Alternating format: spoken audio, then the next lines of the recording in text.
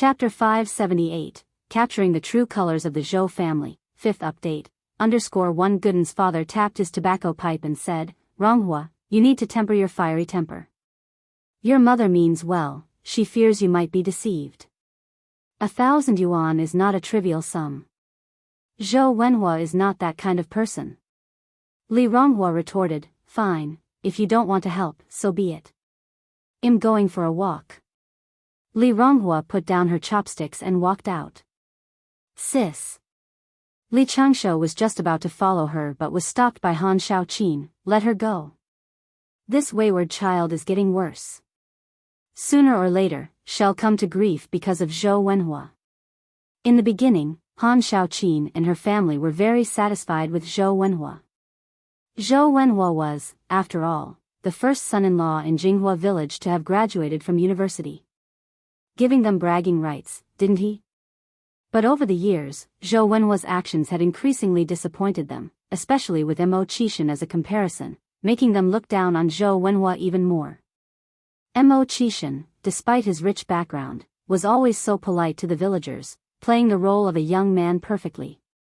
As for Zhou Wenhua, he acts all high and mighty just because he's a university graduate, puffing himself up with pride. What was worse is that the Zhou family has yet to acknowledge their relationship properly, clearly disregarding Li Ronghua yet. Li Ronghua still treats Zhou Wenhua like a treasure. Walking down the countryside road at dusk, Li Ronghua was in a gloomy mood, plucking flowers and plants along her way in frustration. Now that Zhou Wenhua had asked her for money for the first time, she couldn't let him down. Besides, Zhou Wenhua was a person with a strong sense of self-esteem. If he wasn't in trouble, he wouldn't actively ask for money. If she couldn't even fulfill this request of Zhou Wenhua's, could she still consider herself Zhou Wenhua's girlfriend? No way. She had to scrape together this 1,000 yuan. Ding ding ding. At this moment, the sound of a bicycle bell came from behind her. Li Ronghua turned back to find that the person on the bicycle was Ni Yang. Seeing Ni Yang was like seeing hope to Li Ronghua, so she immediately waved her hand. Yang Yang. Sister Ronghua. Yang Yang alighted from her bicycle.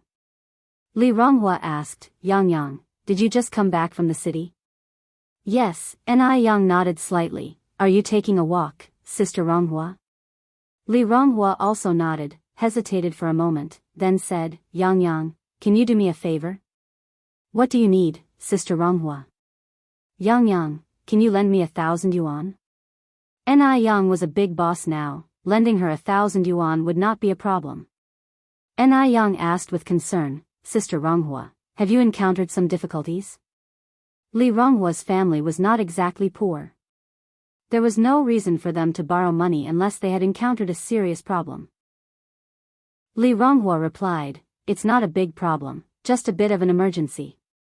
Does it have anything to do with your boyfriend? Asked Ni Yang.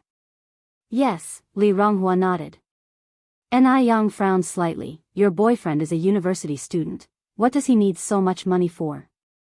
Li Ronghua replied, there are many expenses at university. Yang Yang, can you help me out for now? I'll pay you back from my salary. Recalling the footage she had taken in the morning, Ni Yang said, let's talk about the money later. Sister Ronghua, come with me to my house. I want to show you something. What is it? Li Ronghua asked. You'll know when you see it.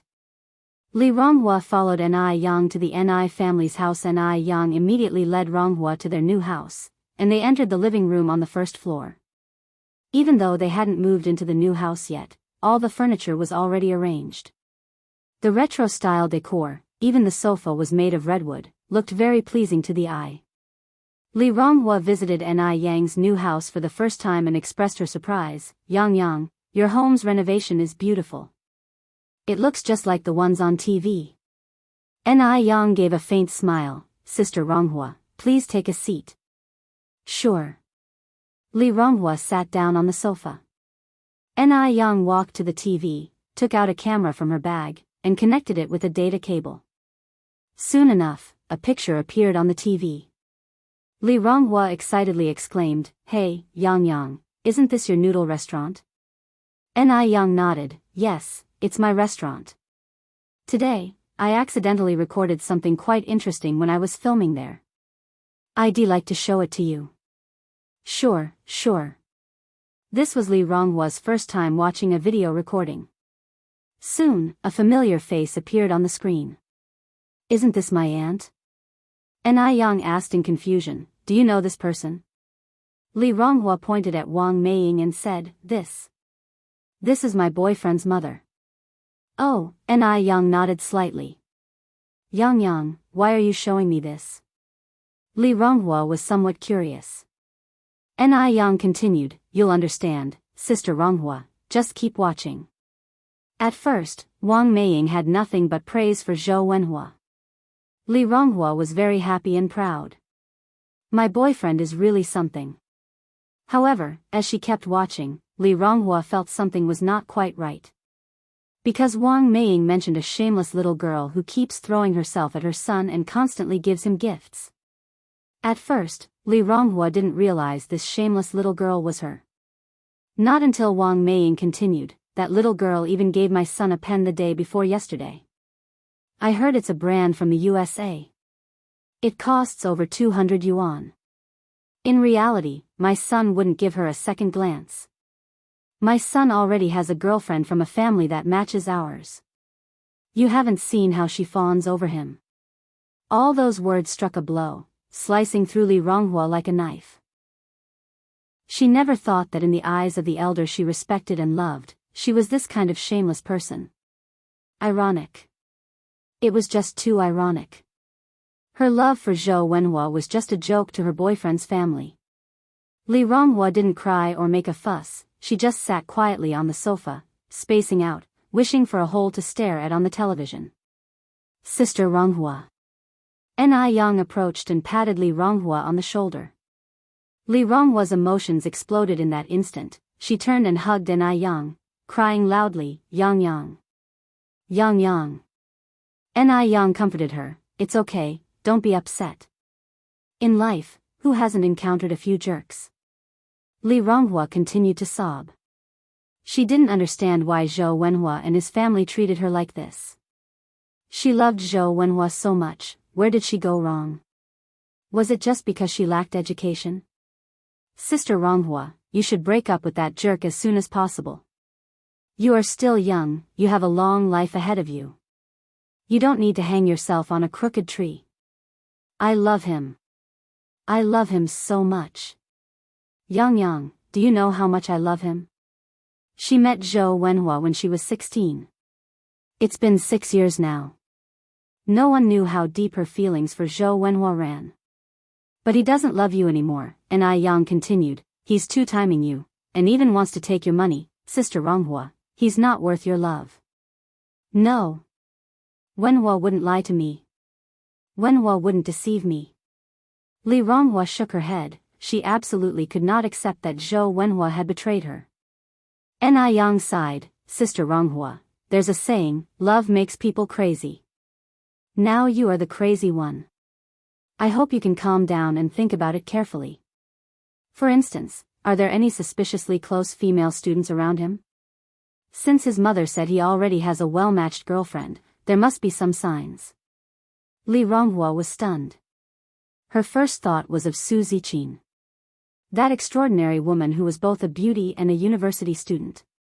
No, Wenhua would never betray me. Li Ronghua wiped the tears from her face and stood up, I'm going to find Wenhua. Unless Zhou Wenhua admitted it himself, Li Ronghua would never accept it. Sister Ronghua, Ni Yang kept up with Li Ronghua. Li Ronghua turned back and tried to keep her tone as calm as possible. Yang, don't follow me. I want to handle this myself.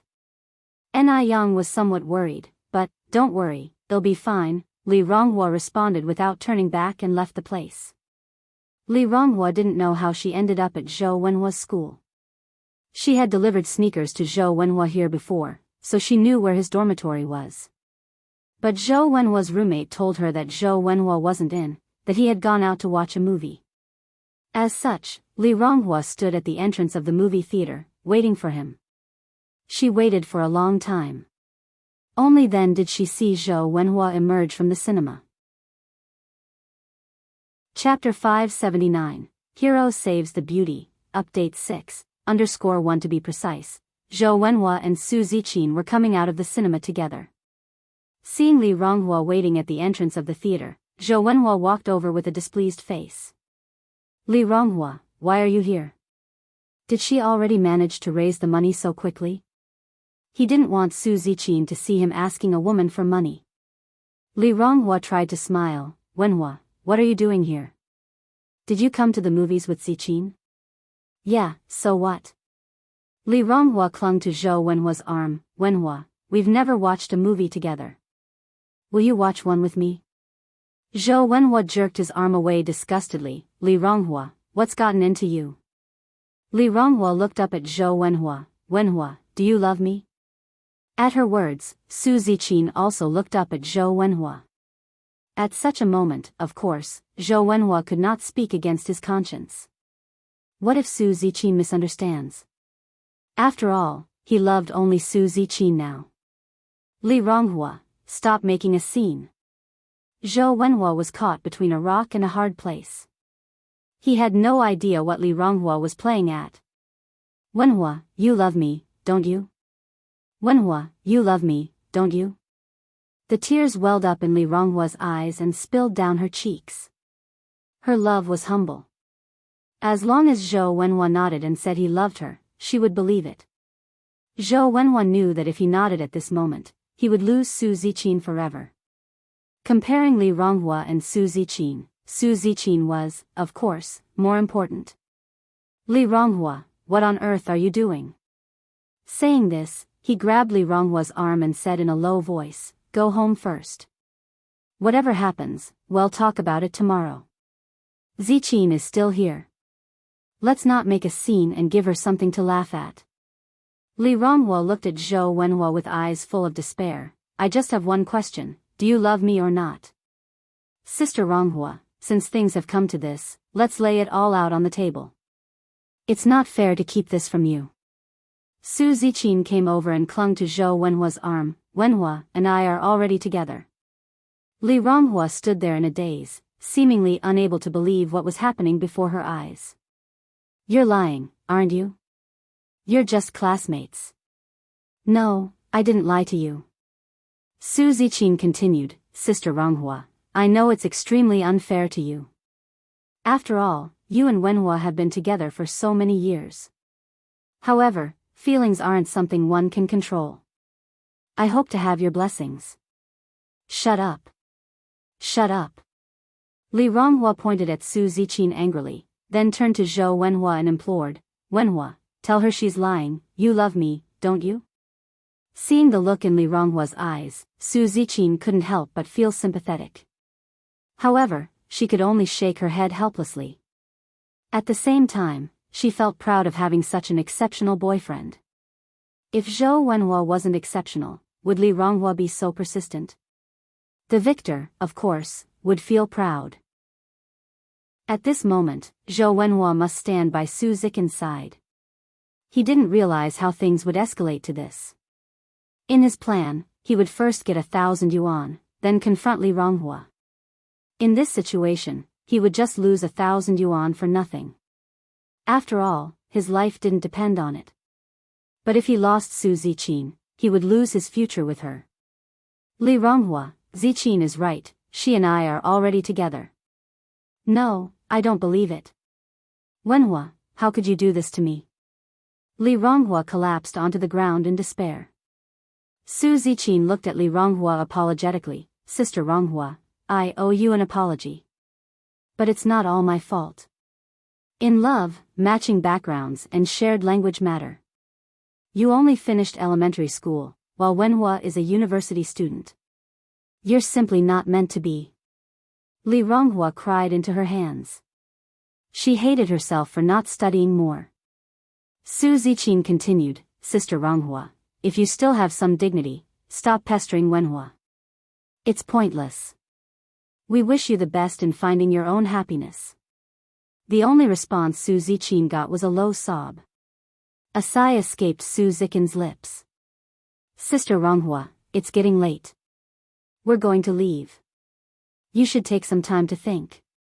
After she finished speaking, Su Ziqin walked away, arm in arm with Zhou Wenhua. At that moment, Li Ronghua sprang up and caught Zhou Wenhua's arm. Wenhua, don't leave. Don't abandon me. This sudden scene startled Su Ziqin. As a college student, coming from a privileged background, Su Ziqin had never met such a humble woman like Li Ronghua. Initially, she thought Li Ronghua would physically attack her out of anger. Zhou Wenhua violently pushed Li Ronghua away. Li Ronghua, have you no shame? At that moment, a pair of hands supported Li Ronghua. Can you not be so aggressive towards women? It was incomprehensible why such a man would even have a girlfriend. Mind your own business. Zhou Wenhua grabbed Su Zijin's arm. Zijin, let's go. Comrade, are you okay? Do you need to call the police? Wu Daming continued. No need, Li Ronghua shook her head. In the light, Wu Daming finally got a clear look at Li Ronghua's face, exclaiming in surprise, You're that older sister, aren't you? Wu Daming had a deep impression of Li Ronghua's fiery personality. Unexpectedly, Li Ronghua was also subject to bullying. Who are you? Li Ronghua seemed to have no memory of Wu Daming. You may not know me, but you definitely know my sixth sister-in-law, Ni Yang, who lives in your Jinghua village, said Wu Daming. What happened to you? Do you need any help? No need, Li Ronghua shook her head again. Observing Li Ronghua's terrible state, Wu Daming continued, It's late. Let me drive you home. No need, Li Ronghua shook her head, then looked at her bicycle. I have a bike. Wu Daming said, You can't ride a bike in this state, we're from the same village, let me take you home. This was also a good chance to win some favor from Ni Yang and hopefully get introduced to a pretty girlfriend. Moreover, Wu Daming was a very upright guy. Now that he had run into this situation, he couldn't let Li Ronghua be in danger. Without waiting for Li Ronghua's response, Wu Daming carried the bicycle to the trunk of his car, then helped Li Ronghua get on the back seat. Li Ronghua's despair had reached its peak. She felt drained, like a puppet on strings. Wu Daming, unaware of the situation, could only drive towards Jinghua village without asking more. Sister, where is your house? I can only drive up to the entrance of the village. Li Ronghua didn't respond. Sister, have you fallen asleep? Wu Daming turned back to look at the back seat. Li Ronghua hadn't fallen asleep, she just didn't want to talk. Sister? Wu Daming poked Li Ronghua's arm lightly with his finger. Li Ronghua still didn't respond. Oh, my God, sister, don't scare me. Wu Daming panicked. Women are really scary. He shouldn't look for a girlfriend. Li Ronghua remained silent, so Wu Daming had no choice but to seek help from Ni Yang. Sister, stay in the car, don't go anywhere. I'll be right back. Wu Daming ran over to Ni Yang's house. Sixth sister-in-law. Ni Yang had just taken in her laundry and was preparing to take a shower. She was surprised to see Wu Daming and asked, What brings you here, Wu Daming? Wu Daming, gasping for breath, said, I ran into one of your village's older sisters in town. Something seems to have happened to her, she's in my car right now. Could you quickly come and check? Okay. Ni Yang put down the laundry basket, without even having time to greet Ni Tsuehua. She followed Wu Daming to the entrance of the village. Sixth sister-in-law, it's this sister. When Ni Yang looked, it wasn't just any older sister, it was Li Ronghua. Sister Ronghua? Ni Yang started in a gentle voice. Yang, Li Ronghua lifted her head to look at Ni Yang. With Li Ronghua finally talking, Wu Daming breathed a sigh of relief. Sister Ronghua, what's happened to you? Li Ronghua wept silently as she hugged Ni Yang. Wenhua doesn't want me. He really doesn't want me.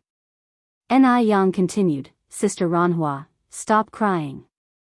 Would you like to come home with me? I don't want to go home, Li Ronghua sobbed. Chapter 580, Break Up with the Scumbag. Update 7_1 She was too ashamed to face her parents. Ni Yang said, Then don't go back to your place, why not come with me to my house first? You can stay with me for the night. Okay. Li Ronghua nodded. Ni Yang turned her gaze to Wu Daming. Wu Daming, could you please help push Sister Ronghua's bicycle? No trouble at all. Wu Daming promptly pushed the bicycle and followed behind them. Once they arrived at the Ni family's residence, Wu Daming parked the bicycle in the yard and bid Ni Yang goodbye. Ni Yang said, Wu Daming, thanks for your help tonight. I appreciate you bringing Sister Ronghua back. Sister-in-law, you needn't be so formal with me. I'll be on my way then. Ni Yang nodded, be careful on the road. After Wu Daming left, Ni Yang led Li Ronghua into her own room, and then she went to inform Ni Tsuihua. Ni Tsuihua, being a kind-hearted person, asked with concern as soon as she heard about the situation, is Ronghua okay now? No serious matter. Mom, could you do me a favor and visit Gooden's house? You can tell Gooden's parents not to worry. Ni Tsuihua immediately put down her English book, I'll go right away. Okay. Ni Yang nodded. By the time Ni Tsuihua got there, Gooden's parents were already getting anxious and about to go out in search of her. Upon hearing that she was at Ni Kuihua's house, they finally breathed a sigh of relief. Since stepping into Ni Yang's room, Li Ronghua had begun to weep silently. Apart from crying, she didn't know what else to do. Ni Yang sat by her side, comforting her. Sister Ronghua, recognizing the true colors of a scumbag like Zhou Wenhua is actually a good thing.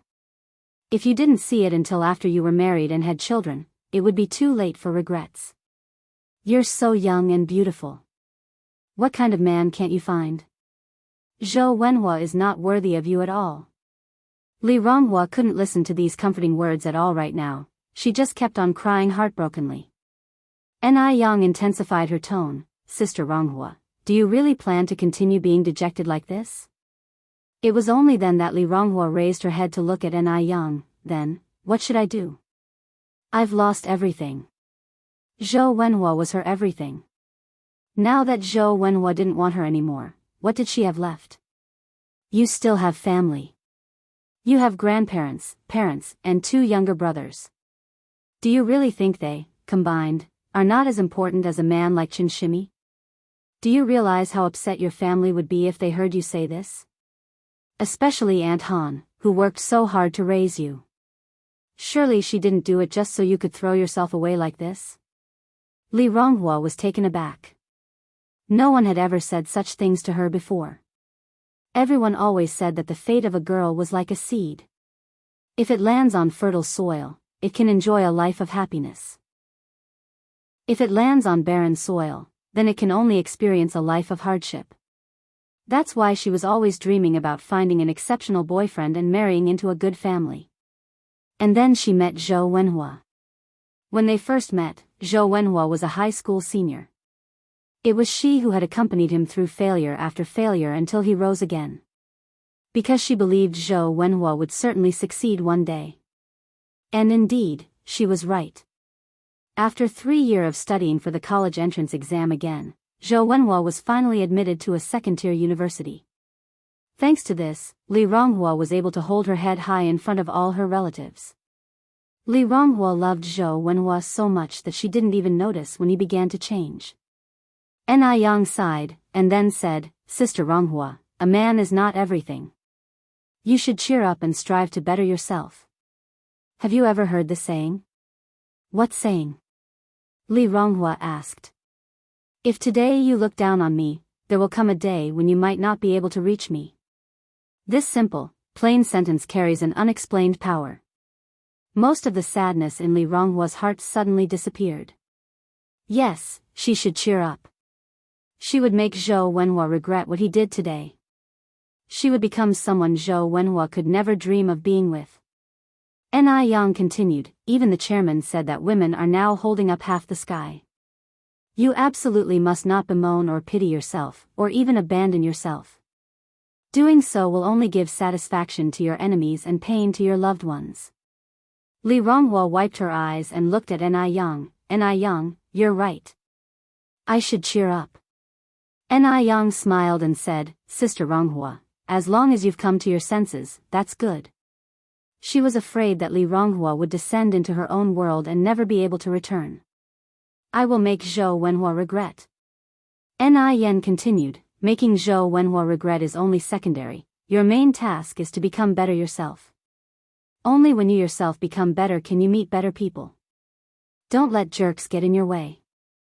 Li Ronghua nodded, thank you, Yang Yang. Nin was like a wake-up call. After that, Li Ronghua asked, what does jerk mean? This word was quite fresh, she seemed to have never heard it before.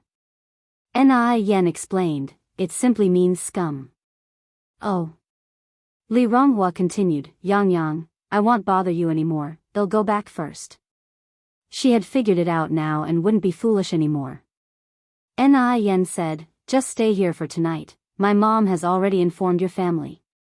Tomorrow, I'll give you a day off and we can have a good wander around the city together. Li Ronghua quickly declined, no need, Yang Yang, I'm really fine now, you don't have to give me a day off. Nin smiled lightly, don't misunderstand, it's not just for you. I just want to go out for some fun myself. Sister Ronghua, keep me company, otherwise it'll be so boring for me alone. Li Ronghua knew that Nin was comforting her. How fortunate she was to have met such a good leader and friend like Nin in her life. Nin then took a set of pajamas from the cabinet, Sister Ronghua, you can wear my pajamas tonight. That night, the two chatted for a very long time. In the middle of the night, Nin asked, Sister Ronghua, what's your dream? What is her dream? Before, Li Ronghua's dream was to marry Zhou Wenhua and become a qualified wife. Now, her dream is to become better and make Zhou Wenhua regret. Li Ronghua answered as such, then counter-questioned, Yang Yang, what is your dream? Nin said, my dream is to make a lot of money, then buy a villa, car, yacht, and travel the world. She is a simple person with no lofty dreams. She just wants to quietly be a rich person, living a comfortable life with someone she loves. As they talked, they fell asleep unknowingly. The next day, when Li Ronghua woke up, Nin was already out of bed. As she stepped out of the room, she saw Nin walking out of the yard with a cup and toothbrush. The sunlight shone on her face. Sister Ronghua, you're up. Hurry and brush your teeth and wash up, it's time for breakfast. At that moment, Li Ronghua forgot all about the incidents of yesterday, smiling and saying, all right. Yes, life is so wonderful, why should she keep thinking about a jerk? After breakfast, Li Ronghua went shopping with Nin. They took a tram to get there. Shall we go to the clothing store first? A girl's wardrobe is always short of one piece. Li Ronghua nodded. Nin picked out a light blue cheongsam. Li Ronghua spotted a nice dress as well, but she didn't have any money on her and reluctantly let it go. However, when it came to paying, Nin paid for the dress Li Ronghua had wanted as well. Yang Yang, Nin smiled, don't worry, this dress isn't a gift from me. I'll deduct it from your wages next month. Only then did Li Ronghua feel at ease. After buying clothes, they went to a shoe store. Nin bought a pair of shoes for both Nitsuehua and little Niyun. Over the years, Li Ronghua had focused all her attention on Zhou Wenhua. She had never bought anything for her family.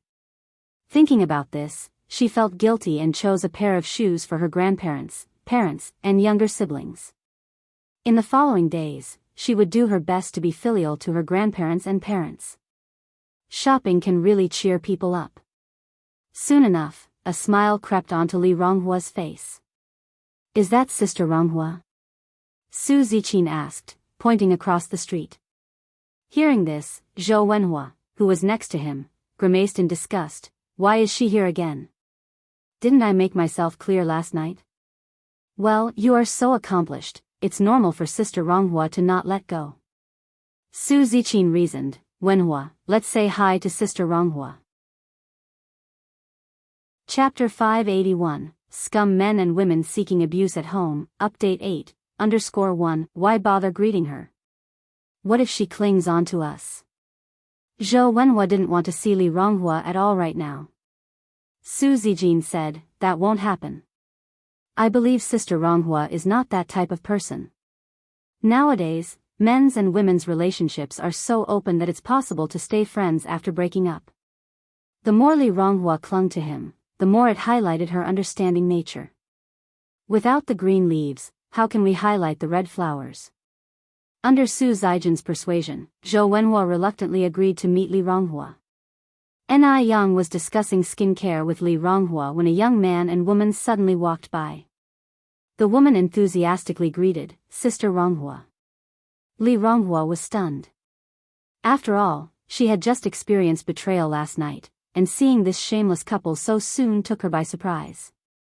Sister Ronghua, you're not still mad at Wenhua and me, are you?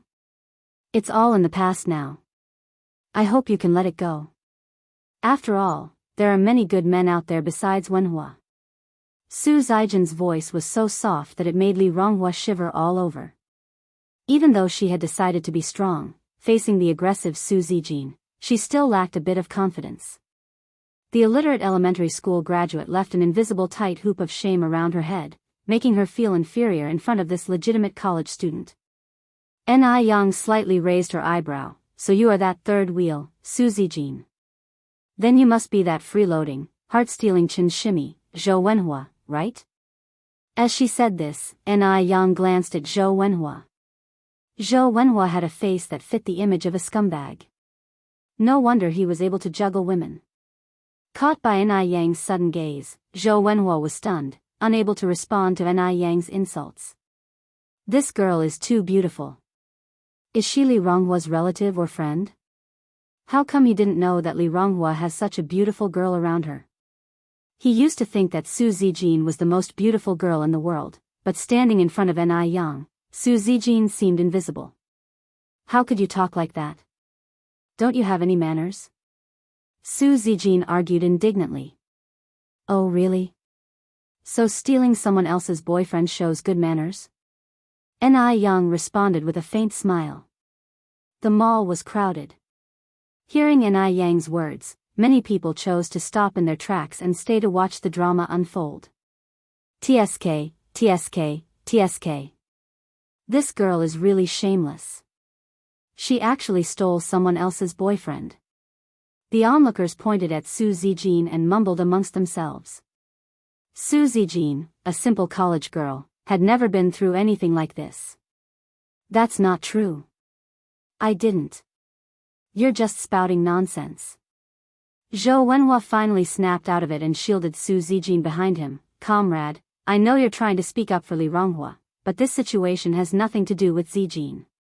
We're together because of love. Ni Yang retorted, what about Sister Ronghua? When you were double-timing Sister Ronghua with Su Zijin, have you ever thought about how she felt? And you, Su Zijin, you knew Zhou Wenhua had a girlfriend but still got involved with him. Do you have any shame at all? Ni Yang's words were hard-hitting. She ripped off the glamorous facade of Zhou Wenhua and Su Zijin, exposing their ugly sides to everyone, leaving them with no dignity at all. Su Zijin turned pale, without any strength to fight back. She could be arrogant in front of Li Ronghua, looking at Li Ronghua as if she were a pitiful creature. But now, the one standing in front of her was Ni Yang. What a disgrace to our Zhou family. That woman's surname is Su. My surname is also Su. She embarrasses us, Su Zijin. What an ugly name. And Zhou Wenhua's name isn't much better. He's a cultured person but he could do such a shameless thing. The crowd around them pointed fingers and whispered. Zhou Wenhua's face changed colors as he said, there was no love between Li Ronghua and me. We now have the freedom to love, and love can't be forced. You shouldn't still be clinging on to me. Zhou Wenhua wanted to put all the blame on Li Ronghua. How could Ni Yang let him succeed? Clinging on to you? That's a joke. Think about who was clinging on to whom. And who came here first to pick a fight? You're a freeloader and now you want to bite back? Do you think Sister Ronghua is easy to bully? Zhou Wenhua had never argued with anyone before. At this moment, his face was flushed with exasperation. Unable to out-talk Ni Yang, he turned to Li Ronghua and said indignantly, Li Ronghua, we have broken up. Can you please stop this? Can't we part on good terms? Li Ronghua couldn't utter a word. She would have collapsed to the ground if it wasn't for Ni Yang's support. Ni Yang gave a faint smile, looked at Zhou Wenhua and said, since you have broken up, you should return what Sister Ronghua has given you, right? The Parker pen you keep in your jacket pocket was a gift from her, as were the branded sneakers on your feet. Over the years, your tuition, miscellaneous fees, and living expenses have all been paid by Sister Ronghua. You are not planning to welsh on your debts, are you? Oh, and by the way. Yesterday afternoon, you took a bottle of Ice Yu whitening moisturizer from Sister Ronghua. You've been freeloading off her for years, so you should at least pay her back, with interest. The onlookers became very excited at this point. My goodness. This guy is so shameless. Taking so much from the girl without a second thought. He's practically a real-life chin shimmy. And he's a college student. Seems like he fed all his books to a dog. The girl was so kind to him and he dared to cheat. Listening to the surrounding chatter, Zhou Wenhua's face turned from pale to green and then red, as if it was a color palette. It made for a rather amusing sight. He felt his manly dignity being stepped on and ruthlessly trampled upon. Indeed, he had been funded by Li Ronghua over the years. But that was Li Ronghua's choice all along. Why should he tolerate this humiliation because of her now? Su Zikin's face darkened as well. She had never dealt with such humiliation before. Ni Yang continued, Zhou Wenhua, you're not planning to ditch your debts as a college student, are you? If you dare, it'll take Sister Ronghua to meet your teachers and classmates. Let them judge who's right and wrong. We must get justice for Sister Ronghua. How could something that couldn't be mentioned in public be escalated to the school? Out of mortification and rage, Zhou Wenhua removed the pen from his chest pocket. Take this back. Ni Yang glanced at his feet. What about that one? Zhou Wenhua took off his shoes. Ni Yang looked at the shoes on the ground, kicked them casually, and before anyone could react, the shoes ended up in a trash can 10 meters away. Bang! There was a collective gasp from the crowd. That was amazing. Rather toss the shoes in the trash than give them back to this freeloader. What a spirit of vengeance. Can I leave now? Zhou Wenhua wanted nothing more than to leave this humiliating place immediately. Ni Yang spoke casually, what about the money? Or have you decided not to pay back what you owe Sister Ronghua? Zhou Wenhua emptied all the cash from his pockets and handed it to Ni Yang, eager to cut all ties with Li Ronghua immediately. Ni Yang counted the money, clicking her tongue, only 50 yuan? Sister Ronghua supported you for 5 years, which would be around 1,000 yuan at 200 yuan per year. 50 yuan can barely cover the interest. Don't go too far. Zhou Wenhua gritted his teeth, Li Ronghua, if you continue this way, be careful that I will never forgive you in my life. He didn't believe that Li Ronghua would forget him that quickly. Li Ronghua would surely not insist on him repaying 1,000 yuan. Li Ronghua looked at Zhou Wenhua, her lips trembling. It wasn't until today that she saw Zhou Wenhua for what he truly was. She blamed herself for being blind all these years. Falling for a man as ruthless and selfish as him. Are you angry because you are embarrassed? Ni Yang smiled faintly. From what it seems, you want us to go to school and have your teachers and classmates judge this, right? Zhou Wenhua was momentarily speechless. What exactly do you want? Ni Yang handed Zhou Wenhua a pen and a piece of paper. If you don't have the money now, write an IOU for Sister Ronghua for the time being. Zhou Wenhua took the pen and paper. Chapter 582, The Great Abuse of Scumbags Men and Women, Update 9_1 Ni Yang continued, I instruct, you write. Zhou Wenhua clenched his fist in anger and shame. Borrower Zhou Wenhua, due to financial distress, borrowed 1,000 renminbi from lender Li Ronghua on August 2, 1984, Ni Yang said before reminding him, remember to write 1,000 in capital letters. Zhou Wenhua's face was full of humiliation, his hand holding the pen was trembling. He never thought there would come a day when Li Ronghua would be reduced to this state. After a while, He handed the IOU to Ni Yang and said, "Here you go." Ni Yang reached out to accept the IOU, a fleeting silver light at her fingertips. At that moment, Zhou Wenhua felt a piercing pain in his thumb, while Ni Yang was pressing his finger on the paper. Instantly, a bloody fingerprint appeared on the black and white IOU. Ni Yang looked satisfied, waved the IOU and said, "Remember to pay the debt on time, or else I'll take this to your school's leaders." What a disgrace. This was beyond humiliating. Zhou Wenhua wished he could burrow into the ground. He pulled Su Zikin's hand, squeezed through the crowd, and left. Ni Yang slightly parted her lips and turned to look at Li Ronghua. "Sister Ronghua, are you okay?" Li Ronghua looked blankly at Ni Yang for a long time before saying, "Yang, you're amazing." If it hadn't been for Ni Yang today, she might not have been able to hold on. Not only did Ni Yang help her teach Zhou Wenhua a lesson, but she also made him sign an IOU. She was truly incredible. Although she had always known that Ni Yang was very capable, Li Ronghua had never admired Ni Yang as much as she did now. Ni Yang laughed and said, "It's nothing.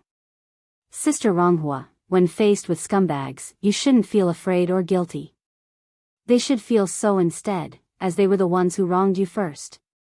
Keep this IOU safe and make Zhou Wenhua pay you back every penny. If he dares not to, we will make him infamous." Originally, going to the school was just to scare Zhou Wenhua. Ni Yang didn't expect Zhou Wenhua to be so easily frightened and actually wrote the IOU. Now with the IOU, she was not afraid of Zhou Wenhua denying the debt. If Zhou Wenhua dared not to repay the money, Ni Yang had 100 ways to make him famous. "Yang, you're so kind." Li Ronghua hugged Ni Yang. Ni Yang patted Li Ronghua's back. "We're good sisters, it's only natural." Li Ronghua nodded, "Yes, we are lifelong good sisters." She would never forget Ni Yang's kindness in her lifetime. Ni Yang laughed and said, "Let's go, don't let the scumbags affect our mood, let's continue shopping." Yang, wait for me a minute." Li Ronghua picked up the Parker pen and walked towards the trash can. "Sister Ronghua, don't throw it away." Ni Yang immediately stopped Li Ronghua. Li Ronghua looked at Ni Yang with confusion. Why keep the pen that Zhou Wenhua had used? Ni Yang laughed and said, "Sister Ronghua, this Parker pen cost over 200 yuan, why should we be at odds with money? There is a pawn shop downstairs. This pen is almost new and can at least exchange for 100 yuan. "Really?" Li Ronghua was somewhat surprised. "Yes." Ni Yang nodded. The two went to the pawn shop and sure enough, the Parker pen was exchanged for 108 yuan. Adding the 50 yuan Zhou Wenhua repaid, Li Ronghua, who was initially broke, instantly became a little rich woman. Li Ronghua immediately paid back the money she borrowed from Ni Yang today.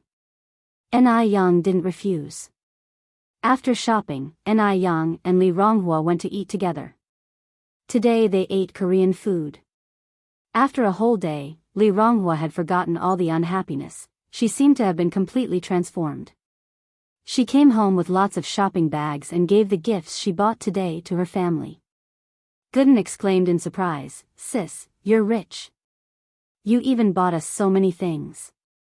A seemingly ordinary phrase, but it made Li Ronghua feel a little bitter. Over the years, she had always been supplementing Zhou Wenhua. She hadn't even bought her family a pair of socks. Han Xiaoqin also found it strange. "Ronghua, what's going on?" All the family's eyes were fixed on Li Ronghua. Li Ronghua fought back tears, preventing them from falling. "Nothing. I just want to provide for you all properly in the future." Gooden's dad put down his pipe. "Did Zhou Wenhua bully you?" "No." Li Ronghua shook her head. Gooden's dad wanted to say something more, but was hushed up by Han Xiaoqin. In the evening, Han Xiaoqin came to Li Ronghua's room. Li Ronghua was crouching over an iron basin that seems to be burning something. Seeing Han Xiaoqin come over, she immediately put out the fire in the basin. "Ronghua, what's the matter?" "Mom, why are you here?" Li Ronghua seemed a bit awkward as she got up. Han Xiaoqin looked at the smoky iron basin on the ground, took Li Ronghua's hand, and sat on the edge of the bed. Ronghua, please tell me, is it true that you had a fight with Wenhua? Such things, despite being temporarily hidden, can never be held back forever. Sooner or later, they need to be laid on the table. Li Ronghua nodded. Mom, we broke up. Broke up? Han Xiaoqin was somewhat surprised. Li Ronghua was her daughter. She knew how much Li Ronghua liked Zhou Wenhua, and the many sacrifices she had made over the years for him. Li Ronghua affirmed with a nod. Han Xiaoqin then asked, what happened exactly? Why would you break up? What about all the sacrifices you've made over these years? Are they wasted, just like that? Although she had an unfavorable view of Zhou Wenhua now, she still felt sorry for her daughter. Li Ronghua went through the entire story. Han Xiaoqin began by cursing Zhou Wenhua. She then expressed her relief. Thank goodness Yang Yang was there. Otherwise, you would have suffered a terrible loss. You'll learn from this experience. Be more careful when you choose your next boyfriend. 1,000 yuan was a large sum during this period. At least Li Ronghua didn't lose everything, which was somewhat comforting. Li Ronghua nodded. I understand, Mom. Han Xiaoqin glanced out the window and continued, then I'll go back to my room. Mom, Li Ronghua stretched out her hand and grabbed Han Xiaoqin's hand. What's wrong? Han Xiaoqin turned back to her. Li Ronghua then said, Mom, would you sleep with me tonight? Okay, Han Xiaoqin nodded in agreement. This was the first time since she was grown up that Li Ronghua had shared a bed with her mother. Li Ronghua felt like she had returned to her childhood. The mother and daughter lay in bed, chatting about lots of intimate matters. At Ni families. After Ni Yang returned, Ni Tsuihua couldn't wait to inquire about Li Ronghua. Ni Yang smiled and said, Don't worry, Sister Ronghua is okay. That's good, Ni Tsuihua nodded. Ronghua is a good girl, a bit naive. I didn't expect that she would encounter such a man. It's fortunate she didn't marry him. If they had married, it would have ruined the life of Li Ronghua. Half a month flew by in a blink of an eye. In M country. The condition of Caroline's skin had been improving recently. The most noticeable changes were that her crow's feet and forehead creases had faded, and even her skin had become whiter. She looked more than 10 years younger. Wherever she went, people would ask her which skincare products she used. Caroline smiled and said, This skincare product is called Ice's Jade Skin. However, you can't buy it here. You need to go China to get it. Is it a skincare product produced in China? Yes. Caroline nodded. She absolutely trusted Ice's Jade Skin now. So where did you buy it? Can you help me get a set? Caroline regretfully said, That may not be possible. Someone else gave this to me as a gift. Oh, I see. Seeing that there was not much wrinkle cream left in the bottle, which was enough for only 3 months, Caroline immediately went to find Annie. When Annie saw Caroline, she was also taken aback. Oh my dear. You look so much younger. Caroline smiled and said, Thanks to the bottle of wrinkle cream you gave me. Dear, would you help me buy a few more bottles? Money is not a problem. This product was so good that she would willingly spend all her fortune on it. Annie was surprised. Is that wrinkle cream really that amazing? Caroline pulled Annie towards the mirror. Of course. Just look at my face. In the mirror, 2 contrasting faces were reflected. One showed signs of aging, with numerous lines and wrinkles. The other appeared radiant, with full vitality. Annie was about the same age as Caroline.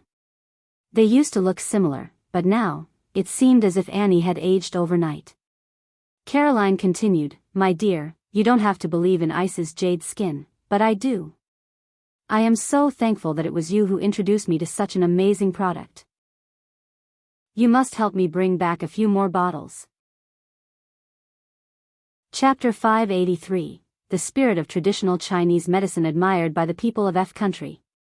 Update 10_1 Annie was slightly stunned. She really hadn't expected the Bing Ji Yu Fu cream to have such a great effect. This was too miraculous. If she'd known how good the Bing Jiu Fu cream was, she would definitely have kept it for her own use and not given it away to others. For a moment, Annie was filled with regret. After Caroline left, Annie immediately went to Emily's school. Only after seeing Emily, did Annie realize that Caroline wasn't the only one who had changed. Emily had also transformed. Emily's skin was fair and tender, able to drip water. "Mom, why are you here?" Emily was surprised to see her mother. Annie asked, "Do you have any more wrinkle cream left? Give some to your mom." Emily shook her head, "No, there isn't any left." "Didn't I give you a bottle last time?" Instead of directly answering Emily's question, Annie continued, "Can you ask your friend to mail a few bottles over? Here is the money." Annie took out a bundle of cash from her pocket and stuffed it into Emily's hand. Emily was a little confused. It takes over 2 months for a package from China to arrive. The goods Yen sent me after she went back to China are still in transit. Over 2 months? She wanted to use the wrinkle cream right away and couldn't wait that long. Why does it take so long? Can't it be faster? It only takes a dozen hours to fly over from China. Why are the postal services so slow? Emily frowned. "Mom, weren't you worried that the wrinkle cream would ruin your face? Why do you suddenly want to buy it now? Have you already used the wrinkle cream? But I don't see any changes on your face." With the miraculous effect of the Bing Jiu Fu cream, Annie's face should not remain the same. Annie was very upset. "I gave that wrinkle cream to your Aunt Caroline." "What?" Emily looked shocked. "How could you give such a precious thing to Aunt Caroline?" Annie sighed. "I regret it very much now. But there was no antidote for regret in this world. If she had not given the wrinkle cream to Caroline, she would be using the wrinkle cream now. A bottle lasts 3 months, and by the time she finished a bottle, a new one would be on its way. Why don't you wait a little longer?" Annie looked at Emily. "Do you have Yen's address?" Emily was taken aback, then asked, "Are you thinking of going to China?" "Yes." Annie nodded. For beauty, she was willing to pay any price. A trip to China was no big deal. "Mom, are you sure about this?" A trip to China wasn't easy. They didn't know a soul there, and the language barrier might make it difficult to locate Yen. Annie nodded. "Yes, I've made up my mind." "All right then, hold on, I'll go get the address for you." The last time Yen had left, she had given Caroline an address. Annie took the note. "I might be going to China soon. You will be alone at school, so be careful." "Yes." Emily nodded. "Mom, remember to bring me some Chinese specialties. I heard from Yen that China has a lot of delicious food." "Sure." Annie gave her daughter a hug before leaving.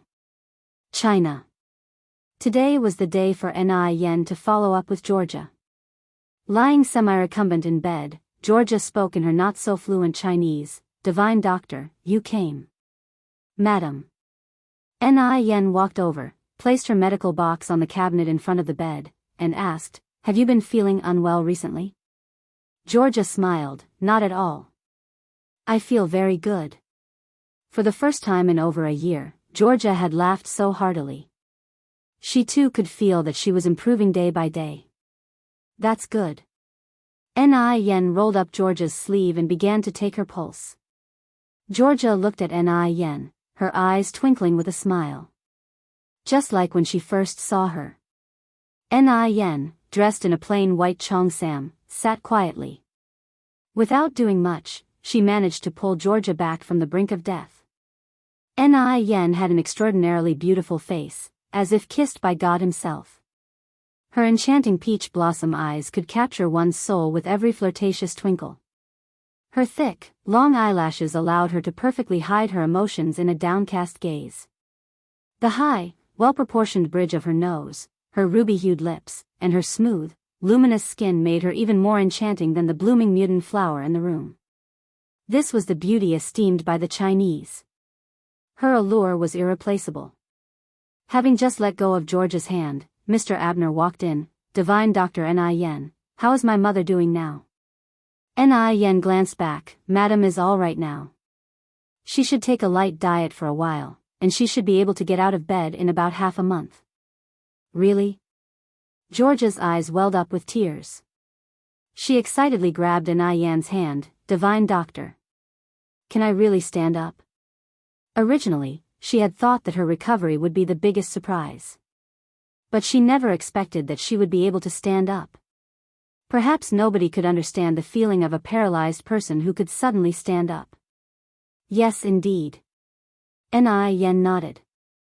Abner was overjoyed, holding Georgia's hand and said, Mom, did you hear that? You can stand up. Yes, I heard. Mother and son were so happy that they wept tears of joy. Outside the window, the sky was perfectly clear. A crepe myrtle flower leaning against the wall was blooming profusely. A light breeze wafted over, carrying a faint fragrance. Georgia held Ni Yen's hand, repeatedly thanking her, and then asked, Divine Doctor Ni Yen, how old are you this year? 18. Ni Yen answered. Georgia said, So Abner is 12 years older than you. Do you have any brothers or sisters at home? I have a little sister at home. Georgia continued, Then take your little sister over to visit when you have time. Okay, I will. Divine Doctor Ni Yen. Mr. Abner started. Yes? Mr. Abner continued, You saved my mother, and have thus become our benefactor. In China, there's a saying that one should repay a small kindness with a fountain of gratitude, let alone saving a life. This is a token of gratitude from my mother and I. Please do accept it. No sooner had he finished this sentence than a servant brought over a small briefcase. Mr. Abner walked over and opened the briefcase. It was filled entirely with USD. Even though Ni Yen had seen much of the world in her previous life, she was still slightly startled. Mr. Abner, I cannot accept this money. Ni Yen spoke lightly. Why? Mr. Abner was a little puzzled. Did Ni Yen think the amount was too little? This sum added up to 500,000 US dollars, amounting to 4 million RMB. It shouldn't be too small for Ni Yen. Georgia, who was in bed, was also somewhat confused. Ni Yen continued, My master's teaching was, a doctor does not distinguish between the rich and the poor. A doctor should cure the diseases of the sovereign, rescue the poor and destitute, and take good care of his health to be able to save others.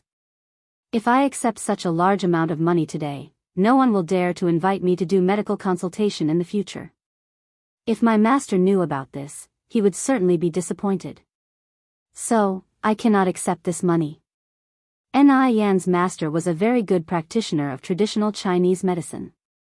When Ni Yen first escaped from Dam Village, the first people she met were her master and his wife. If not for them, Ni Yen wouldn't have such brilliant medical skills, let alone thrive so smoothly in Beijing. The primary reason why Ni Yen chose Beijing as her first destination was to make money and thrive. The second reason was because of her master. In Ni Yen's past life memory, her master and his wife had only one son who died in a premeditated revenge incident. Each remembrance of their son caused a flood of tears from her master and his wife, leading to their premature deaths in their 60s. When Ni Yen met them in her past life, their son was already gone. All that was left for them was a black and white photograph, with the clear date of his tragic end recorded at the back. What Ni Yen was now determined to do was to rescue him from that premeditated revenge. In this life, Ni Yen would not let her master and his wife endure the pain of losing a child again. The time of that tragic incident involving the elder brother she never met was fast approaching. Ni Yen was prepared for that moment. Mr. Abner looked at Ni Yen, and his eyes were full of respect. He thought, maybe this was the spirit of traditional Chinese medicine. Compared to the exorbitant fees of Western medicine, the spirit of traditional Chinese medicine was truly admirable. Divine Doctor Ni Yen, I admire your spirit of traditional Chinese medicine. Mr. Abner gave Ni Yen a deep bow. Chapter 584, Are You Dia? 11 updates, _1 This was Mr. Abner's first time admiring someone so much. And also the first time he fell in love with a country. He had always heard about the profoundness of Chinese culture. This time, he experienced it firsthand. You flatter me, I am merely carrying on my master's teaching, Yang said with a faint smile. Yang. Georgia looked at Yang. May I call you that? You may. Yang nodded. I really like you. I don't have many friends in China. Can I come to talk to you often after I recover? Georgia asked. Yang nodded. Of course, I'd be very happy to. Hearing Yang's response, Georgia was very pleased. After Yang left, Georgia turned to Mr. Abner. Abner, I want to discuss something with you. Mom, go ahead, Mr. Abner replied. I want to recognize a younger sister for you, Georgia continued. Is it Yang? Mr. Abner seemed to have guessed his mother's intention. Georgia nodded, yes. Georgia truly liked Yang. Hearing that it was customary in China to recognize goddaughters, she had this idea in mind. If such a pretty girl could become her goddaughter, she would wake up laughing even in her dreams. Of course, she would need to get her son's consent before proceeding. Abner, would you mind? Georgia continued to ask. Having such an excellent sister would undoubtedly be fine for Mr. Abner. The question is whether Yang would agree? Georgia replied, after I recover from my illness, I will visit Yang's home personally. This sort of matter would undoubtedly require discussion with Yang's family. Georgia was not the type to neglect propriety. Mr. Abner nodded. After leaving the manor, Yang went to the training class. With over a month passing by, the training effect was very good, and the front-of-house staff could start working at any time. The executive chefs were also busy tasting dishes and discussing the names of the dishes. As Yang's restaurant aims for a higher-end market, the names of the dishes couldn't be too plain. For example, spread your wings is the name for chicken wings slow-cooked over low heat. Gold branches and jade leaves refers to stir-fried meat with green and red peppers. Galloping across the world signifies braised pork trotter. While they were discussing the names, Yang sat aside, occasionally giving some suggestions.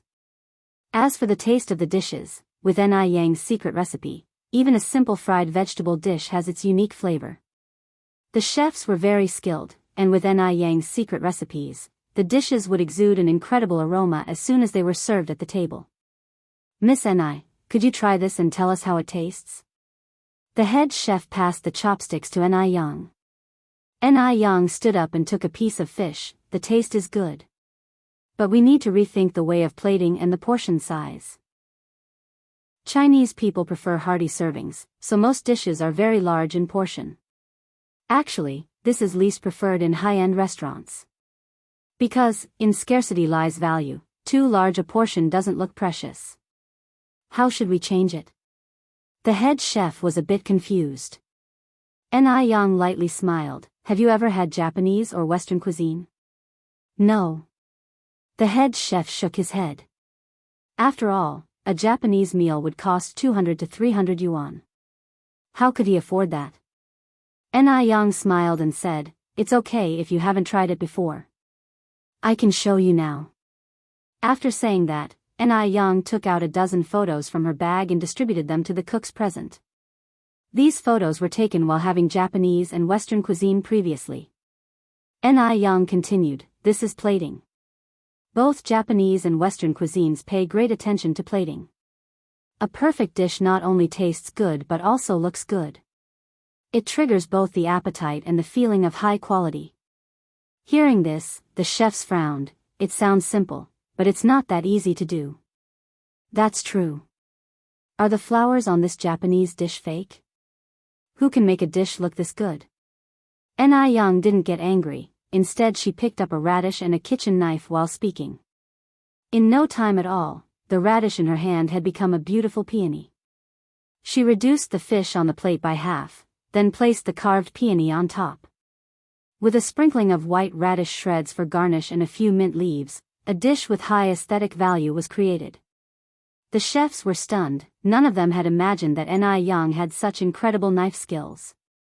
Yang was really incredible. Any initial doubts vanished in an instant. If a young girl could do it, so could they, the professional chefs. Throughout the entire morning, Yang was learning from the chef how to plate the dishes and how to carve vegetables. Tsuhua also took little Yun out onto the street. The mother and daughter pair, both good-looking, were well-dressed and caught the eye of the passers-by. A middle-aged woman lingered in front of Tsuhua for a long time. Finally gathering her courage, she asked, "Are you Daya?" Daya? Tsuhua was stunned. If she hadn't heard the nickname again, she might have forgotten that she even had such a nickname. How long had it been since anyone had called her by this nickname? Long enough that she couldn't remember. Tsuhua looked up at the middle-aged woman, thought hard for a long time, but couldn't remember who she was. "Sorry, may I ask who you are?" "Daya, it's me, Danny, who grew up with you. Don't you remember me?" This woman was Zhou Danny, who had grown up with Tsuhua. They were very close in the past, but after Tsuhua left, Zhou Danny got married, and they lost touch. Only then did Tsuhua remember her childhood friend. She became so excited that her eyes welled up with tears. "Danny. Is it really you, Danny?" She remembered that Zhou Danny had a small mole in the middle of her forehead. The mole was still there. This woman was indeed Zhou Danny. Zhou Danny was also very excited. She hugged Tsuhua. "Daya, I never thought we would meet here. Look at you, you're still so young and pretty. I've gotten old. Is this your daughter?"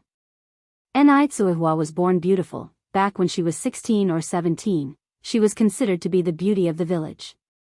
Later, her father fell ill and had no money for treatments. Tsuhua was sold for 10 yuan. "Yes," Tsuhua replied, her eyes teary. "This is my daughter Yun. Yun, say hello to Auntie." To meet an old friend from childhood was truly exciting for Tsuhua. "Auntie." Little Yun obediently greeted. "Yun?" The child shares Daya's surname?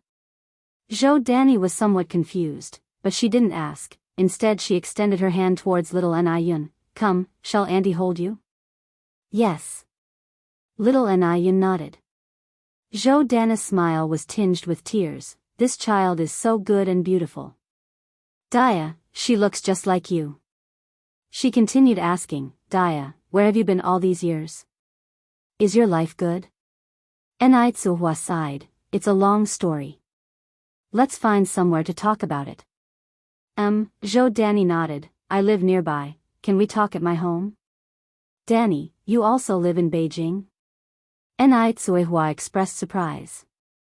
Zhou Danny embarrassingly confessed, "Daya, I'm not afraid you'll laugh. My husband is doing some peddling. He's a self-employed business owner. We're renting on Witter Street." Self-employed business owner was deemed as the least possible way of making a living in that era. Tsuhua responded, "What's there to laugh at? My daughter is also a self-employed business owner. In a way, we are in the same line of work." Zhou Danny was surprised. "Your daughter, she is 3 years old, right?" Tsuhua laughed as she explained, "I'm referring to my eldest daughter Yang. She's already 18 this year, and this is my youngest daughter." "Oh, I see." They walked and chatted. Soon, they arrived at Zhou Danny's home. Zhou Danny also rented an apartment in Sihiyuan. The house was tidy. As it was during the summer vacation, all her kids were home. "Dashuan, Ershuan, Sanchuan, Xiaoshuang, come here, come." 4 children all ran over. Zhou Danny continued, "This is your Daya auntie. She grew up with me, greet her." "Hello, auntie." Tsuhua was surprised. "Danny, are these all your children?" Zhou Danny nodded and went on, "This is Dashuan, he's 16 this year. This is Ershuan, now 15 years old. This is Sanchuan, he's 14 this year. And this is Xiaoshuang, she's 8 this year." Dashuan to Sanchuan were all boys, Xiaoshuang was a girl. Tsuhua said admiringly, "That's wonderful. If her children hadn't been abandoned, her second child would also be 17 now, the third 15, the fourth 12.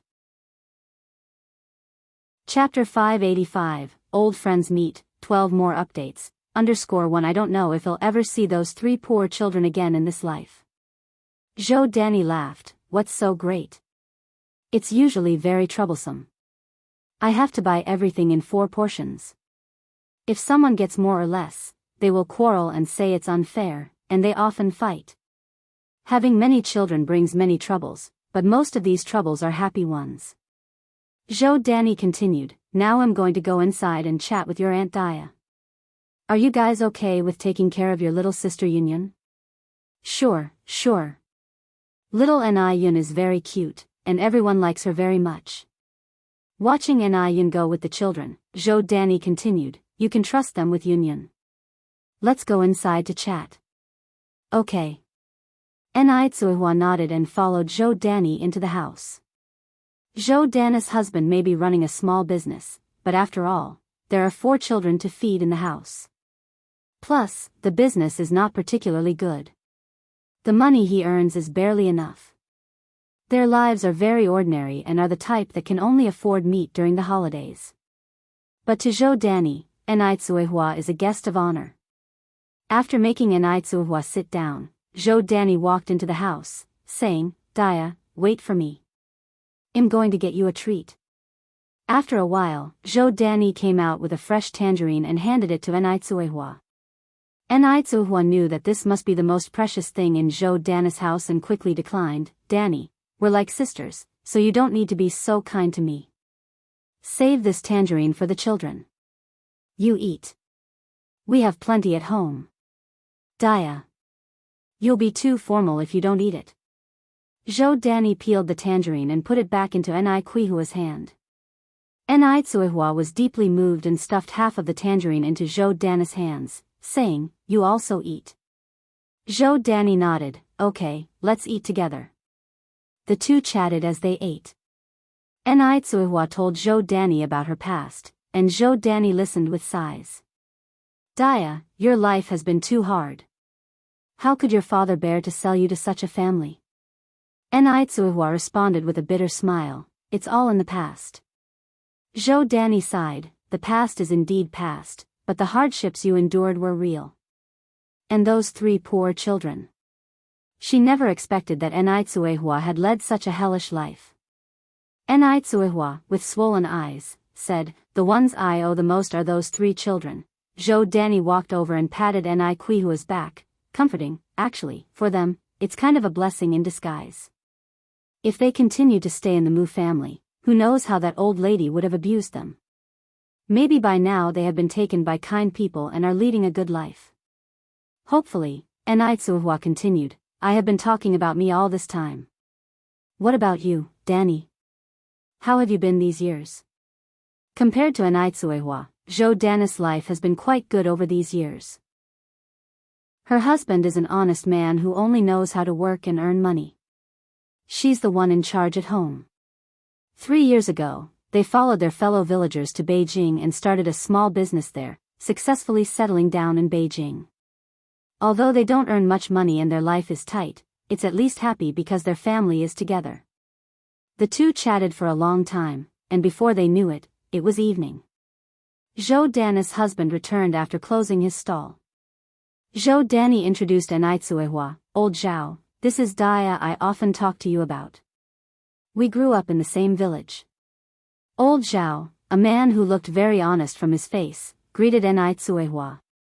Tsuehua nodded, hello, brother-in-law. Zhou Danny is 2 months older than her, so it's appropriate to call him brother-in-law. Old Zhao looked at Zhou Danny, well, since we have guests today, I'll go to buy some groceries now. Go ahead. Zhou Danny added, remember to buy 2 pounds of pork. Hearing about pork, the children playing outside cheered. We will have meat tonight. We will have meat for dinner tonight. Okay. Even if old Zhao doesn't normally indulge in food and drink, he won't be short of a few yuan for meat with guests in the house. He won't neglect the guests. Tsuehua hurriedly said, Danny, don't go to so much trouble. I won't stay for dinner. It's obvious that Zhou Danny's family's financial condition is not very good, and Tsuehua didn't want them to make unnecessary expenses. Of course I'm here. Zhou Danny said, we only see each other once in so many years. How could you not be here for dinner? If you're not here for dinner, I'm not letting you return tonight.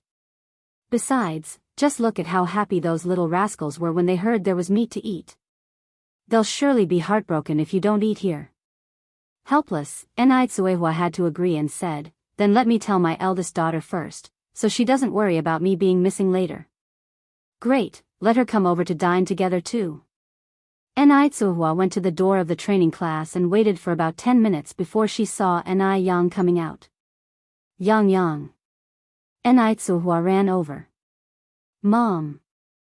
Yang asked in confusion, why are you alone? Where's Yunyan? Suehua relayed the incident of meeting Zhou Danny to Yang.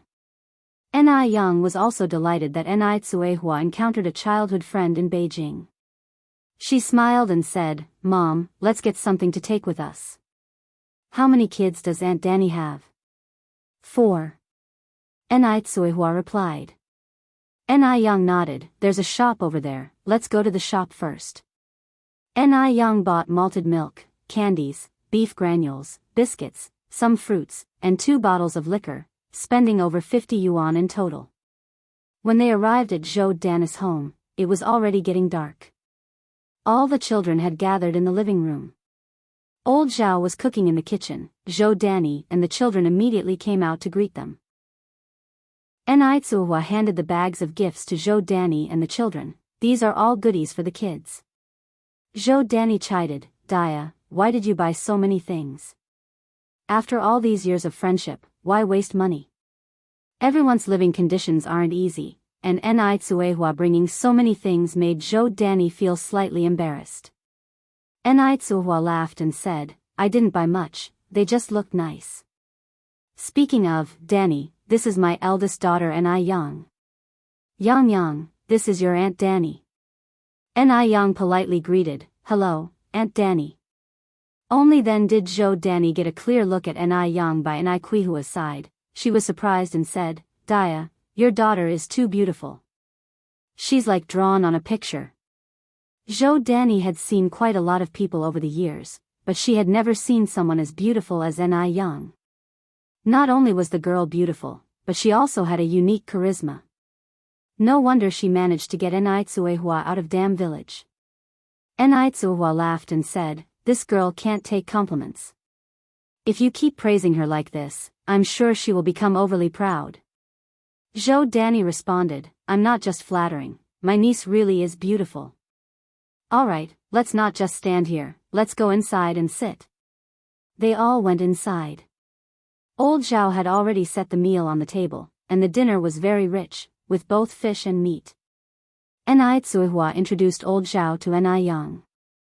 Yang politely greeted, hello Uncle Zhao. Zhou Danny has educated her children well. Although they had not eaten meat for a long time, after each of them had taken a piece, they did not take any more, preventing any chaos over food. On the other hand, Zhou Danny kept serving meat to Yang and Suehua. Dia, you and Yang eat the meat. Treat this place as your own home, don't be polite.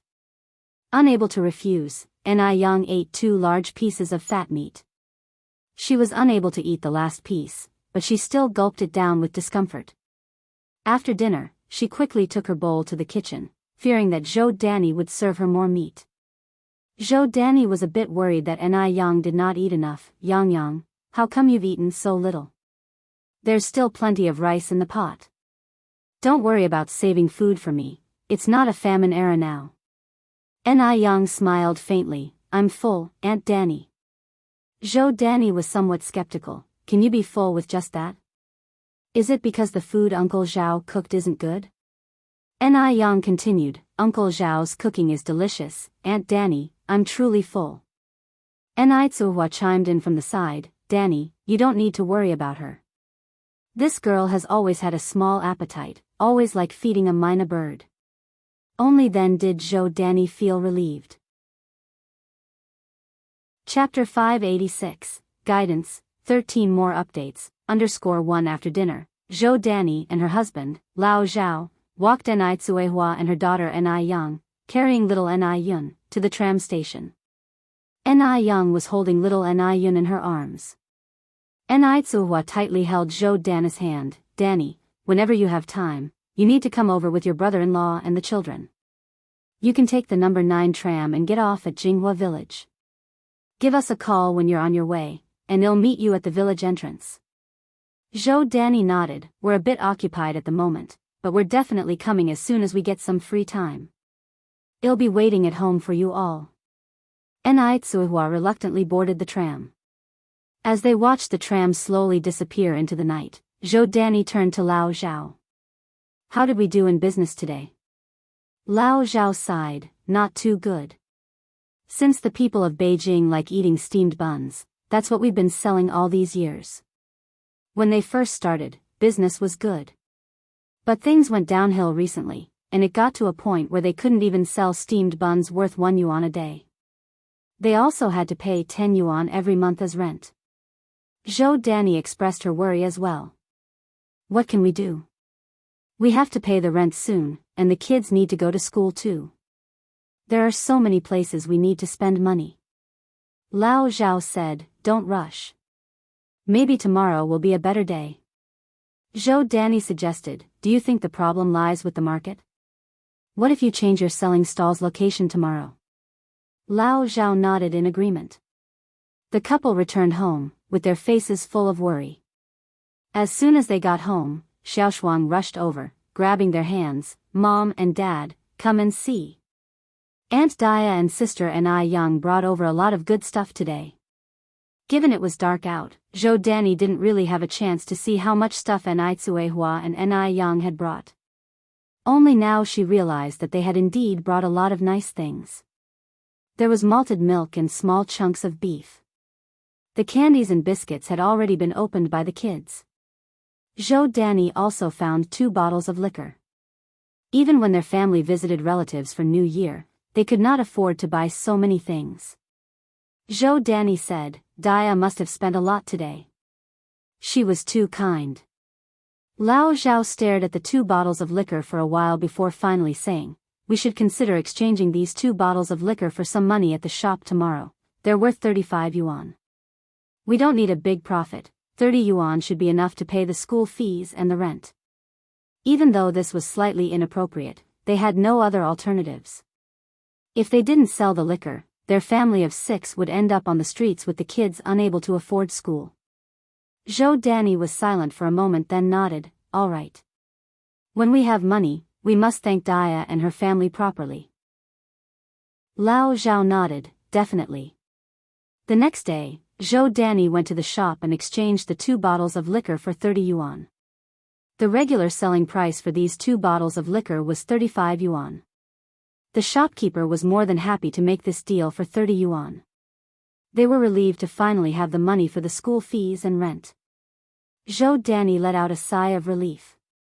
After hearing Zhou Danny's idea, Lao Zhao changed his selling spot today, continuing to sell from his stall. As it was the inaugural day of the restaurant, at 11:30 a.m., Ni Yang arrived at the city market. She bought cigarettes, liquor, and prepared dishes, ready to treat everyone to a good meal. She bought various meat dishes including braised beef, pig's head meat, and tiger skin chicken feet. People were in dire need of some decent nourishment at this point. Even if they ate a lot of meat, they wouldn't feel greasy. Moreover, they were all performing manual labor and needed to restore their energy. After buying the dishes, all she needed were the staple foods. Just then, Ni Yang spotted a vendor selling steamed buns. Beijing people generally prefer wheat food, so Ni Yang steered her cart over and ordered, vendor, could I get 50 steamed buns please? There were 18 workers in the restaurant. A grown man could easily eat 2 to 3 steamed buns, so 50 steamed buns was really not that many. 50 steamed buns. The old Zhao, who had been originally hunched over eating his steamed bun, perked up upon hearing those words. He quickly put down the bun and picked up a bag. All right, please wait a moment. Ni Yang clearly saw old Zhao at this point and exclaimed, Uncle Zhao. Old Zhao also looked surprised. Yang. Ni Yang chuckled and said, Uncle Zhao, so you've been selling steamed buns here? Old Zhao nodded, yes, but Yang, are you sure you can finish off all these buns? They'll go bad if you don't finish them quickly in this weather. Yang assured him, don't worry, we have more than a dozen people for dinner. Only then old Zhao was relieved. He swiftly packed up 50 buns and handed them to Yang. At this point, one could buy 4 buns for 1 cent. Yang had occasionally bought them before, so she was familiar with the price. She took the steamed buns and handed 1 yuan and 3 cents to old Zhao. However, old Zhao refused to take the money. Cuihua and her daughter Yang were so polite. If it wasn't for the gifts they brought, sending the children to school next month would have been a problem. If he were to insist on taking the money for a few steamed buns, it would be utterly heartless. Uncle Zhao, you are running a business, how could you not accept money? If you refuse to accept the money, then I can't accept these buns. Saying this, Yang put down the buns. She knew that old Zhao's family had it hard, so she insisted on paying him. Old Zhao said, Yang, both you and your mother are so nice. You brought so many things to our house yesterday. These are just a few homemade buns, they're really not worth much. Unless you think these buns of mine aren't worth the money. Yang said, Uncle Zhao, we have to be fair. If you won't accept the money, they'll go to the shop next door. After much persuasion, old Zhao finally accepted the money reluctantly. Yang noticed a half-eaten bun on the basket and a flask next to it. Uncle Zhao, are you only eating buns for lunch? Old Zhao chuckled, yes, it's far from home, and I don't feel like going back for lunch, so I appease my hunger with some buns. They're good, sweet and soft. It's a much better time now. During the Great Famine, who could afford such fine white flour buns? In reality, old Zhao was eating the buns left unsold from a few days ago. They were dry and hard, with no taste at all. Uncle Zhao, have this with your bun. Yang handed old Zhao a wax paper bag. I'm alright eating the buns, I don't need that. Old Zhao quickly declined. Please take it, I bought too much anyway, it will be a waste if I don't finish it. Having said that, Yang continued, also, Uncle Zhao, are there lots of buns left over each day?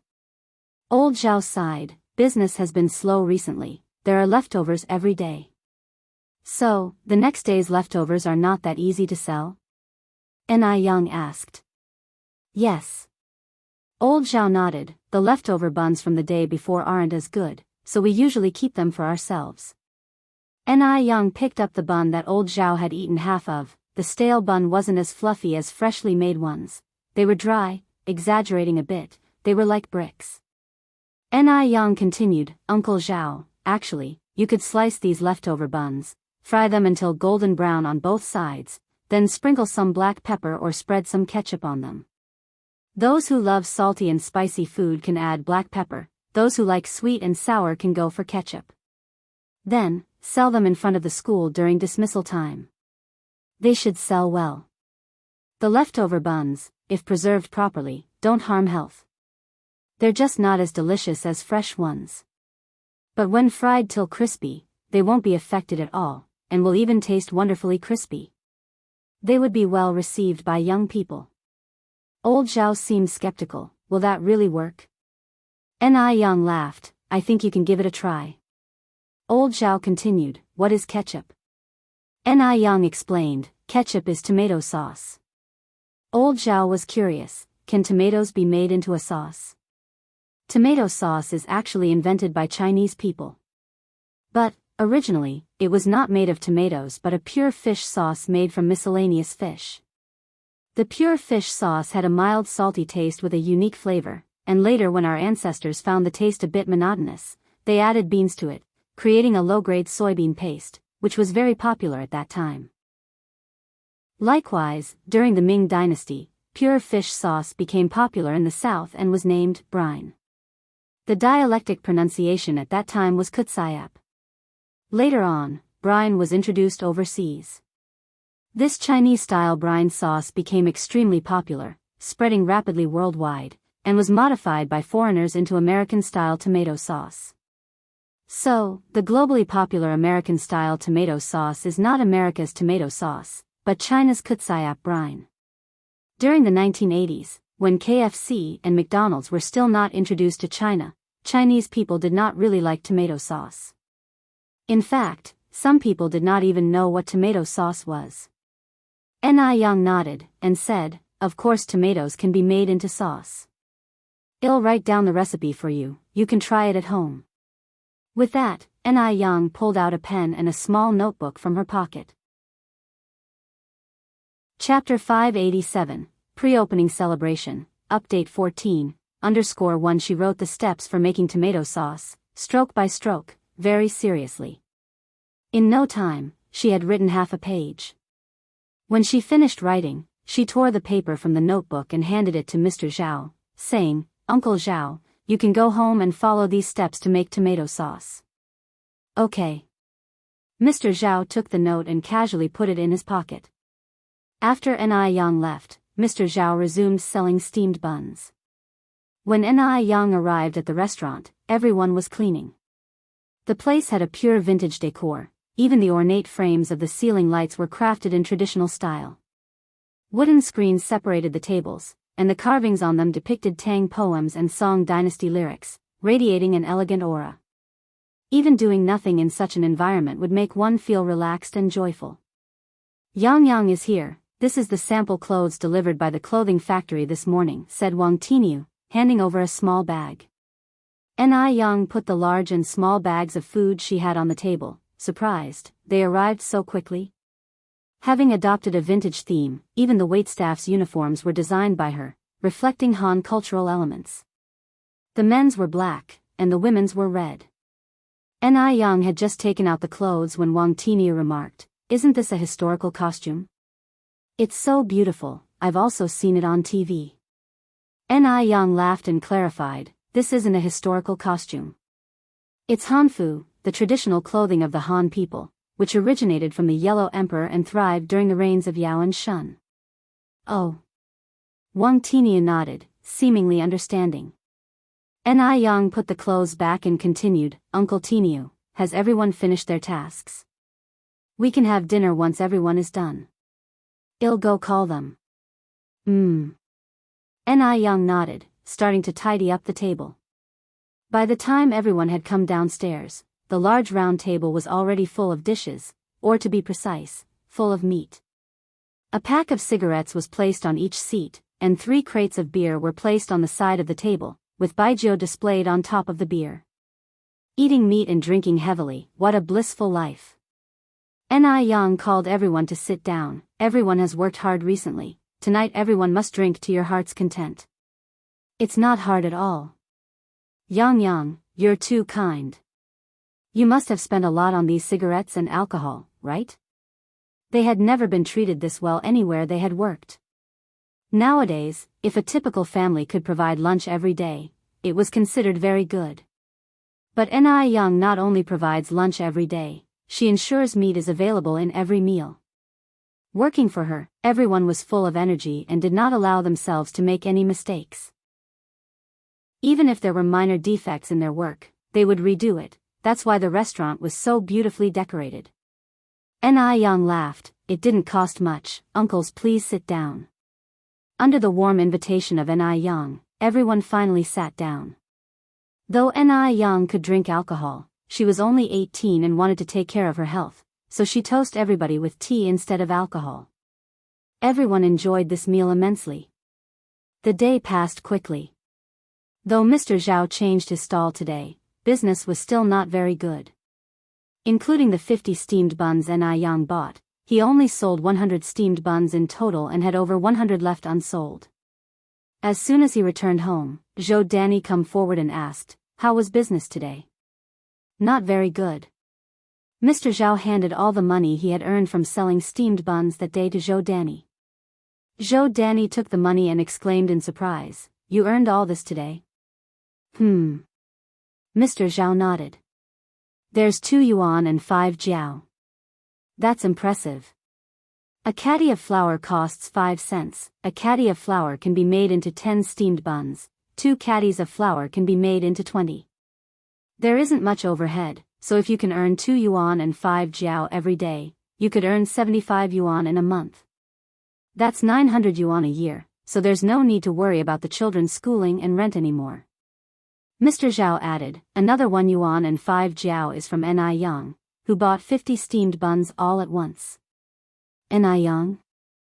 Mr. Zhao nodded and took out a paper bag from the stall. This is what Ni Yang gave to me to eat at noon. You warm it up and let the children have a taste. He could eat less meat, after all, he was already old. But the children were growing, so if there was any meat, he would save it for them. What is this? Zhou Danny looked down at it in surprise. It's meat. Did Ni Yang give this to you? Mr. Zhao nodded. Ni Yang is a good child. Not only did she look after my business, but when she saw me eating buns without any food at noon, she gave me this. Zhou Danny sighed and said, Yang is really talented. Not only did she take Dia and her sister out, but she also managed to thrive. I wonder what good deed Dia did in her past life. If it wasn't for Ni Yang, Ni Tsuehua would still be stuck in Dam Village now. Old Zhao added, Yang talked about a way to make money today. I wonder if it will work. What's the plan? Zhou Danny asked. Old Zhao discussed the idea of grilled bun pieces with Zhou Danny. Upon hearing this, Zhou Danny said, it should consume a lot of oil, right? They couldn't even afford to use oil for cooking. Where would they get the oil for frying bun slices? What if they grilled them and couldn't sell it? Wouldn't they have wasted the oil? Zhou Danny continued, we can't sell white steamed buns, how can we sell them if they're grilled? The more we fuss, the poorer we get. Let's not fuss about it. Rich households can afford the toss, poor households simply can't afford it. Old Zhao scratched his head, that's true. Maybe we should make fewer buns tonight to avoid leftovers. Yes, Zhou Danny nodded, we can't keep failing to sell the buns. Should we think of more ideas? Old Zhao sighed, the times are tough this year, but maybe things will get better next year. Let's get by the second half of this year first. Zhou Danny smiled, yes, let's not lose heart yet, perhaps business will pick up tomorrow? Right. Although the couple had lost faith in the future, they were still full of hope. After Ni Yang got home, she tried on the hanfu. She walked in front of Ni Tsuehua and asked, Mom, do you think this dress looks good? It's a Chi-Ru style hanfu, unlike traditional hanfu. It has been modified so that the sleeves are narrow, and the skirt just reaches the ankles. This makes it easy to serve dishes and walk without getting caught or tripped. The top is white, the skirt and ties are red.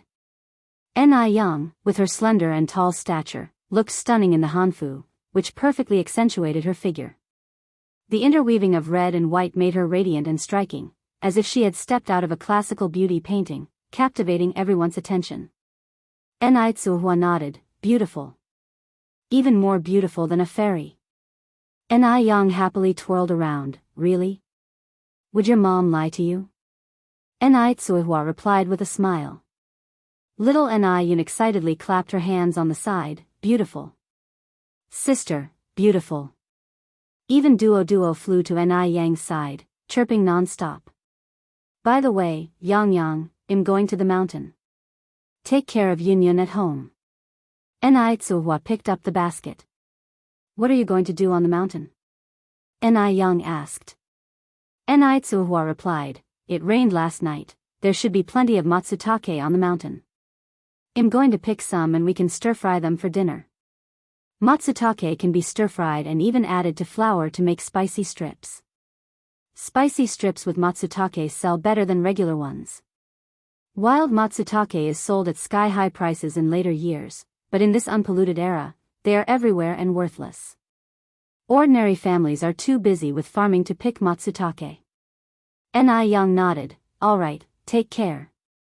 Okay. Ni Tsuehua walked out with her basket. Just as she reached the door, she turned back. What's wrong? Ni Tsuehua said, I'll bring my English book for a read. She would read English whenever she was free. With her current level, simple communication with foreigners wouldn't be a problem. Ni Yang laughed, "It's not safe to read while walking." "You better not do it." "You're right." Ni Tsuhua replied, "I better go." Ni Yang glanced at the sky and then said, "Wait a moment, Mom." "What's wrong?" Ni Tsuhua looked back. Ni Yang ran inside to grab an umbrella. "It might rain later, take the umbrella." Ni Tsuhua laughed, "How is it going to rain under such a bright sun?" Chapter 588, Have Good Things to Give You, Update 15_1 Ni Yang put the umbrella into her basket, put it in, just in case it starts raining.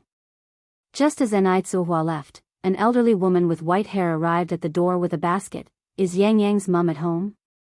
"Grandma Lu." Ni Yang smiled and walked over. "My mom just left."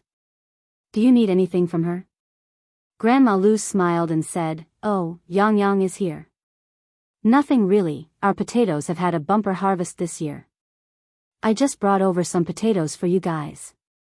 This is the first batch of this year's harvest. I want you 3 women to taste them." Only then did Ni Yang notice that Grandma Liu's basket was full of potatoes. The villagers of Jianghu village are all very grateful. Ni Yang has been good to them, and they are also very good to Ni Yang. Whenever someone slaughters a pig or a sheep, or whenever the crops are glowing, they think of sending some food to Ni Yang first. Ni Yang smiled and said, "Grandma Lu, you are too polite. We already have potatoes at our home. You worked hard to grow these, you should keep them." Grandma Lu is an old widow in the village. She has no children and lives alone, which isn't easy. Ni Yang often gives her some food during holidays. However, something that truly moved her happened last year. Last autumn, the old lady suddenly came down with a high fever. She nearly died alone at home without anyone knowing. It was Ni Yang who found out the abnormality and was able to treat Grandma Lu. Grandma Lu said, "I can't finish these all by myself. Yang Yang, you don't like my old self because I can't give anything decent, right?" In the end, Grandma Lu pretended to put on a stern face. "No, no. Grandma Lu, you've misunderstood. If you don't mind them, then keep them. It's not like it's anything valuable. I've got to go now. If I don't return soon, the chickens will get my cabbage." Finishing her words, Grandma Lu dumped the potatoes on the ground and left. Ni Yang couldn't let Grandma Lu go back empty-handed. "Grandma Lu, wait a moment." Grandma Lu was already aware of Ni Yang's tactics. She knew Ni Yang must have gone inside to get something, and quickly covered her basket, ran away as if carried by the wind. When Ni Yang returned to the yard, Grandma Liu's figure was already out of sight. She puzzled, "Where is Grandma Lu?" Little Ni Yun pointed at the door and said, ran away." "Ran away?" Ni Yang was taken aback. She never knew that Grandma Lu, even with her bound feet, could run so fast. Looking at the pile of potatoes that Grandma Lu brought, Ni Yang suddenly had an idea. Yun, do you want to eat something delicious?" "Yes." Upon hearing the mention of delicious food, little Ni Yun started drooling. Ni Yang picked up 5 large potatoes, cleaned them thoroughly, peeled off the skin, and finally cut them into thin slices and long strips. That's right. The delicious food that Ni Yang was making today was potato chips and French fries. Eating fries cannot be without tomato sauce. Ni Yang also ran into the field to pick 2 large tomatoes. Making tomato sauce is real simple. First, peel off the skin of the tomatoes, then cut them into pieces and stir-fry them in hot oil until they're mushy. After that, add water, and simmer it to reduce it down to a thick consistency. Normally, when making tomato sauce, one would add white sugar. But the homegrown tomatoes hadn't been treated with coloring agent. Every bite released a burst of fresh and juicy taste, soft and silky. They were so good in flavor that there was no need to add sugar at all. While the tomato sauce was simmering, Ni Yang began to fry the chips and potato strips. When frying in oil, you need to parboil the potatoes in boiling water for 3 minutes first, then lift them out and rinse them in cold water. Afterward, drain them and fry them in the wok. A sizzling noise filled the air very soon afterwards. Little Yun stood by the pot, drooling with desire. By the time the tomato sauce was ready, the chips and potato strips were all fried up. Yang handed a portion of fries to little Yun. Yun, eat slowly, be careful, it's hot, okay? Okay. Little Yun nodded, immediately grabbing a fry and putting it in her mouth. Is it tasty? Yang asked. Delicious. Yang then scooped a bit of tomato sauce into little Yun's bowl. Yun, why don't you try dipping it in the tomato sauce?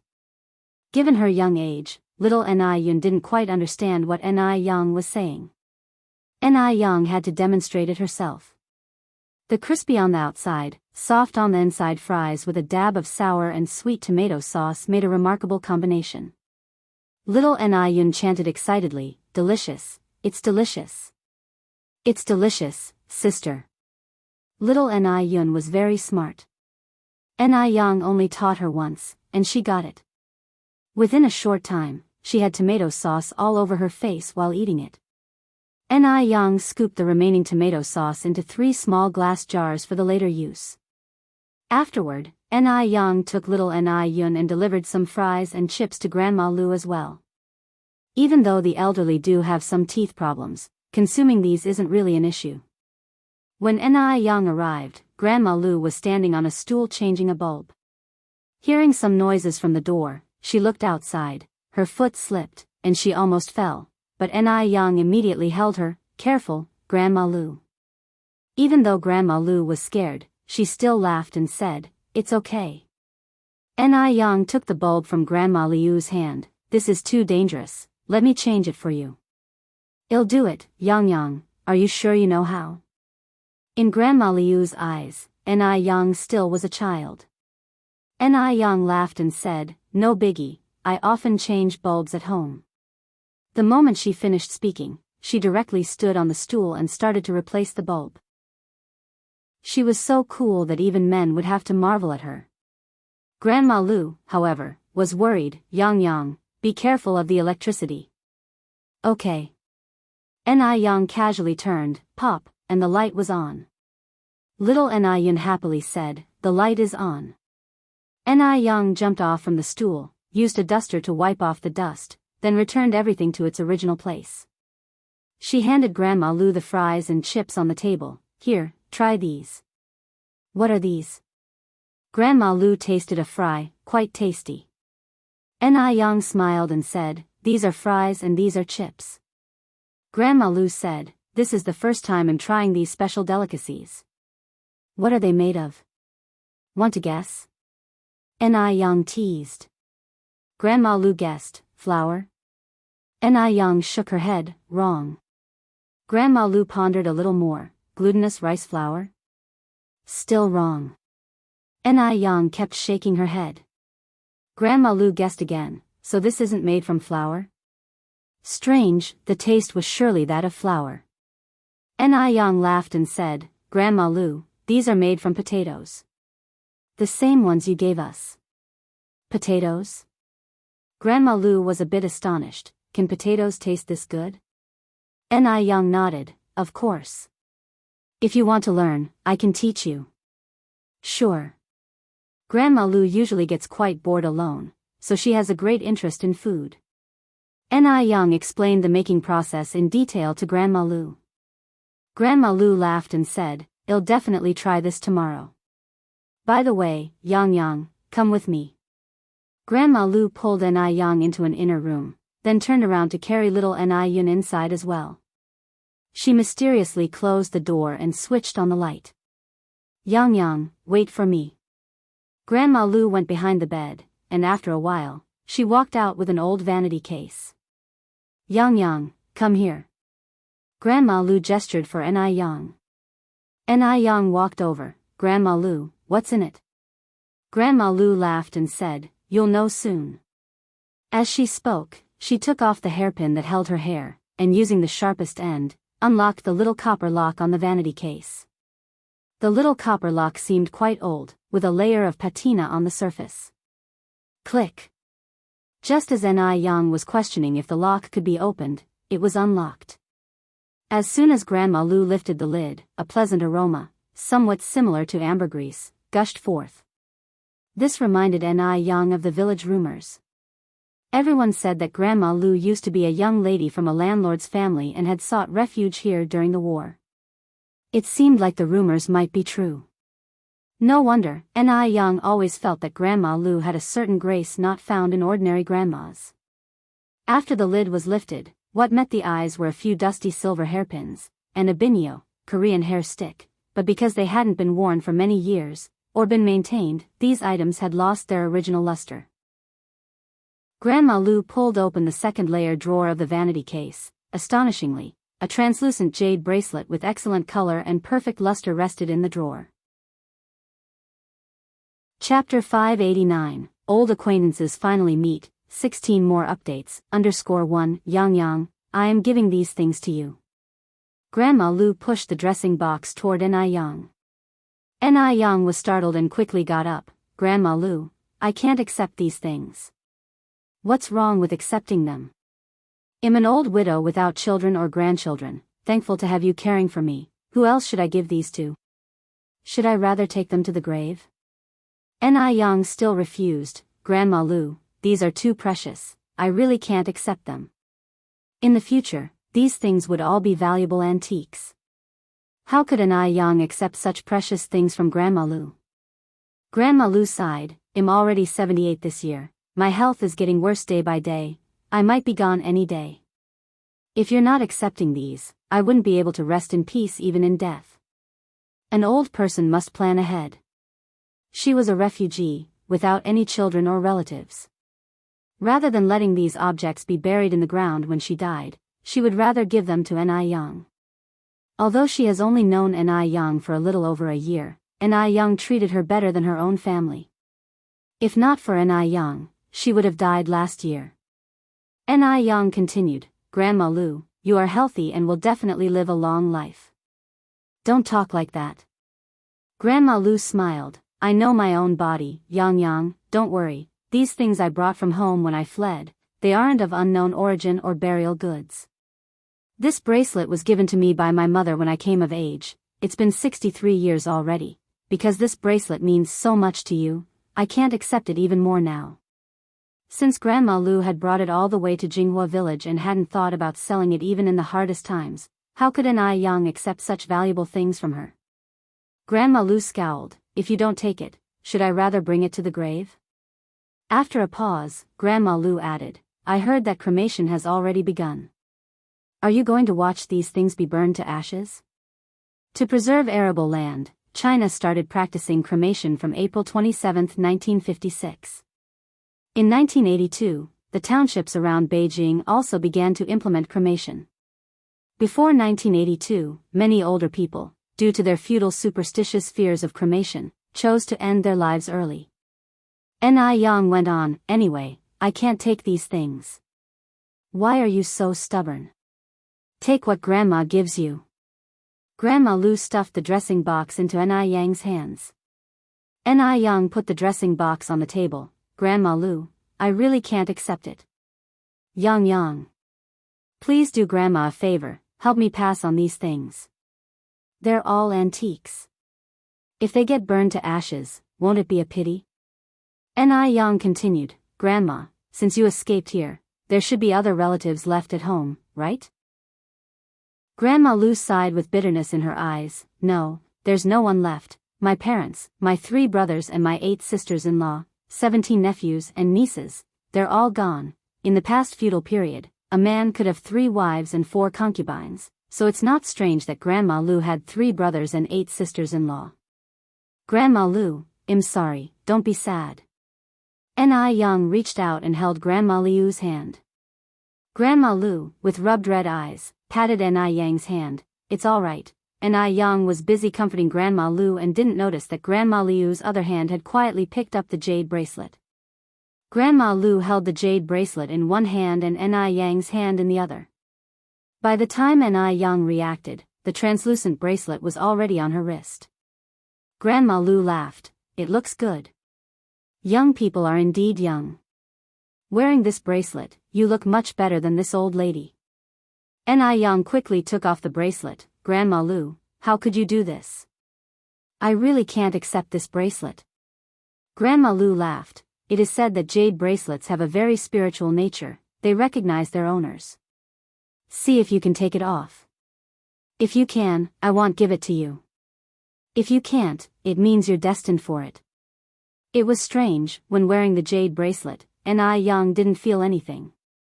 However, when she tried to remove it, it seemed to automatically tighten, making it impossible to take off. Yang's wrist was rubbed red, but the bracelet was still on her wrist. Grandma Lu continued, I told you, this jade bracelet is quite spiritual, it knows its owner. Yang said, do you have any soap in your house? Maybe it can be taken off with some lubrication. Grandma Lu laughed, this bracelet that recognizes its owner, it's not just soap, even if you were a god, you won't be able to take it off. Yang, not giving up, found some soap, rubbed almost a layer of skin off her hand, but the bracelet was still on her hand, not moving at all. Grandma Lu, with a beaming smile, stood by Yang's side. Yang, you're wasting your effort, this bracelet is meant for you. Yang spoke somewhat reluctantly, but it's really too valuable. No matter how valuable, it's just an item. Grandma Lu continued, this bracelet only shows its value when worn on your hand. With me, a grumpy old hag, its fate is only to be burned to ashes. Yang, I should be thanking you for helping me pass on this bracelet. At least, in the future years, someone will remember this old woman. Given this situation and the fact that she couldn't remove the bracelet, it would be pretentious to refuse anymore. Yang smiled, then thank you, Grandma Lu. The weather was nice today. Shangguan Dehui had a canvas on his back and came up the mountain for art inspiration. Jinghua Mountain is located behind Jinghua village. Given its good location, beautiful scenery, and many rare wild animals, he decided to find inspiration on Jinghua Mountain. He came to Jinghua Mountain to find artistic inspiration and to clear his mind. After all, he just went through the things with Lin Fong and her daughter. The view on the mountain was even better than expected. Shangguan Dehui wandered around with his drawing board in hand. However, the initially sunny day was abruptly interrupted by a downpour. Shangguan Dehui held his drawing board close to his chest as he found a small cavern to take shelter from the rain. After the rain stopped, a hazy fog arose, making the mountain forest incredibly ethereal and surreal looking. However, as the day started to wane, Shangguan Dehui had to abandon his idea of sketching the view and began to descend the mountain with his drawing board on his back. The path downhill proved difficult to traverse, particularly after the rain and amidst the fog. Shangguan Dehui accidentally stepped on a stone covered in moss. He lost control and tumbled down the mountain. Shangguan Dehui clung onto his drawing board as he rolled downhill. Thud. When Shangguan Dehui regained consciousness, it was totally dark. It was silent around him, except for the sounds of birdsong and insects. With the aid of the faint moonlight, he realized that he somehow had fallen into a pit. This pit was likely a trap dug by hunters long ago. It had been over 30 years since he last encountered such a situation. That was when he met a person he'd never forget in his lifetime. Would he die in this pit this time? Is anyone there? Shangguan Dehui shouted at the top of his lungs. There was no response from the wilderness. Is anyone there? He repeated his cry. Tsuehua was carrying her basket on her back when she vaguely heard a voice shouting. However, when she tried to listen more closely, she could hear nothing. Was she hearing things? Tsuehua continued on her way. After several shouts, Shangguan Dehui gave up on the idea. There weren't any logging sites nowadays. Who could possibly be in the mountains? Shangguan Dehui leaned against the pit wall, sat down slowly, and blankly stared at the starry sky when he heard faint footstep sounds from above. Someone? Shangguan Dehui stood up once again and asked, Is anyone there? Tsuehua on the ground halted and looked around cautiously. She was sure of it this time, someone was definitely shouting. With the absence of footstep sounds and no one answering his call, Shangguan Dehui shouted once more. This time, Tsuehua heard very clearly. She responded, "Who's there?" She had heard from the elders that spirits often roamed in the mountains. There were tales of ghostly figures lurking behind the foliage. Could she have encountered a ghost? Nai was both intrigued and frightened. Shangguan Dehui was overjoyed to hear a response. There really were people on the mountain. From the sound of it, the respondent wasn't far away. Shangguan Dehui replied, "It's me. I'm down here." "Where are you?" Nai asked. Hearing the delicate fear in her voice, Shangguan Dehui assured her, "Please, don't be afraid. I came here to sketch the mountain but accidentally fell into a hunter's trap. If you walk towards the east, you'll find me. However, be careful, the wild grass here is unusually lush." "Okay." With a stick in one hand parting the tall grass, Nai cautiously proceeded forward. After not too long, she arrived at the trap. "Are you here?" "Yes." Shangguan Dehui waved at her, "I'm down here." Nai found the voice somewhat familiar. Peering into the pit, she exclaimed in surprise, "Mr. Shangguan, is that you?" Shangguan Dehui responded in confusion, "You know me?" Nai continued, "Don't you remember me? I'm Ni Yun's mother." Chapter 590, Familiar Feeling, Taking Shangguan Dehui Home, 17 updates, _1 Shangguan Dehui hadn't expected to meet a familiar face deep in these old mountains. Even more unexpected was that it was Nai someone he had met twice before. Nai immediately put down her back basket, crouching on the ground. She gripped the wild grass near the edge of the trap tightly with one hand, and reached into the trap with the other. "Mr. Shangguan, quick, grab my hand. I'll pull you up." Shangguan Dehui reached out and even stood on his tiptoes, but they fell short of a few centimeters. He tried jumping, yet still couldn't reach Nai hand. At this time, Nai continued, "Mr. Shangguan, please wait a moment. I will go find a sturdier stick to help you." The long stick she had been using to part the wild grass was too thin to support the weight of an adult. There were many large pine trees in the mountains, but few branches that could be used as sticks. Nai also didn't have an axe or similar tool at hand, making it impossible to cut a wooden stick. Helplessly, Nai could only move a large rock over. "Mr. Shangguan, please move aside.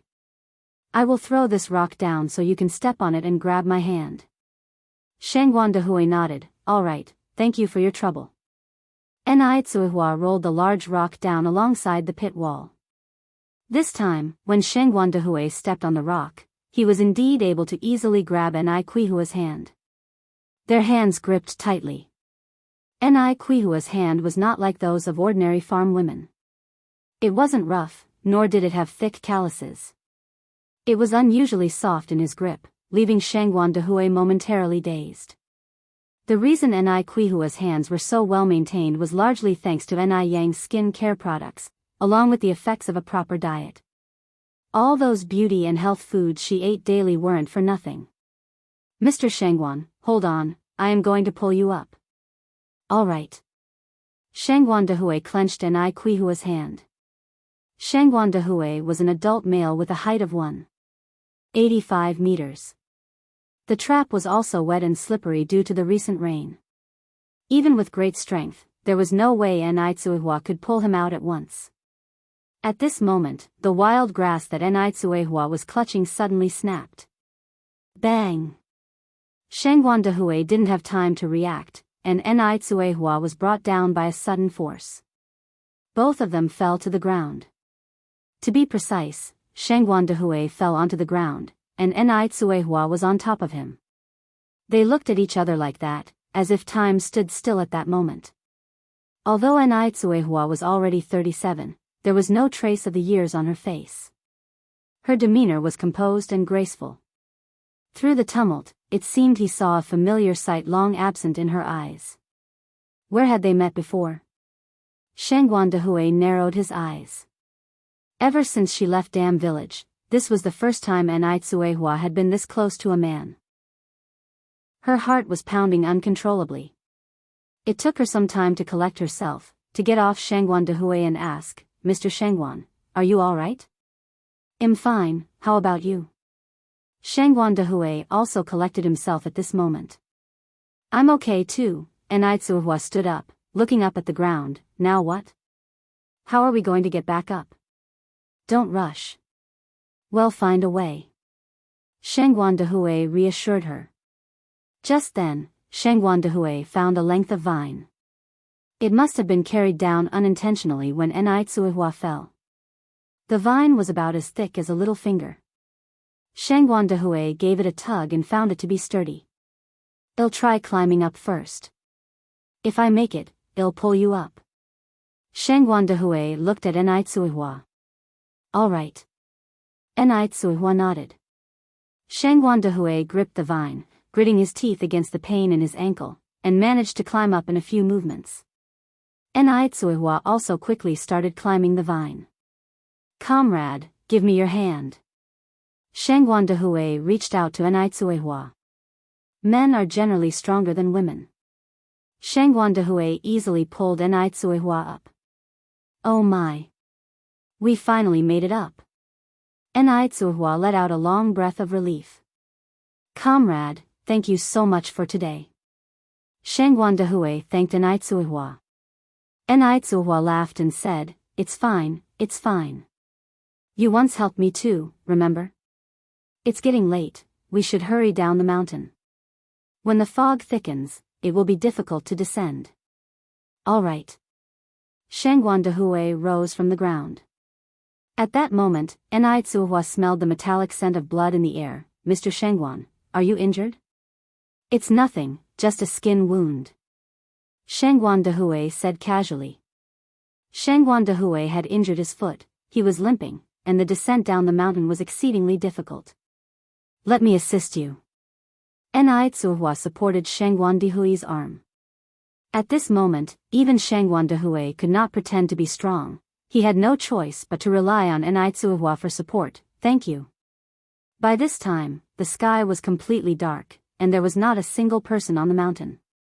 After about half an hour, the two of them had finally managed to descend the mountain. Aitsuhua then suggested, Mr. Shangguan, you're injured, and there are no cars in the countryside. Why don't we go to my house to bandage your wound first? Even though it might be problematic for a bachelor to enter a widow's home, Shangguan Dehui had helped her, and he was injured so severely. Leaving him in the countryside didn't seem right either. Moreover, it was night time, and people likely wouldn't notice them. Shangguan Dehui hesitated. Would it be too much of an imposition? Not at all, my daughter is a doctor, she can help treat your wound. As soon as Aitsuhua led Shangguan Dehui to her front door, it was immediately opened from the inside. Yang stepped out. Yang. Yang exclaimed in surprise, Mom, you're back. I was just about to look for you. What happened to you? It had rained on the mountain, and Aitsuhua had fallen into a trap, so there was mud all over her, making her appearance somewhat disheveled. Just as Yang made her comment, she noticed Shangguan Dehui. Mom, who is this? Shangguan Dehui didn't look much better, especially with his injured foot. His face was somewhat pale. Aitsuhua said, let's go inside first. All right. Yang nodded and helped Aitsuhua assist the man inside. Once they were inside the house, Aitsuhua introduced him to Yang. This is your uncle Shangguan, the kind man your mom met on the bus last time. Mr. Shangguan, this is my eldest daughter Yang, better known as Yang. Shangguan Dehui nodded at Yang. Hello young comrade Yang. Hello Uncle Shangguan. Yang was aware of the kind man that Aitsuhua had met on the bus last time. Aitsuhua continued to explain, your uncle Shangguan fell into a hunting trap while hiking up the mountain, injuring his leg. Yang, can you please take a look and see if it's serious? Yang nodded, sure, Uncle Shangguan please take a seat. Shangguan Dehui sat on a chair and rolled up his pant leg. His ankle was severely wounded, as though it had been cut by a sharp object, and blood was still seeping from the wound. The sight was somewhat ghastly. Aitsuhua frowned slightly, unable to imagine how Shangguan Dehui had climbed out of the trap, let alone how he had managed to walk down the rugged mountain path. His endurance was extraordinary. Ni Yang then said, "The wound is quite deep, stitches might be required." "Young comrade, can you stitch it?" Shengguan Dehui asked. Ni Yang nodded. "Uncle Shengguan, are you willing to let me stitch it?" As an 18-year-old, many people doubted her medical skills. Therefore, before she could proceed with the stitching, she needed to obtain Shengguan Dehui's approval. Shengguan Dehui chuckled, "Why should I fear? Then please wait a moment, I'll go prepare some things." Ni Yang turned and went into the house.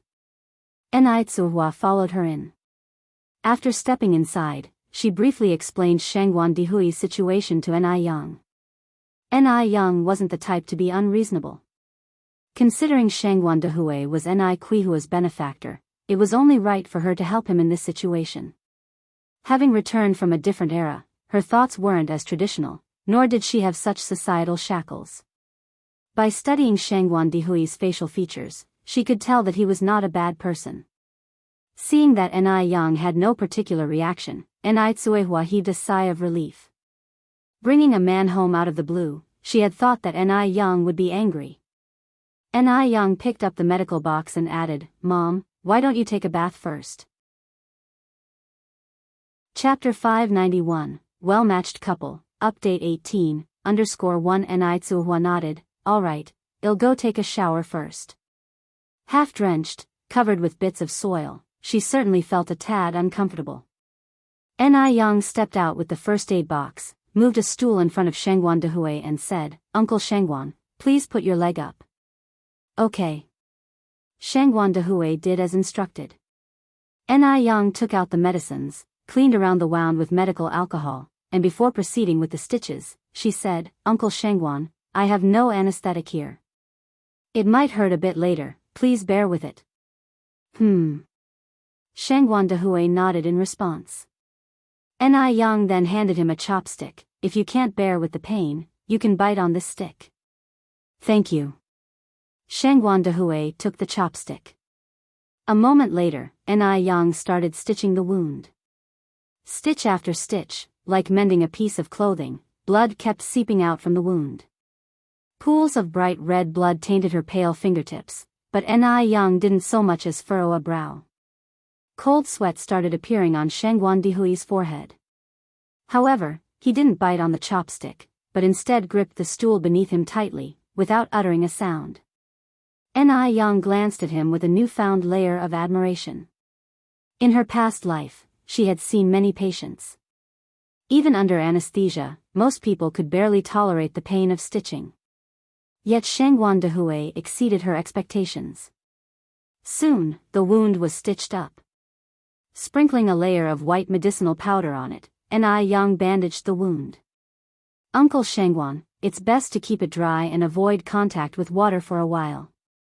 Also, refrain from consuming a lot of cold and spicy food. Come back after 7 days to have the stitches removed," she advised. Shengguan Dehui nodded, "Alright, thank you, Comrade Yan Yan." Ni Yang smiled slightly, "It's no trouble, it's the duty of a doctor." Shengguan Dehui glanced around the room and then asked, "I hope you don't mind if I ask, is your father at home?" He had called unannounced, so he should at least say hello to the host. "He's no longer here," Ni Yang responded calmly. "Gone?" At first, Shengguan Dehui was taken aback, but then quickly realized, "I'm sorry, I didn't know about your father, it doesn't matter." Just then, Ni Chenggui returned from work. Seeing Shengguan Dehui in the house, she asked, "Yan Yan, we have a guest?" Ni Yang replied, "Auntie and I, this is my mom's friend, Uncle Shengguan. He accidentally got hurt while sketching in the mountain behind our house." "Oh, okay," Ni Chenggui nodded and greeted cheerfully, "Hello, Mr. Shengguan." Shengguan Dehui was 43 years old, wore a pair of gold-rimmed glasses, and looked gentle and refined. He had an air of intellectuality about him. Although he had developed a few fine lines around his eyes, it didn't make him look older, but rather lent him an air of composure. He seemed like an official visiting the rural suburbs. Such a man was clearly not ordinary. He seemed quite a match with Ni Tsuehua, though. Ni Chengui thought to herself. Hello. Shangguan Dehui nodded. After a while, Ni Tsuehua finished her shower and came out. Ni Chengui pulled her aside and they started whispering. There were no secrets between Ni Tsuehua and Ni Chengui. Tsuehua provided Chengui with a detailed account of what had transpired. Ni Chengui joked, well, you and Mr. Shangguan seem to share quite the destiny. He saved you once, and you saved him in return. Ni Tsuehua was startled. Sister Chengui, you can't just casually say things like that. Ni Chengui laughed, I'm just saying it to you. It was indeed something that could not be mentioned lightly. What if Shangguan Dehui had a wife and children? After all, he was already of a certain age. Yet, it wasn't something that could be asked outright either. Upon returning to the main room, Shangguan Dehui suggested leaving. Given that Ni Tsuehua was a widow, it was indeed necessary to avoid any potential censure. Ni Chengui, laughing, suggested, it's already dark outside and the road is not easy to navigate at night. Why don't you stay at my cousin's house tonight, Mr. Shangguan? His wife and son just went to her parents' house a few days ago, so he's home alone. Having a man over at their place, a household of women, for the night certainly would be improper. But it's different with men around. Moreover, Ni Chengui was considering playing matchmaker for Shangguan Dehui and Ni Tsuehua. By letting him stay here, he could ask his cousin to find out more about Shangguan Dehui. After all, it's more convenient for men to talk to each other. Shangguan Dehui originally intended to decline, but his leg was indeed a little inconvenient. Therefore, he agreed, saying, then he'll have to impose on you. Not at all. Ni Chengui said, doesn't the chairman always say that we should help others for the joy of it? Ni Yang said, in that case, I will go and invite my cousin to come and have dinner. It was just 8 o'clock. Because there was farm work to be done, rural people usually eat quite late. Ni Chengui nodded, all right. Ni Chengui's cousin was Ni Dehai, who lived east of Ni Quihua's house. It only took a minute or two to walk there. Ni Dehai was 37 years old that year. Despite his robust stature and being over 1 meter 80, he was actually very honest and treated his wife very well. After Ni Yang explained the situation to him, he picked a few change of clothes and followed Ni Yang over with a cheerful expression, Big brother, why don't you come and take a bath with me? If you don't mind, you can wear my clothes first. Shangguan Dehui responded somewhat bashfully, how could I possibly mind? Thank you. Let's go. Ni Dehai helped Shangguan Dehui to the bathing area. Men's baths are always quite simple, just a quick rinse usually does the trick. About 15 minutes later, Ni Dehai returned with Shangguan Dehui. Although Shangguan Dehui appeared slightly taller than Ni Dehai's clothes fit him rather well. Ni Yang enthusiastically asked them to take a seat. Ni Tsuehua and Ni Chengui were busy serving dishes. Little Ni Yun opened her sleepy eyes and walked out from the inner room. She immediately recognized Shangguan Dehui and was so excited that she ran over, shouting, Fufu! Fufu! Little Yun Yun! Shangguan Dehui reached out to pick up little Yun Yun. Little Ni Yun took out a piece of candy from her pocket. Fufu, eat candy. Little Ni Yun loved candy. Unless it was someone close to her, she would never share even half a piece, but surprisingly today she was offering it to Shangguan Dehui. Ni Chengui laughed and said, that's really rare. Our little Yun Yun never shares her treats. Ni Tsuehua served a bowl of vegetable lean meat porridge to Shangguan Dehui. Mr. Shangguan, you've injured your leg, so you can't eat anything too oily or spicy. Have a bowl of porridge first. Thank you. You've gone to a lot of trouble. Shangguan Dehui politely thanked her. Ni Tsuehua said it was no trouble with a smile. Shangguan Dehui took a sip of the vegetable lean meat porridge, and its taste was surprisingly good. The porridge didn't just have vegetables and lean meat, but also fresh shrimps. The texture was very delicious. Ni Dehai was amazed as he ate. Yang Yang's cooking skills are always excellent as before. Ni Yang laughed and said, you're wrong this time, all the food tonight is made by my mom. As she was busy treating Shangguan Dihui's wound at that time, Enai Tsuihua cooked all the dishes by herself. Enai Tsuihua was already smart and she became a good cook with Enai Yang's guidance, only except for some exotic dishes that she couldn't handle. Enai Dahai said, "Yang Yang's mom, you're really amazing, no wonder you can give birth to such an outstanding daughter like Yang Yang." After dinner, Enai Dahai took Shangguan Dihui to rest. As they were leaving, Enai Chingue specifically exchanged a look with Enai Dahai. Enai Dahai, with a flashlight in one hand and supporting Shangguan Dihui with the other, arrived at his house. "Our conditions here in the countryside are not comparable to those in the city, you must not mind, big brother." Shangguan Dihui laughed and said, "City or countryside, it's the same for all of us if we go back 3 generations." His words didn't express any contempt for rural people, which made Enai Dahai feel very comfortable. Educated people really are different. Even their words are so pleasant to hear. Enai Dahai turned on the light and helped Shangguan Dihui sit down on the chair. "How old are you this year, big brother?" 43, what about you?" Shangguan Dihui asked. "I'm 36 this year." Enai Dahai continued, "So, you are 7 years older than me. I should be calling you big brother." Before Shangguan Dihui could speak, Enai Dahai poured a cup of water for him. "Big brother, your wife and children at home must be very worried because you haven't come home so late. We have a public phone in our village, why don't you make a call to let your family know you're safe?" Chapter 592, Restaurant officially opens. 19 updates, _1 Shangguan Dihui shook his head, "No need, I usually live at the school alone." A sudden phone call home would only make them worry. Enai Dahai nodded, then asked, "Big brother, how many children do you have?" "A son and a daughter," Shangguan Dihui answered. Enai Dahai said enviously, "Then big brother, you're really blessed. I have just one son and want another daughter, but my wife disagrees, fearing we might have another boy." Shangguan Dihui smiled and said, "Actually, no matter the gender, having 2 children means they have each other's company, which is better than just one." "You're absolutely right, big brother." Enai Dahai slapped his thigh enthusiastically as though he'd found a kindred spirit. "By the way, big brother, you mentioned you live at the school. Are you a teacher?" "Emichim." Shangguan Dihui nodded his head. "A scholar, that's good.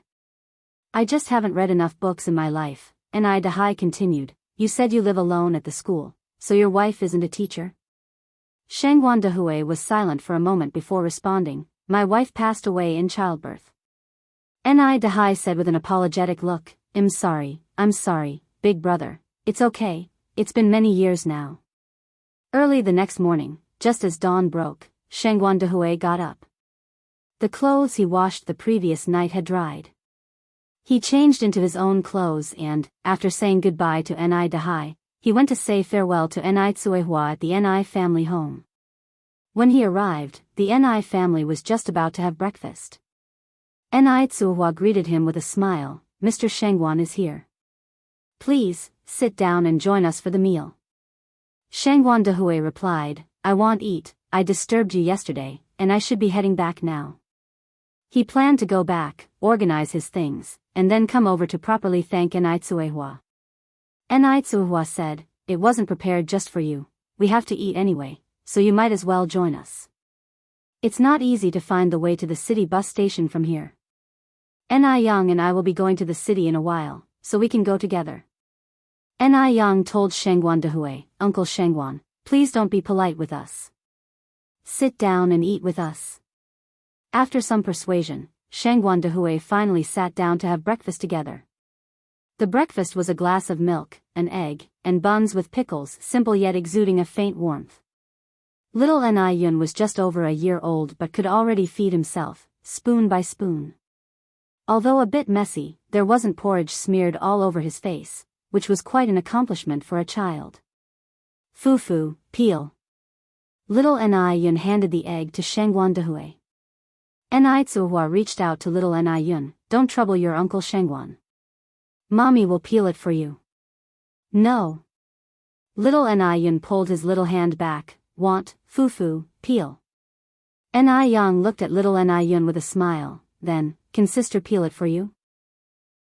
Little Ni lifted his chin, no. Ni Yang playfully pretended to be disgusted, ugh, who wants to peel it for you anyway? Foo-foo. Little Ni offered the egg to Shangguan Dehui again. Alright, uncle will peel it for you. Shangguan Dehui smiled and took the egg. This small courtyard, filled with the scent of flowers, lively and adorable children, and a delicious breakfast, was the first time in many years that Shangguan Dehui had felt such a warm moment. Moreover, he always felt an inexplicable familiarity with Ni Tsuehua but couldn't recall where he had seen her before. After eating, the 3 adults and 1 child took the car to the city together. When boarding the bus, due to an injury on Shangguan Dehui's foot, he nearly fell, but fortunately, Ni Tsuehua was quick to lend a hand. This moment seemed to overlap with one from half a year ago, on the tram. The feeling of familiarity grew stronger. Yang mom, may I presumptuously ask you a question? Inquired Shangguan Dehui. Go ahead, she replied. Shangguan Dehui continued, what is your full name? My name is Ni Tsuehua, she answered, Ni with the person radical, the Cui of jade, and the Hua of flower. A very common name. Even more so than Daya. Shangguan Dehui's eyes flickered with a hint of disappointment. Perhaps he thought the reason why Ni Tsuehua seemed familiar to him was that they had met on the tram half a year ago. The tram jolted and stopped, finally arriving in the city after an hour. Shangguan Dehui got off at Tsinghua University. Ni Yang and Ni Tsuehua alighted near the restaurant stop. Having risen early, it was only 9:30 in the morning. The restaurant's opening was scheduled for 11:18 a.m., which was why Ni Yang arrived so early. She chose to open now because September was just around the corner.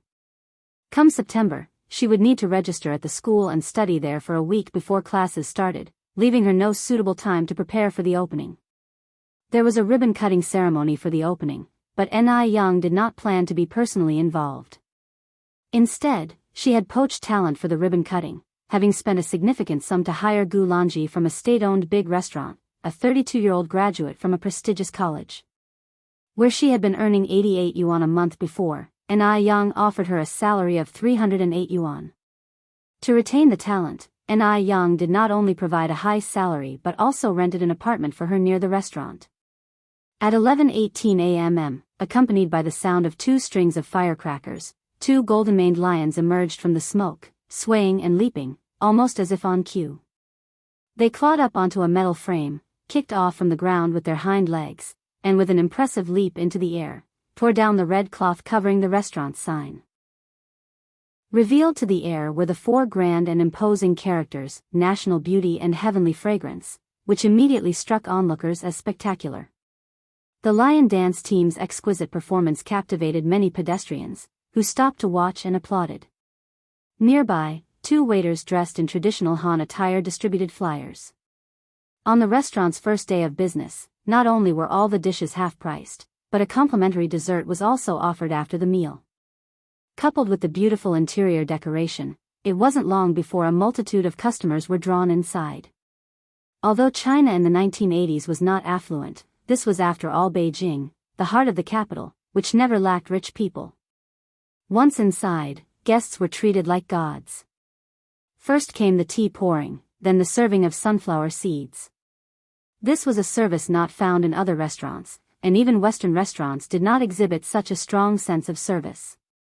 The dining experience concluded with smiling service and waiters wearing beautiful Han attire, keeping the customers in a happy mood from the moment they entered the restaurant. Most importantly, not only did the dishes look appealing, but their taste was also top grade. A young couple couldn't stop praising the food. Excellent. The flavor is just too good. We've never had such delicious chicken wings before. The young man laughed. This place calls it dapeng spreading wings. Could it be the same as the chicken wings we usually eat? The young man was named Kai Xiaoqiang, and the girl was Li Qin. Both were second-year college students and only children in their respective homes. Their parents were high-ranking officials. By modern terms, they would be called rich second generation, and money was no object. They chose this place firstly because of its nice ambience and charm, and secondly, they were attracted by the Han attire worn by the staff. After they entered, they realized they had indeed chosen well. No sooner had they finished their meal than a waiter brought out a visually appealing dessert. "Excuse me for a moment, but this is a complimentary dessert from our restaurant following your meal." "Wow! You even offer a dessert?" Li Qin said, surprised. "Yes, it's called a mousse cake with matcha flavor. Please, enjoy your dessert at your leisure." Mousse cake, a delicacy that would originate in later times, did not exist in 1980s Beijing. However, Ni Yang, having returned from the future, had specifically taught her pastry chefs how to make mousse cakes during training. A restaurant needed to offer something unique to retain its customers. The mousse cake, a combination of ice cream and cake, had an incredibly smooth texture, fine, soft, and melt in your mouth, 100 times more delicious than old-fashioned ice cream, quickly conquering people's taste buds. After finishing the mousse cake, Li Qin was left wanting more. Women have an irresistible weakness for tasty desserts. "Can we get another mousse cake?" The waiter apologetically said, "I'm sorry, comrade, but our mousse cakes are limited to one per table due to limited quantities. If you like it, you may purchase another." This was actually a marketing strategy. Only after tasting it would people know whether they liked it or not, otherwise, there's always a lack of courage to try something new. Li Qin asked, "How much is one?" "It's 3 yuan each," the waiter replied. Without hesitation, Li Qin spoke up, "I'll have another, please." Chapter 593, Different Business Styles, Update 20_1, alright, please wait a moment. The mousse cakes are made in advance, stored in the refrigerator, so they were served quickly. By the way, how come people aren't allowed to go up to your 3rd floor? Li Qin asked the waiter. The restaurant had 3 floors, but the customers only congregated on the 1st and 2nd floors. The 3rd floor was always closed off. Through the glass doors, it seemed like the 3rd floor was a little bit different from the other 2. This made Li Qin very curious. The waiter responded with a smile, "The 3rd floor is only open to VIP customers." VIP? What does that mean? The waiter continued, "To put it simply, only those who have registered for a membership card with our restaurant are allowed to dine there." "Can I get a membership card then?" "Of course." The waiter nodded. "How can I get this card?" Li Qin continued to inquire. The waiter pulled out a detailed instruction manual. "The initial recharge amount for the membership card is 888 yuan. After that, you can just use the card to pay for your meals." 888 yuan? Li Qin was surprised. The waiter nodded, "Yes. The membership cards are 888 yuan each, with only 50 available. Once they're gone, there won't be any more." Kai Xiaoqiang said speechlessly, 888 yuan each and it's limited? Has your boss gone mad? Only a fool would register for it. Li Qin also felt that 888 yuan was kind of expensive. The waiter just smiled and didn't say anything. She also thought that the boss must be crazy. 888 yuan. Ordinary households don't make that much in a year. Who would spend that much on a dining card? Time went by, and with its unique decor and enthusiastic service, the seats on the 1st and 2nd floors were almost filled within 3 hours. Ni Tsuihua, carrying a baby, walked around the restaurant, her face filled with joy. At first, she was worried that Ni Yang would lose money investing in this restaurant, but now it seemed that this worry was completely unnecessary. "Yang, congratulations on your grand opening." Chen Jitsang appeared in front of Ni Yang with a bouquet of flowers. "Thank you. Here, take this, wishing you an auspicious start and a prosperous future." Chen Jitsang handed the bouquet to Ni Yang. Ni Yang thanked him again and accepted the flowers. Looking at the bustling hall filled with guests, Chen Jitsang couldn't help but express his admiration. "I didn't expect you to be able to run this restaurant so successfully." This made him think of his ambitious younger self. Back then, he was full of confidence, thinking that he would have many customers on his first day of business. However, other than a few friends who had come to show their support, there were only 2 or 3 tables of guests. He had assumed that Ni Yang would encounter the same situation, so he had deliberately brought along several friends to fill some seats. After all, Ni Yang seemed too young. But unexpectedly, Ni Yang had managed the business incredibly well. This was somewhat beyond his expectations. After greeting Ni Yang, Chen Jitsang joined his friends. Did you see her? That's Ni Yang. What do you think? She looks good, doesn't she? One of his slightly overweight friends replied, yes, she does look good, but I'm worried, bro. I'm not sure you can win her over. This kind of girl isn't easy to chase, unlike the girls abroad. I agree with Kai. You think I can't get her? Joke. Do I ever fail? Chen Jitsang continued, do you want to bet on it? What bet? Yang Kai asked. Chen Jitsang declared, if I can win over Ni Yang, you guys will wash my dirty socks for a month. Yang Kai countered, and what if you don't? A joke. Do you think I want? Chen Jitsang confidently stated, don't worry, I assure you I can win her over. There's no girl in this world that I, Chen Jitsang, cannot win over. During his years studying abroad, he even earned the nickname Destroyer of Roses. Yang Kai countered, if you don't succeed, you'll be washing our dirty socks for a month. All right. Chen Jitsang agreed without hesitation, bragging, you guys better get ready, my dirty socks really stink. Yang Kai grinned wryly, well, see who ends up washing whose socks. As far as Chen Jitsang was concerned, he was determined to get Ni Yang. He casually flagged down a waiter, asking in a grandiose manner, do you offer some sort of membership card here? With the card, I can dine on the 3rd floor, right? Yes, sir. Chen Jitsang continued, I'll have one.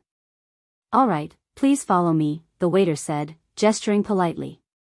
She never expected that after just mocking anyone who would apply for a membership card as being a fool walked right in. 888 yuan. If those 888 yuan were used to buy ribs, wouldn't those ribs be delicious? When the group arrived on the 3rd floor, they finally saw its true face. Chen Jitsang never knew that such an ordinary restaurant could be decorated so beautifully. The 3rd floor offered a completely different visual effect from the 1st and 2nd floors. If the 1st and 2nd floors could be described as earthly paradises, then the 3rd floor was truly like Yaoqi Wonderland, with a transparent PVC roof. One look up combined with the surrounding decorations created an obscure and dreamy effect like gazing at the moon. There was no scent of food lingering in the air, it was replaced by the light fragrance of magnolia. The redwood walls had excellent sound insulation, and not a single noise could be heard. What truly amazed Chen Jitsang was the taste of the food. Even a plate of chicken feet that seemed unprocessed tasted irresistibly good. It was then that Chen Jitsang truly understood why Ni Yang's business was so successful. This young lady is quite competent, I thought she was all show, he said. Indeed, she is impressive. By the way, brother, how old is that young lady?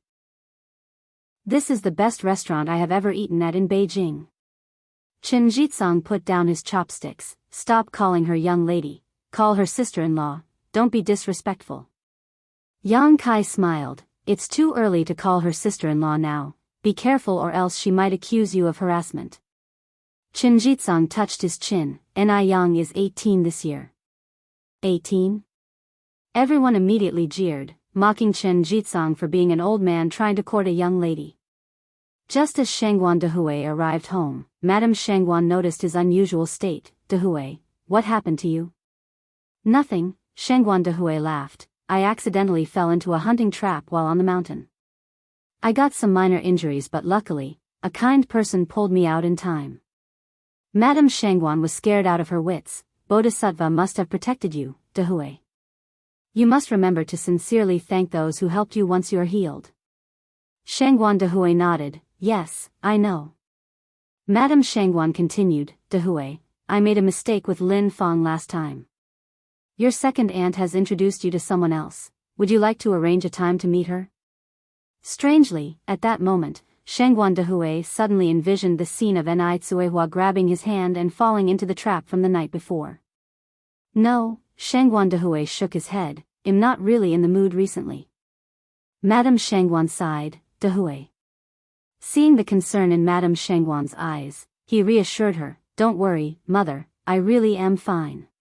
When I feel like looking for a partner, I'll tell you. At this moment, Shangguan Furong approached from the other side. What are we looking for? Personally, I think Lin Fong is not bad at all. She has good character, a decent background, and she is not bad looking. Shangguan Furong was truly satisfied with Lin Fong. She was very considerate. Perhaps no one else could compare to Lin Fong. Madame Shangguan said with a cold face, Furong, do you only feel happy when you oppose me? Shangguan Furong responded, Mother, how can you say I'm opposing you? The thing with Lin Fong was just a misunderstanding, why are you so hung up on it? Shangguan Dahui wasn't interested in participating in such a conversation and turned to go upstairs. Watching Shangguan Dahui's retreating figure, Shangguan Furong quietly said, Mother, look, because you opposed my brother being with Lin Fong, he's clearly unhappy now. It's just like when you forced him to marry my sister-in-law. If it hadn't been for you back then, would my brother have married a woman with a short life? Madame Shangguan's face changed instantly. Your brother is not unhappy because of Lin Fong. Shangguan Furong continued to stir the pot, not because of Lin Fong. How do you know it's not because of Lin Fong? My brother is a deep thinker. Even if there's something on his mind, he wouldn't say it. Madame Shangguan retorted, no matter what you say, I will never accept a woman like Lin Fong as my daughter-in-law. Shangguan Furong sighed, Mother, you are really too stubborn. If it wasn't for you back then, would my brother be so alone now? Madame Shangguan didn't speak, she just stared out the window, her eyes heavy with worry. Was her son truly upset over the situation with Lin Fong? She was not quite sure. After Shangguan Dahui returned to his room, he lay on the bed, lost in thought. He didn't know why, but suddenly he wanted to see Ni Tsuehua again very soon. He had to recover quickly from his injuries, so he could visit the Ni family and express his gratitude as soon as possible. Chapter 594, Identity Revealed, Daya is that Daya, 21 more updates, _1 Zhou Dana's house. The bun business has been poor these days. Old Zhao didn't return until after 7 o'clock in the evening, and only 20 buns were sold out of 100. There were 80 left. They had so many leftover buns from the past few days that the family couldn't finish them even after days. Looking at the buns, old Zhao grew worried. He searched his pockets for a cigarette but instead found a slip of paper. This slip of paper was from Ni Yan's previous visit. It was the recipe for making ketchup. Ni Yan had written it out very clearly in great detail. It was easy to understand. Old Zhao looked at the piece of paper and said to Zhou Danny, how about we try what Yang Yang suggested? We could sell the grilled bun pieces by the school gate. Zhou Danny frowned, that uses a lot of oil, and we don't have a lot of sesame oil left at home. Zhao responded, let's just try it out first. If it doesn't work out, then well let it go. It's such a waste to see these buns go unused. Besides, if Ni Yan can make her business so successful, the method she taught us shouldn't be too shabby. Zhou Danny hesitated, all right. Then let's start making the ketchup. What is ketchup? Zhou Danny was curious. Old Zhao replied, it's my first time hearing of it too. Yang Yang said it tastes excellent, and when spread on the grilled bun pieces, it's delicious. She's written down the method on this paper. Let me read it to you. Although Zhou Danny couldn't read, she caught on to things quickly. After hearing it once, she immediately understood. She took out 2 tomatoes, then let's give it a try. Not long after, the small kitchen was filled with the sweet and sour aroma of tomatoes. While making the tomato sauce, Zhou Danny quickly sliced the buns into moderate thickness pieces. She heated up some oil and proceeded to grill the pieces around the sides of the pan. Old Zhao stood by her side, flipped them quickly. Yang Yang said to cook them until golden brown. 1 bun could be sliced into 8 pieces and a plateful of grilled bun pieces were ready in no time. And grilling the bun slices wasn't as oil-consuming as they thought.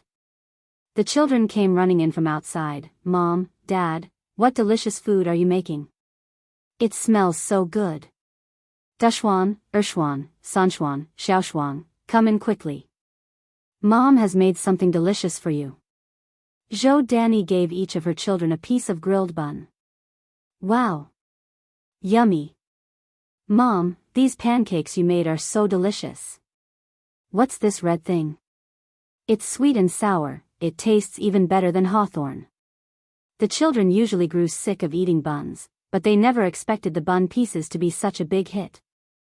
Yen was obviously right, these bun pieces would definitely sell better than the whole buns. Zhou Danny smiled, these are grilled bun slices. Grilled bun slices? Are these made from buns? Yes. Zhou Danny nodded.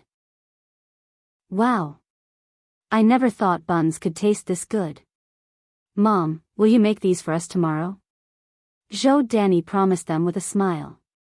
After dinner, the couple discussed how they were going to sell the bun pieces the next day. Zhou Danny said, after all, it's just the school dismissal time, you can continue selling the buns during the day, then in the evening we can sell together. This grilled bun piece should be sold as soon as it's done. If left for too long, it'll get soft and lose its taste. Old Zhao nodded, that sounds good. By the way, how much should we sell a bun piece for? Zhou Danny thought for a while, let's sell 4 pieces for 1 cent or 2 pieces for 5 cents. After all, making the bun pieces consumes oil. If it sells, making the bun pieces would be more profitable than selling whole buns. By the next evening when school hadn't let out yet, the couple came out with their cart to the school gate. Contrary to their expectations, the business did not go well. Not a single person even asked about it. After all, the product is buns. In everyone's subconscious, a bun was tasteless and barely filling, hence it wouldn't be considered a treat. Furthermore, 1 cent was enough to buy 4 buns. On the other hand, 1 cent could only buy 4 slices of bun. 4 slices equated to half a bun, so only a fool would buy them. Old Zhao sighed. It seemed like the method Yen suggested didn't work. Zhou Danny was also feeling somewhat downcast. They had thought that the grilled bun pieces would be very popular, so they brought a lot of steamed buns. Unexpectedly, they didn't sell a single one. Making money was so hard. Today was the day Yen came to school for registration. She just walked out of the school gate and spotted 2 familiar figures. Chapter 595, Revelations of Identity, Dia is that Dia, 21 more updates, _2. Isn't that Zhou Danny and old Zhao? It seems like they've taken my advice and are now selling grilled bun pieces at the school gate. Yang turned to Han Xiaoyu next to her and said, Xiaoyu, how about I treat you and our classmates to some food? What are we eating? Han Xiaoyu's eyes lit up. The food in the school cafeteria lacks flavor, and she was already hungry. Yang continued, there's a place selling grilled bun pieces over there. Let's go try some. Hearing this, Han Xiaoyu replied with lackluster interest, what's so good about steamed buns? I can eat them every day at home. Other classmates chimed in, steamed buns don't seem to taste that good. Yang laughed and said, I promise, these bun pieces are really delicious, beyond your imagination. I'm a regular customer there, would I lie to you guys? Come on, lunch is on me today. Yang is pretty and always tells the truth, so everyone followed her. Uncle Zhao, Aunt Danny. Yang. Zhou Danny looked at Yang in surprise. Just as she was about to say something, Yang continued, Aunt Danny, can we get 8 orders of grilled bun pieces, please? By the way, guys, do you want sweet and sour, or spicy? I'll have the spicy one. I want the sweet and sour one. Yang took count and then said, Aunt Danny, we'll have 3 spicy and 5 sweet and sour ones. All right. Zhou Danny and old Zhao immediately started grilling the bun pieces. 4 slices per order, 8 orders, that's 32 slices.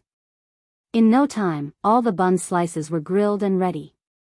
Han Xiaoyu was the first to taste a piece and then said in surprise, Yang, You weren't kidding, these grilled bun slices are so delicious. It's sweet and sour. What sauce is this smeared on the bun slices? That's ketchup. Zhou Danny explained. Han Xiaoyu continued, for slices are not enough. Auntie, I'll take another order. Same for me. Me too. The commotion here quickly caught the attention of others. Everyone started casting curious looks, and the air was filled with the aroma of grilled buns, stopping everyone in their tracks. Those grilled bun slices look so delicious. Should we buy some to try as well? Sure. Let's buy some too. More and more students came over to buy grilled bun slices, and soon, Zhou Danny and old Zhao were overwhelmed with orders. Ni Yang watched everyone while munching on her bun slice, a mild smile on her lips. In economics, this is called the herd effect. We're like a herd of sheep. Seeing other sheep grazing under the big tree, driven by curiosity, I also want to try.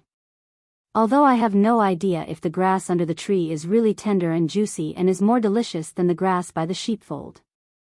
But since so many sheep are eating it, the taste can't be too bad. The herd effect often just lacks a leader, and Ni Yang just played the role of the leader. Seeing Zhou Danis and old Zhao's business getting better, Ni Yang, relieved, quietly put 2 yuan in the money jar, and then left with Han Xiaoyu and the others. Zhou Danny immediately grabbed the money and chased after them. Ni Yang had helped them so much, and it was just a few grilled bun pieces. How could she take Ni Yang's money? Ni Yang laughed and said, Aunt Danny, you're out here doing business, and I'm treating my classmates to food. Who eats without paying? You should get back. Uncle Zhao will be too busy alone. For Ni Yang, this was just a no-brainer. She had to spend money to treat everyone to food anyway. Instead of spending it somewhere else, might as well give it to Zhou Danny and old Zhao.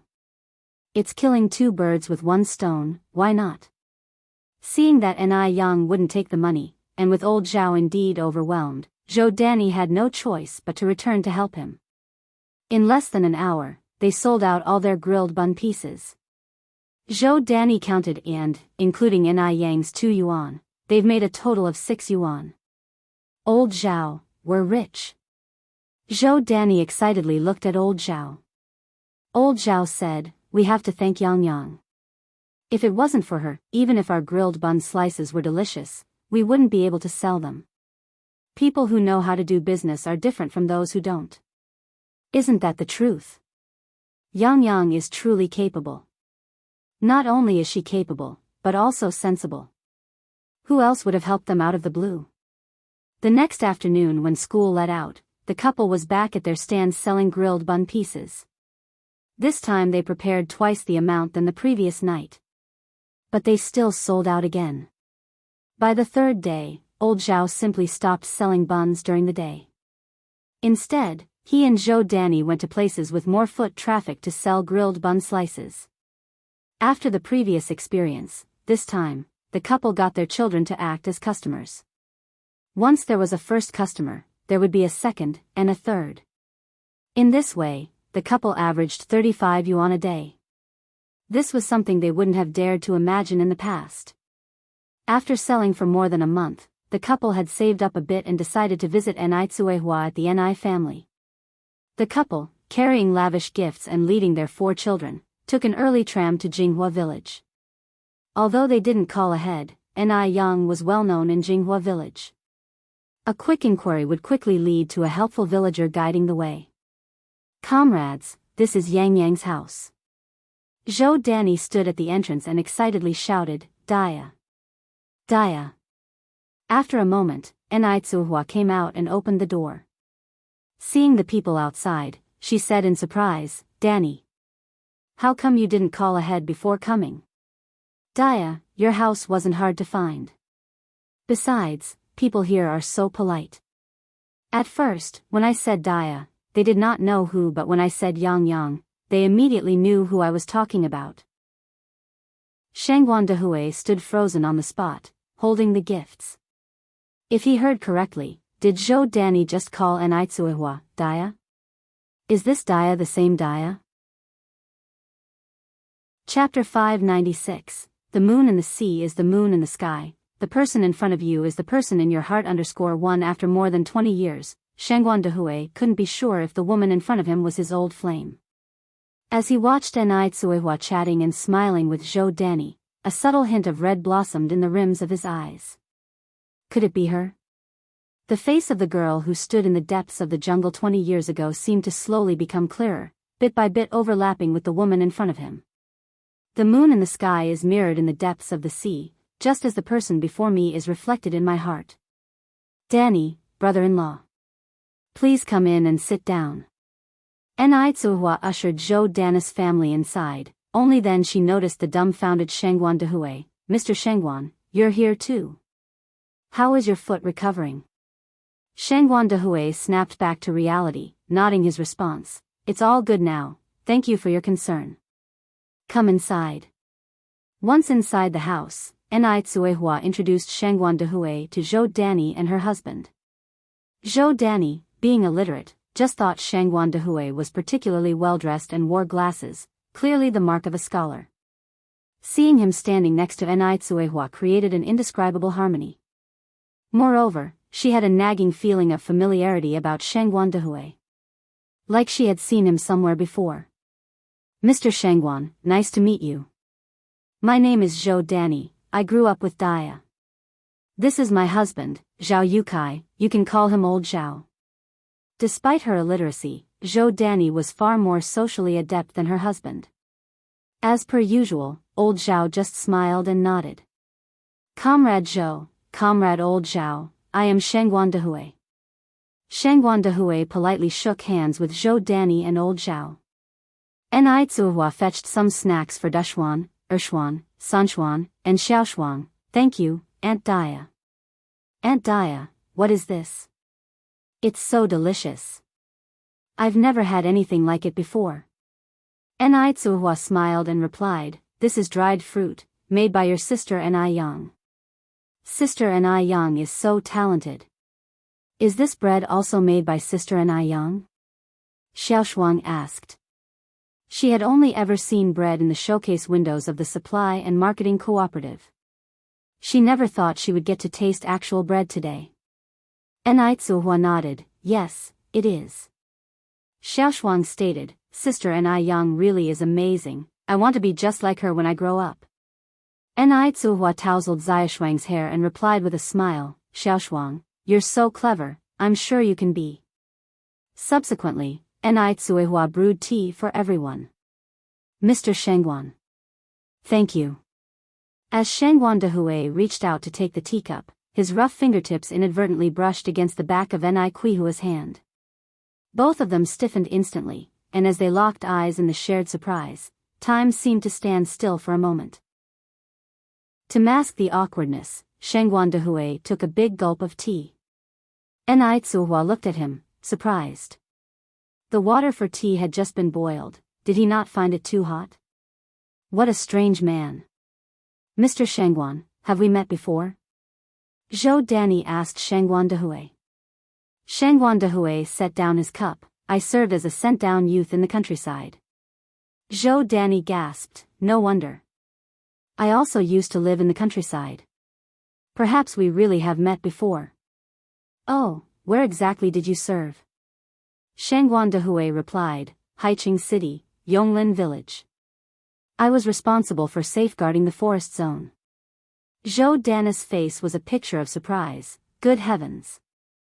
I'm from Yonglin Village. Daya and I used to herd cattle in the forest zone all the time. Do you remember, Daya? Zhou Danny turned to look at Enai Tsuehua. Enai Tsuehua nodded, of course, I remember. How could she forget? Those were the happiest years of her young life, until she was sold off to the Mu family.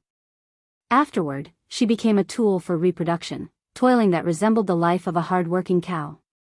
The memory Enai Tsuehua was most reluctant to recall in her early years was her time with the Mu family.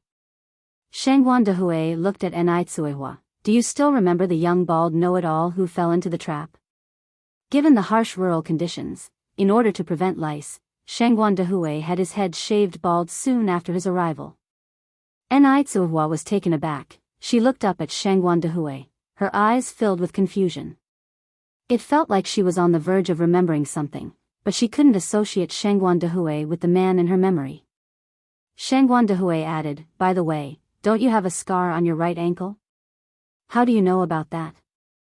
Enai Tsuihua asked, perplexed. "Because I am that bald know-it-all from back then." Shangguan Dehui's voice was very calm. The look of surprise gradually swept over Enai Kuihua's face. She covered her mouth and stuttered, You are that." Chapter 597, The moon in the sea is the moon in the sky, the person in front of you is the person in your heart _2. Many years had passed, and Enai Tsuehua was about to forget that segment of her memory. Looking at the refined Shangguan Dehui in front of her, it was impossible to link him with the shaven-headed, goatee-wearing, rascal-looking boy from her past. In fact, Enai Tsuehua was very scared of Shangguan Dehui back then. Because his appearance was like a bandit in the movies, his actions were also. That's why, Enai Tsuehua, after saving someone, did not even have time to care about her foot injury and ran away hurriedly. Remembering it now, the scene was rather amusing. "You've changed so much." Enai Tsuehua was still somewhat in disbelief. "I remember you didn't look like this back then." Everything around them began to blur. At this moment, all Shangguan Dehui could see was Enai Tsuehua. He step by step walked up to Enai Tsuehua, extending his hand towards her and formally said, "Hello Comrade Daya, I am Shangguan Dehui." Zhou Danny, standing at the side, covered her surprised mouth. Old Zhao remained as always, seemingly unaffected by everything around him. Enai Tsuehua was stunned for a while, Shangguan Dehui's hand hanging mid-air for a moment too. Then she reacted, reaching out to shake hands with Shangguan Dehui. "Hello." Shangguan Dehui's hand was cold, his grip very strong, as if he was trying to crush her hand. Enai Tsuehua frowned slightly, and at this moment, Shangguan Dehui let go of her hand. If it wasn't for the warmth lingering in her hand, Enai Tsuehua would have doubted if what just happened was a misunderstanding. Zhou Danny stood up in surprise. "Daya, so you two have known each other for a long time?" Shangguan Dehui nodded. "Yes, I met Comrade Daya when I was in Yonglin village." Without realizing it, Shangguan Dehui's reference to Enai Tsuehua had shifted from Yang Yang's mother to Comrade Daya. Because Daya is irreplaceable as Daya. And Yang Yang's mother could also be Yanyan's mother. Zhou Danny smiles and comments, "It seems fate has brought you two together again." Shangguan Dehui smiled without confirming or denying it. Zhou Danny continued, "After so many years, how did you recognize Daya, Mr. Shangguan?" Shangguan Dehui replied, "At first, I wasn't really sure, until I heard you call her Daya." This made Zhou Danny even more curious, asking, "Daya is just a nickname, how did you know her nickname, Mr. Shangguan?" Because that name happened to be an integral part of his teenage years, the name Daya represented a young boy's blooming emotions. At the time, to repay her kindness, I went to the village to look for Comrade Daya, but no one knew where she had gone. Eventually, I returned to the city, my family arranged a marriage for me, I obediently married, then my wife died giving birth. As the memories of the past unwind, a look of melancholy fills Shangguan Dehui's eyes. If he hadn't missed her back then, would their story have ended differently? His wife died in childbirth. So is Shangguan Dehui single now? Zhou Danny's gaze moves between the two of them, a flicker of hopeful light flashing in her eyes. "Let's not dwell on the past anymore. The most important thing in life is to treasure the present." Comrade Zhou is right, living in the present is most important. Shangguan Dehui nodded in agreement. Let the missed opportunities of his past go. This time, he won't miss the opportunity again. Enai Tsuehua was taken aback and felt these two were talking in riddles but didn't think too much further, continuing, "It's getting late, you two chat here, I'll go make dinner." Zhou Danny was about to offer her help when Dushuan came over with little Enai Yun and his other siblings. "Mommy and Daddy, we found a river over there. Some people are catching fish. Come and play with us." The river current was rather strong. Without an adult, it could be very dangerous. And little Enai Yun was just over 1 year old this year. If something really were to happen, the 4 older ones wouldn't be able to handle little N.I. Zhou Danny said, "Your father can accompany you guys. I will go help Aunt Danny cook." With so many people for the meal, N.I. Tsuehua would definitely be overwhelmed on her own. Shangguan Dehui stood up and said, "Comrade Zhou, you and Comrade Zhao should go play with the children. I'll take care of the kitchen." "Fufu, Daddy, also play." Little N.I. walked over and pulled Shangguan Dehui's sleeve.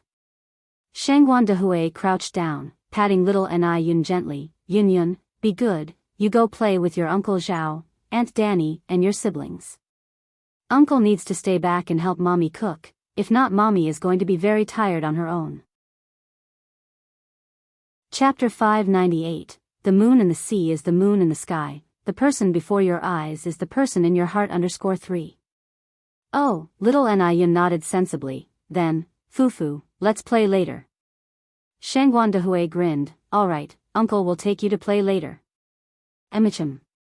Zhou Danny turned to Shangguan Dehui, then, "Thank you in advance, Mr. Shangguan." Indeed, it had been quite some time since they had a family outing. They could take this opportunity to bring the children to play by the river. Moreover, it would afford Shangguan Dehui and N.I. Tsuehua some time alone. She noticed that Shangguan Dehui appeared to be rather interested in N.I. Tsuehua. Zhou Danny and old Zhao led the children out the door. Little N.I., being small, had small steps as well. Therefore, Zhou Danny picked her up. "Little Yun, do you want a father?" "Yes." Little N.I. bobbed her head. Zhou Danny continued to ask, "Who would little N.I. want to be your father?" This question was quite profound for little N.I. She didn't quite understand, shaking her head. Zhou Danny turned her head towards old Zhao. "Do you think Daya is a good fit with Mr. Shangguan?" Old Zhao scratched his head. They do seem quite suited for each other, but wouldn't a family like theirs place a lot of importance to their social standing? Old Zhao was an honest man, and his take on issues was fairly in-depth. N.I. Tsuehua indeed had good prospects. But the fact that she was a sole proprietor was something that no one could change. Old Zhao, being a sole proprietor himself, knew all too well the disdain people had for sole proprietors. Upon hearing this, Zhou Danny sighed. She then added, "So what if she's a sole proprietor? She hasn't stolen or robbed anything. If Shangguan Dehui ever dares to belittle Daya, I'll cut him down with a knife." Shangguan Dehui rolled up his sleeves and arrived at the kitchen. "Comrade Daya, can I assist you with anything?" N.I. Tsuehua laughed and replied, "There's no need, I can handle it myself." From Shangguan Dehui's appearance, it was clear he wasn't accustomed to kitchen work. He was probably just being polite. In those days, the notion of male superiority had not completely vanished. So far, N.I. Tsuehua only knew one man, Mo Qishan, who was genuinely willing to cook. Therefore, Mo Qishan had always been her ideal son-in-law. Shangguan Dehui continued, "Comrade Daya, do not underestimate me. Back when I was a youth in the countryside, I was the top chef." "Really?" N.I. Tsuehua seemed genuinely surprised. "Of course." Shangguan Dehui naturally took over the carp from N.I. Quihua's hands and started to prepare it. N.I. Tsuehua then said, "To be honest, you've really changed a lot." She had a hard time reconciling how the former troublemaker became an educator. "I was a bit." Shangguan Dehui didn't stop working, but turned to look at N.I. Tsuehua. "I must have scared you back then, didn't I?" N.I. Tsuehua paused while washing the vegetables. It was all right. Actually, after she pulled Shangguan Dehui out of the pit, a minor incident had occurred. The young Shangguan Dehui was such a wild card. He was the ringleader of his circle.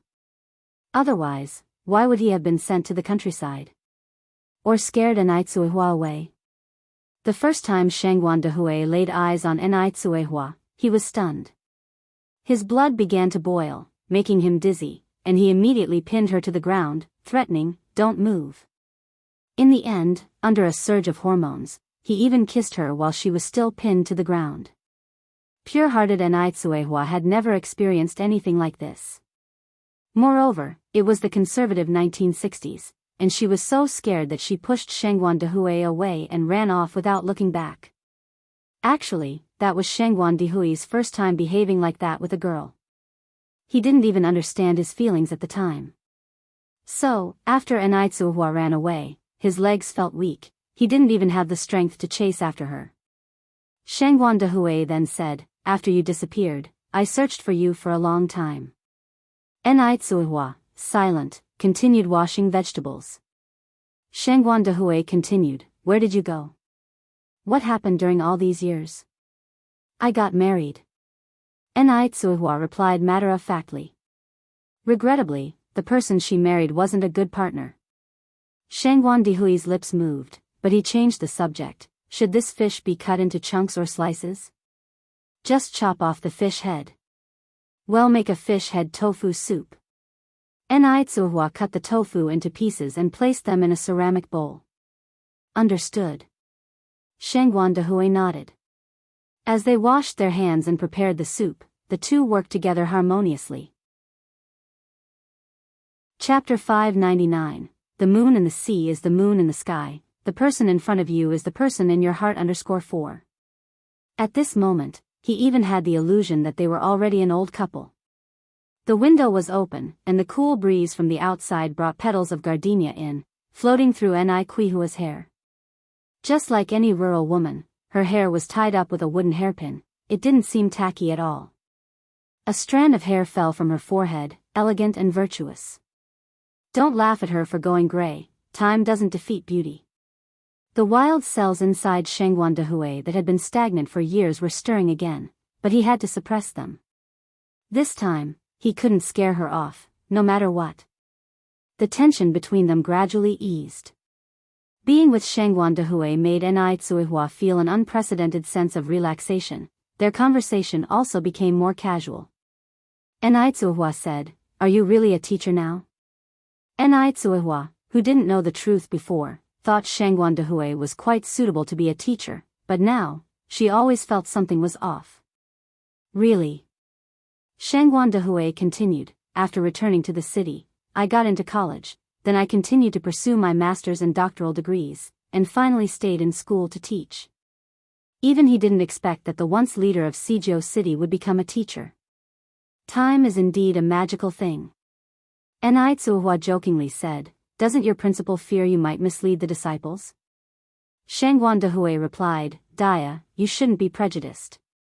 I have rehabilitated a long time ago. There's a saying, isn't there, a prodigal who returns is more precious than gold." Enai looked at him and refuted, "Shangguan Dehui, don't forget there's also a phrase, leopards never change their spots." Petals were scattered all over the courtyard, and the kitchen was filled with delicious aromas. At noon, Enai prepared a feast. She originally intended to roast a chicken, but since she was unsure of controlling the temperature of the bakehouse, she decided to marinate it for Enai to roast when she returns in the evening. Today marks the first month since the restaurant's opening. Enai was still spectating at the restaurant. The business has been operating for a month, and with enthusiastic service and delicious dishes, the restaurant had a lot of loyal fans and returning customers. Yet, there was only one VIP customer. "Yang." A male voice suddenly rang out from behind. Enai looked back and saw Chen Jitsang, who was holding a bouquet of bright red roses. "Mr. Chen. This is for you." Chen Jitsang handed the roses to Enai. The Westerners believe that roses symbolize love and sincere, pure affection. Enai didn't reach out to accept them. "I'm sorry, I already have a boyfriend." Previously, she accepted Chen Zikang's flowers because of the restaurant's grand opening, hoping for good luck. However, it's different today. Chen Jitsang had made it clear that roses stand for sincere, pure love. In these circumstances, if Enai continued to accept his flowers, it could easily be taken the wrong way. Chen Jitsang argued, "I know you have a boyfriend, you've already told me. But having a boyfriend doesn't mean I can't give you flowers." And nothing stops him from pursuing her. He simply doesn't believe that Enai's boyfriend could be any better than he is. In terms of looks, he is not bad. He had countless foreign women chasing after him when he was abroad. As for background, he comes from a reputable family in Beijing. Choosing a potential partner is all about looks and background, right?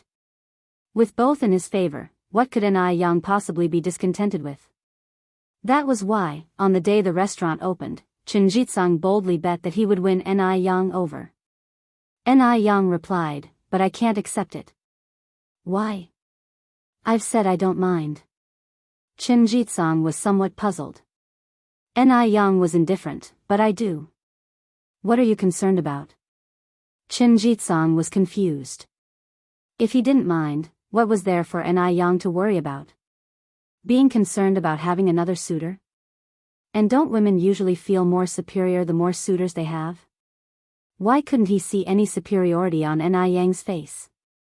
Ni Yang continued, "Because my boyfriend would be jealous."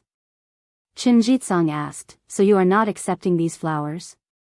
Ni Yang shook her head, "Mr. Chen, you don't need to waste your time on me, because I really love my boyfriend very much." Chen Jitsang nonchalantly said, "You love yours, and I pursue mine. Romantic freedom is now the norm and no one can interfere with me. Besides, having an extra suitor gives you another option. I think that's pretty good. Times have changed, there's no need for girls to be so conservative." Chapter 600, The moon in the sea is the moon in the sky, the person in front of you is the person in your heart. 5. Having come back from studying abroad, he speaks his mind without mincing words. Chen Jitsang firmly believes in one phrase. There's no flower that can't be pried away by a hoe, only a hoe that isn't trying enough. In his determination, he believes that he will inevitably pry Ni Yang away from her roots. Chen Jitsang is full of confidence in himself. Ni Yang said, "Time is money. Rather than wasting time on the impossible, better to use it to do something meaningful. If something is impossible from the start, it is best to clarify it once and for all." Ni Yang dislikes ambiguity. Chen Jitsang spoke bluntly, "We could start as ordinary friends. For me, the most meaningful thing now is to win you over.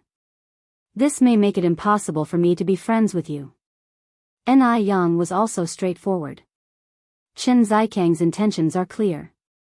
If she agreed now, things would become ambiguous. "Yang, I've found you more and more interesting. Better call me Ni Yang. And, I find you particularly uninteresting." In the past, Ni Yang didn't mind Chen Jitsang calling her Yang since they were friends. Now knowing his intentions, hearing him call her Yang made her uncomfortable. It simply felt strange. "Wow, you're this petty?" Chen Jitsang was somewhat taken aback.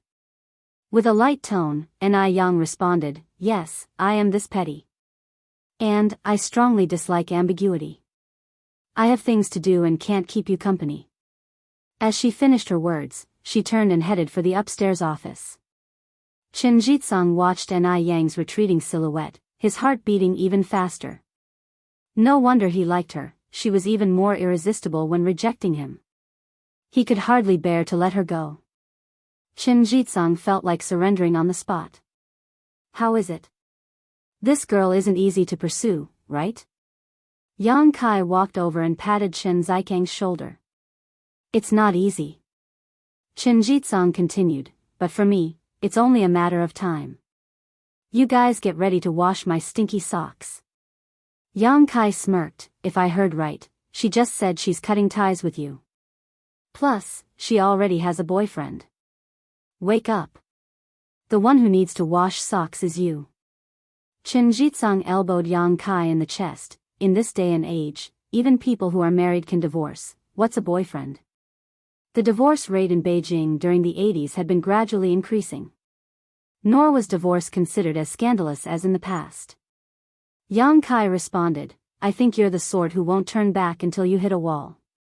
Suddenly, Chen Jitsang seemed to remember something. "Right, help me find out who Yang's boyfriend is." Once he understands his rival, the better the opportunity to win the competition. Yang Kai looked at Chen Jitsang. "Didn't she tell you to stop calling her Yang?"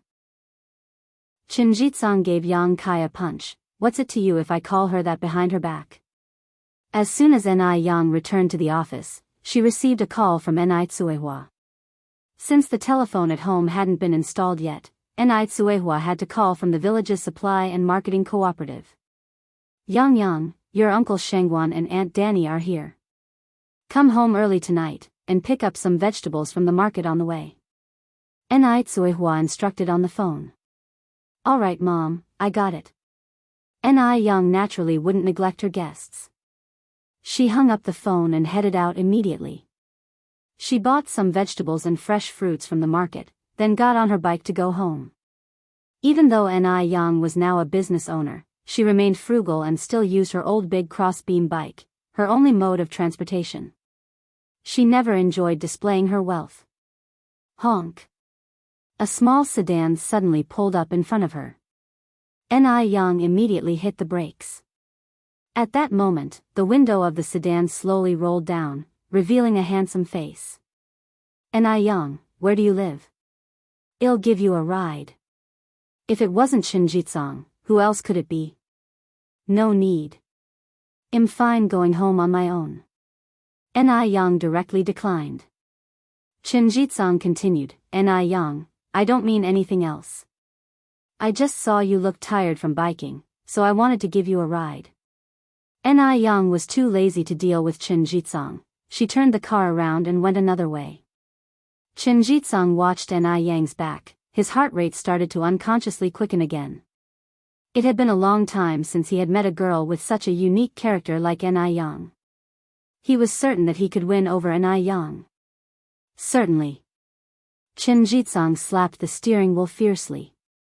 After Ni Yang returned home, she clearly felt the dynamic between Ni Tsuehua and Shengguan Dehui had changed.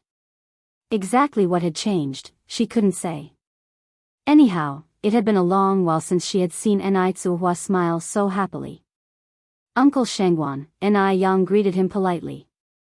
Yang, Shengguan Dehui nodded. Ni Yang looked around and asked, Mom, didn't you say Aunt Danny and Uncle Zhao were also here? Why don't I see them? Ni Tsuehua said, they went out to play. Oh, Ni Yang nodded. In the afternoon, Zhou Danny and old Zhao returned with the kids. The couple thanked Ni Yang profusely. Yang, we really can't thank you enough. If it weren't for you, Uncle Zhao would still be selling steamed buns. You have no idea how bad the business was. We couldn't even make a single yuan a day. To Zhou Danny and old Zhao, Ni Yang was like their family's benefactor. Ni Yang replied with a smile, Aunt Danny, Uncle Zhao, this is also due to your hard work and skills. I just played a small mediating role. If the steamed buns which you made were not delicious, who would buy them? I don't care, you're the savior of our family anyway. Ni Tsuehua listened on, baffledly. How did Ni Yang suddenly become the savior of Zhou Danny and her husband? Zhou Danny immediately explained everything to Ni Tsuehua. Bigya, you are so blessed for having such an excellent daughter like Yang in this life. Shengguan Dehui, sitting aside, heard the whole thing and started looking at Ni Yang differently. It seemed that Big Ya's daughter was even more outstanding than he thought. By the way, Bigya, you just mentioned that the newly renovated house next door belongs to you, right? Yes, Ni Tsuehua nodded. The interior has been renovated, but Yang said we should let it air out. So we have not moved in yet and plan to do so when the weather turns cold. Zhou Danny continued, then, Bigya, you must take me to see your new house. Sure, Ni Tsuehua said, come with me. The two sisters walked arm in arm toward the new house next door. Old Zhao quietly followed behind the two, playing the role of an invisible man. In a blink of an eye, only Ni Yang and Shengguan Dehui were left in the room. Yang. What's the matter, Uncle Shengguan? Ni Yang looked up at Shengguan Dehui. Shengguan Dehui said, Uncle has a presumptuous request. Go ahead. Shengguan Dehui hesitated for a moment, then said, if you're free tomorrow morning, could I invite you for a meal? It was obvious that Bigya cherished her daughter very much, so some things had to be approved by Ni Yang first. Ni Yang nodded, sure. The next day, Ni Yang arrived on time at the restaurant where she was supposed to meet Shengguan Dehui. Uncle Shengguan. Yang, what would you like to eat? Shangguan Dehui handed her the menu. Ni Yang casually ordered a few dishes, closed the menu, and said, "Uncle Shangguan, the reason you asked me here today is that you have something to say to me, right?" Having been bluntly called out by Ni Yang, Shangguan Dehui wasn't embarrassed, he just nodded directly. "Uncle Shangguan, feel free to speak your mind." Chapter 601, Shangguan Dehui's Honesty, Extremely Defensive. _1 calm. Ni Yang seemed too calm to him. Shangguan Dehui even had the illusion that Ni Yang already knew what he was going to say. Although the kid was only 18 years old, she gave Shangguan Dehui an inexplicable sense of oppression, the kind of feeling a guilt-ridden student has when seeing their teacher, but he was supposed to be that teacher. Shangguan Dehui picked up his cup and took a sip of tea, trying hard to calm himself down as he carefully chose his words in his mind. Ni Yang didn't rush either, gently stirring the coffee in her cup, not saying anything before Shangguan Dehui spoke. Although the atmosphere was quiet, it was not awkward. It wasn't until all the dishes were served that Shangguan Dehui finally spoke, "Yang." "Yes, go ahead." Ni Yang put down the silver spoon in her hand and looked up at Shangguan Dehui. Looking directly into the other person's eyes when speaking shows basic respect. Since Shangguan Dehui had something important to tell her, she naturally had to show the respect a junior should have. "Yang, your mom and I actually met more than 20 years ago when I was a young laborer at a logging farm." Shangguan Dehui calmly told Ni Yang about his past with Ni Tsuehua, of course, omitting the part where they fooled around. "Later, I went to many places looking for her. Maybe it was fate that we didn't end up together. After a fleeting glimpse, I never saw her again." Gradually, Shangguan Dehui was no longer nervous. Throughout the process, Ni Yang didn't show any particular emotions. She was always calm and quiet, like a listener. No wonder Ni Tsuehua and Shangguan Dehui got along so well yesterday. So it turns out that they knew each other years ago. Fate really is strange. Shangguan Dehui continued, "My name is Shangguan Dehui. I am 43 years old and currently teaching at Tsinghua University. My mother still lives. I have 2 children, a set of twins, a boy and a girl. My wife died in childbirth years ago. I am now single and I would like to pursue your mother, Ni Tsuehua." That's right. He wanted to pursue Ni Tsuehua. He didn't want to leave any regrets from the youthful years that had passed more than 20 years ago. Ni Yang was taken aback. Even though she was prepared, she didn't expect Shangguan Dehui to be so direct. Love is between 2 people. As children, they have no right to interfere with their parents' love. The reason Shangguan Dehui told her all this was to seek the approval of this daughter, which shows that Shangguan Dehui respects Ni Tsuehua and values this relationship very much. The most important thing in love is respect. This also proves that Shangguan Dehui is not a selfish man. If he was selfish, he wouldn't have told her all this. Ni Yang gave a slight smile, "Uncle Shangguan, the most important thing in a relationship is mutual consent. I'm not my mom, I can't speak for her, let alone make decisions for her. So, I think you're going to have to talk to her about this." Ni Yang was speaking from the heart. She won't interfere with Ni Kuihua's emotional life. As long as the other person's character is good and has no ulterior motives, even if Ni Tsuehua falls in love with a beggar, Ni Yang won't object. Moreover, Ni Yang had a very good impression of Shangguan Dehui. Her intuition told her that Shangguan Dehui could give Ni Tsuehua happiness, so she didn't oppose Shangguan Dehui's pursuit of Ni Tsuehua. For a moment, Shangguan Dehui began to question his own hearing and vision. Isn't Ni Yang angry? He wants to pursue Ni Tsuehua, and Ni Yang isn't angry at all? He had seen many single-parent families, where the children would oppose when one parent wanted to find a new partner, including the time with Lin Fang, when Jianghu even showed a little resistance. He originally thought that Shangguan Su and Shangguan Shi were already quite sensible children. However, it turned out that Ni Yang was even more sensible than them. Shangguan Dehui was even prepared for Ni Yang's opposition and had thought of what to say to persuade her. "So, Yang, you're not against me pursuing your mother, are you?" "No, I'm not. Yang continued, she's had a hard enough life in the former half, I hope the latter half could be a little sweeter for her. But, there is one thing I want to say first. As she reached this point, Yang hesitated for a moment. Go ahead, Yang. Yang said, my mother is a person with a simple personality. Otherwise, she wouldn't have been cheated so horribly in the first half of her life. Uncle Shangguan, if you can win her heart, please make sure to treat her well. If not, I can do anything. This sentence carried a hint of warning. Chapter 602, Shangguan Dihui's Honesty, Extremely Defensive.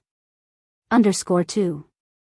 At that same moment, Yang bent the silver spoon in her hand with one hand. She was not joking.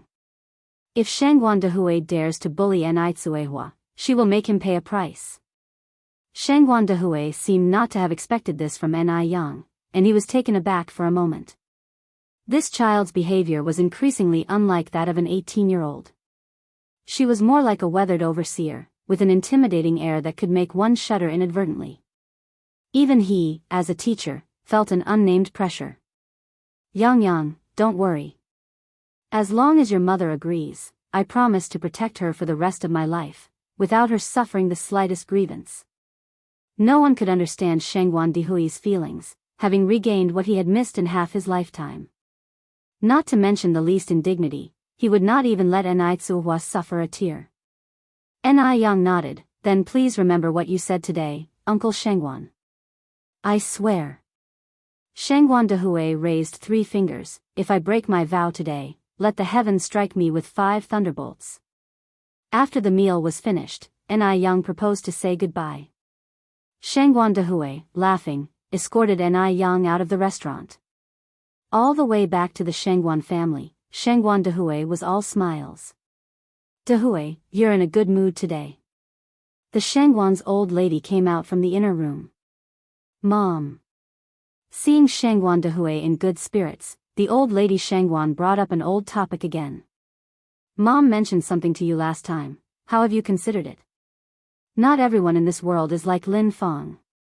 You can't just give up on everyone because of one Lin Feng. Shangguan Dihui naturally knew what the old lady Shangguan was referring to. He followed up with, Mom, don't worry, sometimes fate comes and you can't stop it. Such as now. He had never dreamed that one day he would meet Dia again. He had always thought he would have to wait till the afterlife to see her again. Heaven is not thin. Old lady Shangguan was taken aback, somewhat baffled by Shangguan Dihui's thoughts. Dihui, what do you mean? Shangguan Dihui smiled and said, Mom, I've caused you worry in recent days. That won't happen again. Old lady Shangguan squinted. Dihui, do you have someone outside? Shangguan Dihui didn't answer, which was taken as a tacit agreement. Tell your mother who the girl is. Old lady Shangguan was very excited. Shangguan Dihui said, Mom, don't be too happy too soon. Right now, nothing has been settled yet. Let me secure her heart first, then I'll tell you about it. Just hearing this, old lady Shangguan got even more excited. Great. Really great. Now I can rest in peace even if I die. Shangguan Dihui said, Mom, don't say such inauspicious words. All right, I won't say any more. Over the next few days, Shangguan Dihui would appear at the Ni family from time to time. And he always appeared when Tsuehua needed him most. For instance, when the house's fuse burnt out, Yang was not at home, no one could change it. Or when little Yun was calling for her, but there's still porridge stewing in the pot. Yang was often not home, and a man was indeed needed around the house. Although Shangguan Dihui was a teacher and bore a scholarly air, he was no pushover. After all, when he was young, he too was quite the man. He was very strong. Fetching water, chopping wood, even picking vegetables from the field. Even though Shangguan Dihui came to the Ni family often, no one in the village gossiped. Tsuehua was a good person and Yang had often helped the villagers. Everyone hoped that Tsuehua could find happiness. A household without a man, how could it be? While there was no gossip in Jianghu village, there was much gossip in the neighboring villages. Zhuang's family field was right next to Niu Er's family field from the neighboring village. Zhuang's mom was tending to aloe vera plants while Niu Er's mom was harvesting rice. Niu Er's mom curiously asked, "Can your aloe vera really sell for 2.5 cents per pound now?" Zhuang's mom nodded, "Absolutely, our family has sold several batches. If it wasn't profitable, why would we grow it?" Niu Er's mom said enviously, "At this rate, growing aloe vera is much more profitable than growing rice. I just wish our village had such good luck." Zhuang's mom replied with pride, "Well, your village doesn't have a lucky star like ours." Now, in the neighboring villages, who didn't know that Jianghu village had a lucky star named Niyang? Chapter 603, Shangguan Dihui's Honesty, Extremely Defensive. _3. Niu Ermama continued, "I heard the mother of your village's lucky charm likes to flirt with men. Zhuang's mom, Zhuang's dad is young and vigorous, and good-looking too. You better watch out. You mustn't let him be hooked away by some vixen from elsewhere." These words had a hint of instigation in them. If the person was gullible, they would be easily swayed. In fact, Niu Ermama came specifically to stir things up. Recently, Nitsuehua had been getting close with Shangguan Dihui, which she could use to her advantage. Now, everyone was making money in Jinghua village, who wouldn't be jealous? If the villagers of Jinghua village fell out with Nitsuehua, she would have to move out. At that time, they could step in and the lucky charm would become theirs. Niu Ermama was the village chief's daughter-in-law. Her plotting was ingenious. Zhuang's mom wasn't a fool either. She immediately retorted, "Pa. Zhang Yinfeng, don't think that I don't know what you're thinking. Before you even bend over, I know you're about to talk shit. Trying to trick her? No way." Zhang Yinfeng felt a bit embarrassed. "Zhuang's mom, don't speak in such an unpleasant way. I'm just looking out for you. Look at that woman, she's not good, a widow yet flirty and not following women's rules." Zhang Yinfeng. Zhuang's mom put down the scissors in her hand, walked up to Zhang Yinfeng, grabbed her wrist, and said angrily, "Clarify your words today. Who's flirting around? Who's not following the women's rules?" Nitsuehua was always kind and a nice person. Zhuang's mom absolutely would not allow anyone to insult her like this. Zhang Yinfeng was taken aback by Zhuang's mom's reaction, and immediately became angry herself. "What's wrong? Lu Chuanmiao. You dare to hit me? Nitsuehua is indeed flirting around, not behaving like she should. That shameless fox. If I'm wrong, hit me. Go on, aim for the face." Zhang Yinfeng pointed at her own face. Lu Chuanmiao was known to be a calm person in Jinghua village. Would she dare to hit her? What a joke. No sooner had she finished speaking than Zhang Yinfeng received a solid slap on the face. Zhang Yinfeng shrieked, "Ah! You dare to hit me!" Zhang Yinfeng was a shrew by nature. When she started cursing, she didn't hold back.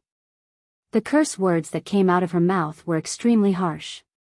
She was now sitting on the ground, cursing and crying, insulting Lu Chuanmiao in every way possible. The commotion attracted many people working in the fields to come and watch the spectacle. Seeing so many people there, Zhang Yinfeng immediately started complaining. After all, she was the one who had been hit. Everyone criticized Lu Chuanmiao, saying it was inappropriate to hit someone. Some suggested Lu Chuanmiao should take Zhang Yinfeng to the health clinic and apologize to her. Among these people, there were both from Jinghua village and the neighboring village. Seeing everyone siding with Zhang Yinfeng, Lu Chuanmiao lost her temper. "You all want me to apologize to this woman, why don't you ask me why I hit her?" The village chief of Jinghua village stepped forward and said, "No matter what the reason, it's not acceptable to hit people. Comrade Zhang Yinfeng, rest assured, the people of Jinghua village are reasonable." Hearing this, Zhang Yinfeng immediately perked up, pretending to be in pain on the floor, demanding that Lu Chuanmiao take responsibility. "Pa. I am responsible for your mother." Lu Chuanmiao looked at the village chief. "Chief, do you know what this woman said about Yang Yang's mom?" She called Yang Yang's mom a fox, accusing her of flirting and not following women's rules. Upon hearing this, the village chief's expression changed instantly. The villagers around also changed their faces, standing behind Lu Chuanmiao one after another. She dared to insult Enai. Enai was their village's Lucky Charms mom. No wonder Lu Chuanmiao couldn't stand it. However, Zhang Yinfeng didn't realize she was in the wrong and continued to stir the pot. What? Can't call a fox a fox. She is indeed flirting, not obeying women's rules. All of you, be careful with your men, don't let them be taken by that fox. Zhang Yinfeng was more and more excited. In the end, all sorts of harsh words came out of her mouth. Stinky woman. Say it again. I'll tear your mouth apart. The villagers who were originally helping Zhang Yinfeng suddenly rolled up their sleeves and charged forward, looking like they were about to beat her up. Zhang Yinfeng was taken aback, quickly stood up and hid behind the village chief. Chiefly, look at these unruly people in your village. You have to stand up for me. Chapter 604, Shangguan Dihui's Honesty, Extremely Defensive. _4. Village chiefly abruptly pulled Zhang Yinfeng from behind him. Zhang Yinfeng staggered, almost falling down, and looked at village chiefly with disbelief. She was somewhat confused about why the village chief had suddenly changed his demeanor. Didn't he just promise to back her up with a righteous face? Village chiefly looked down at Zhang Yinfeng and angrily said, Comrade Zhang Yinfeng, would you care to explain? What do you mean by scheming and deviant behavior? What do you mean by not following woman's virtue? Comrade Enai is single now. As a single woman, she has every right to choose her own happiness. China has been liberated for decades. Do you still think we're living in the Qing dynasty where widows must live a life of chastity?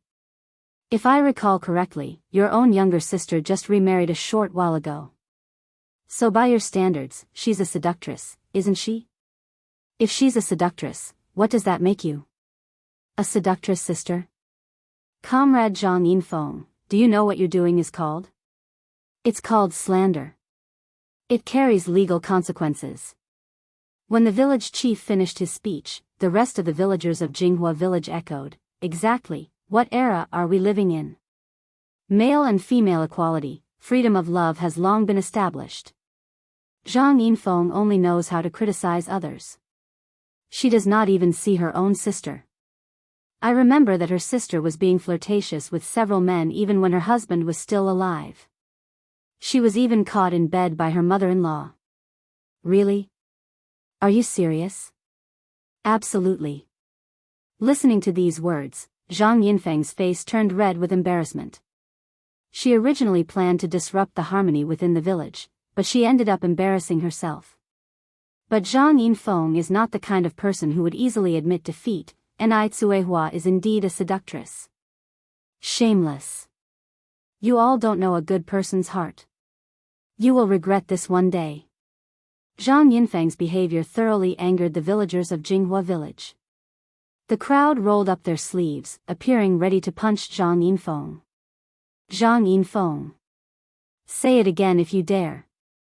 Whoever dares to cross Yang Yang's mother will have to cross me, Zhou Dalan, first. I think this woman deserves a good beating. Give her a good beating and she will behave. You are the seductress, your whole family are seductresses. You embarrassing creature.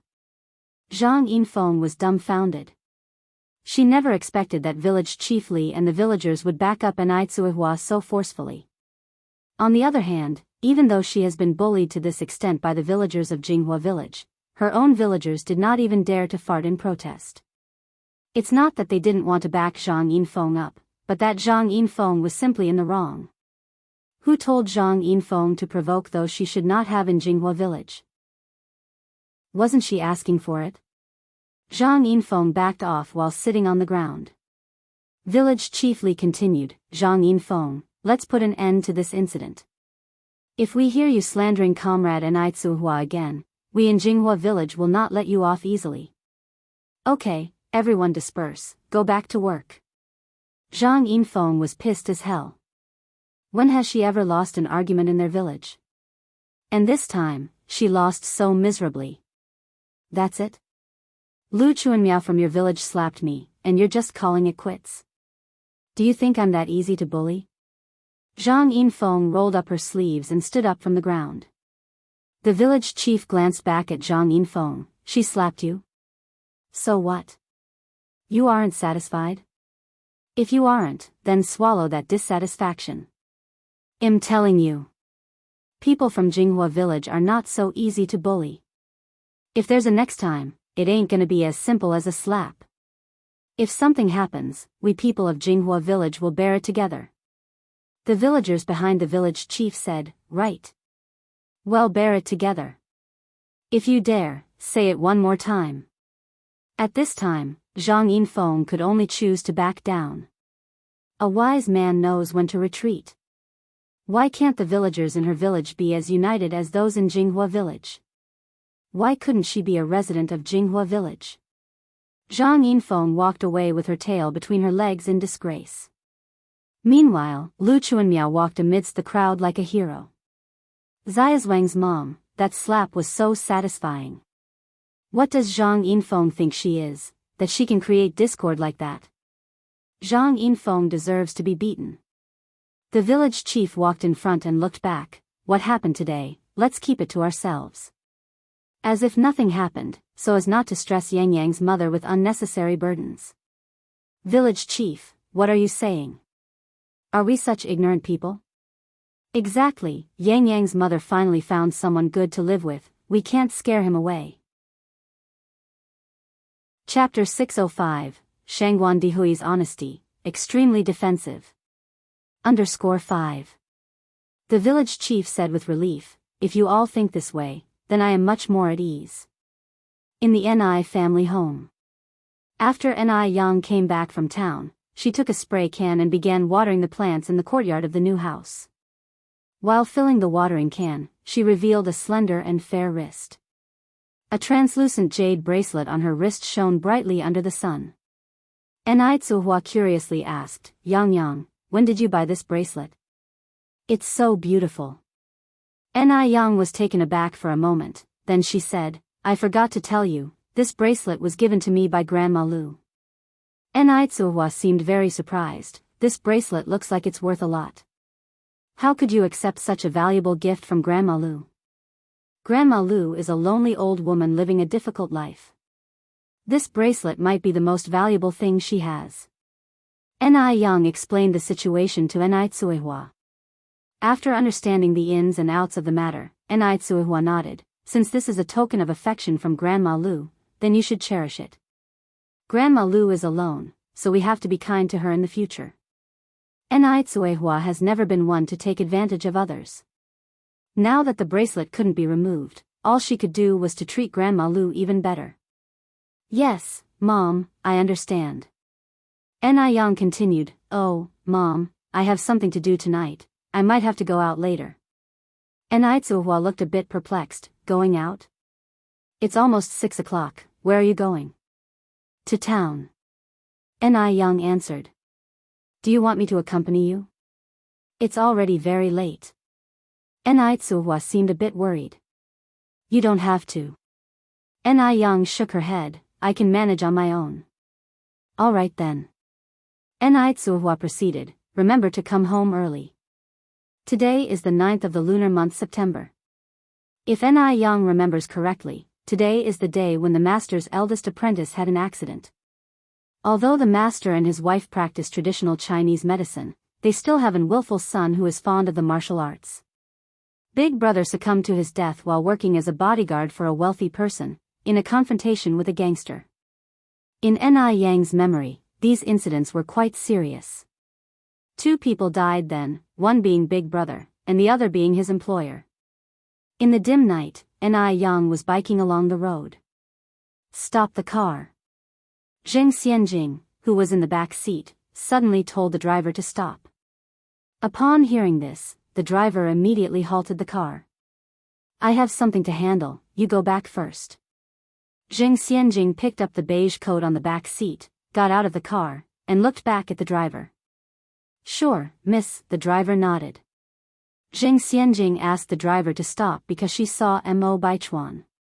Having recognized Mo Baichuan as Mr. Mog, she would not miss any opportunity to interact with Mo Baichuan. Brother Baichuan.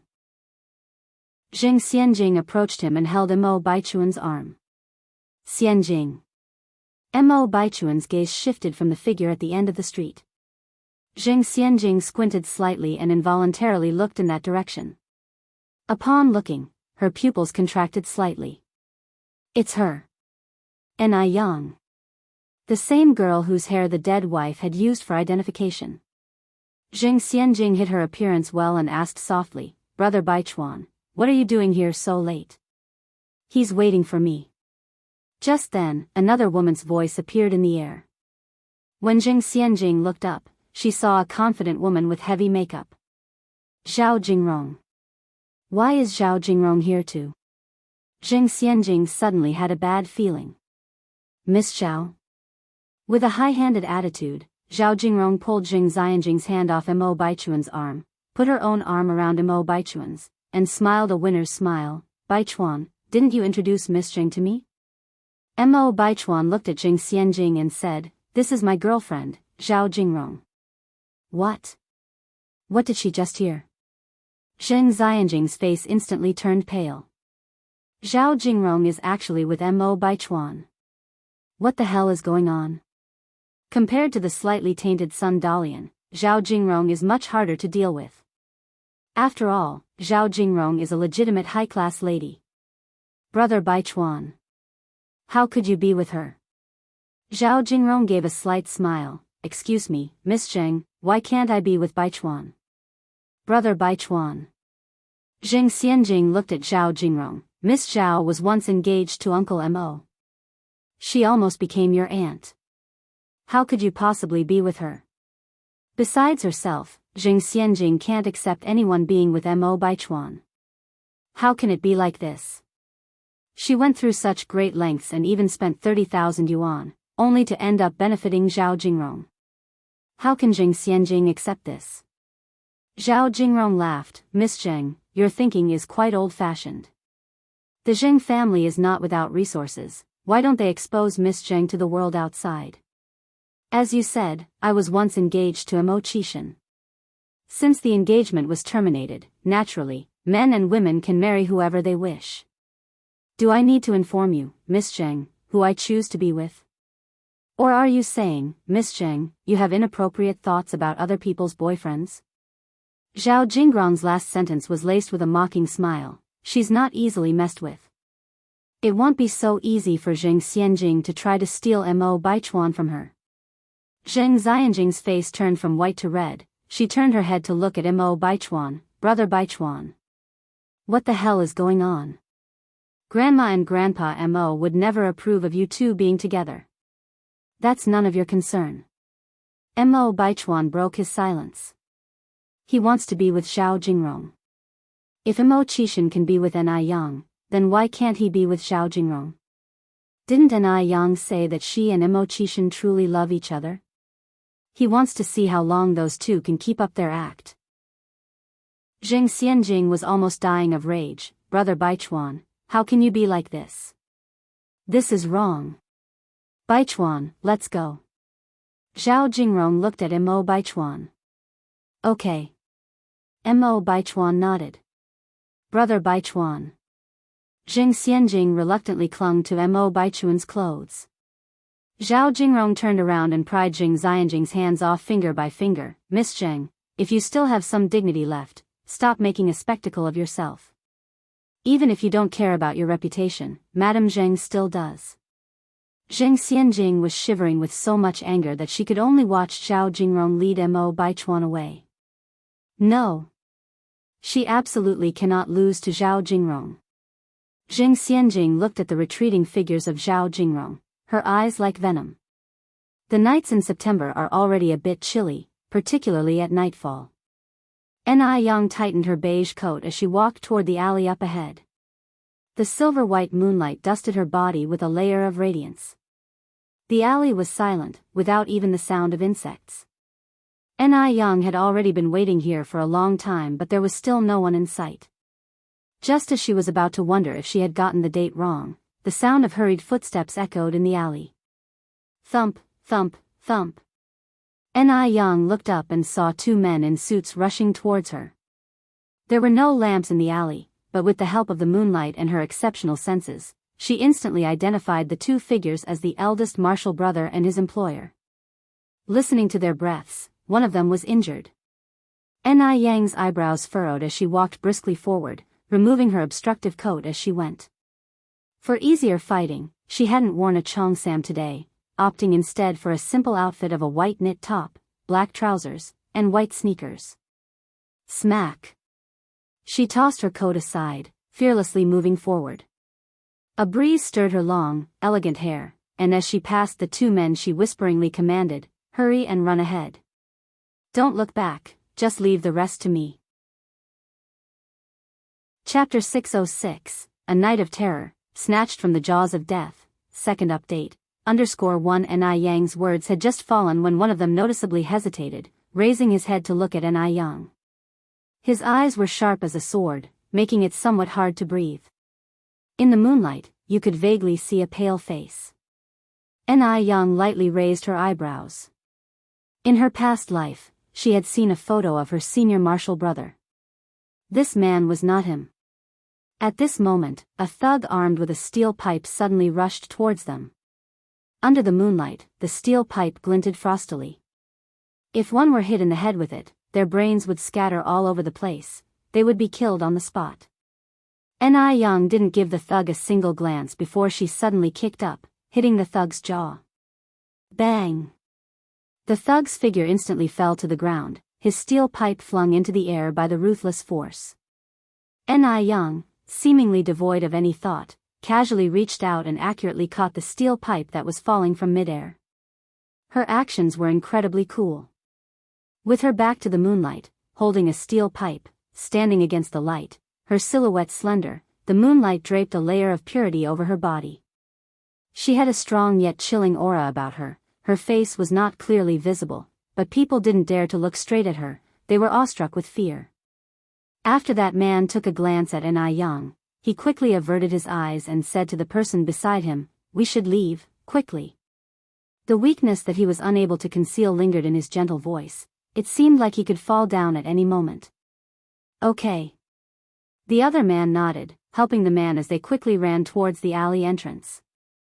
At this point, Yang took out a bottle of pills she had on her, and without looking back, she threw it behind her. "Take this with you." The small bottle of pills accurately landed in one man's jacket pocket. The man was slightly stunned, but he didn't stick around. He ran off immediately without looking back. When the thugs saw the men run off, they wanted to give chase, but upon seeing Yang armed with the steel pipe, they hesitated. As they exchanged glances, they saw fear in each other's eyes and nobody dared to pursue them. Just then, a bulky man in his prime forcefully shoved his way through from the back. "Go! What are you all waiting around for? We have so many people, are we scared of a single girl?" Inspired by these words, everyone mustered up some courage to charge along behind the bulky man. Of course.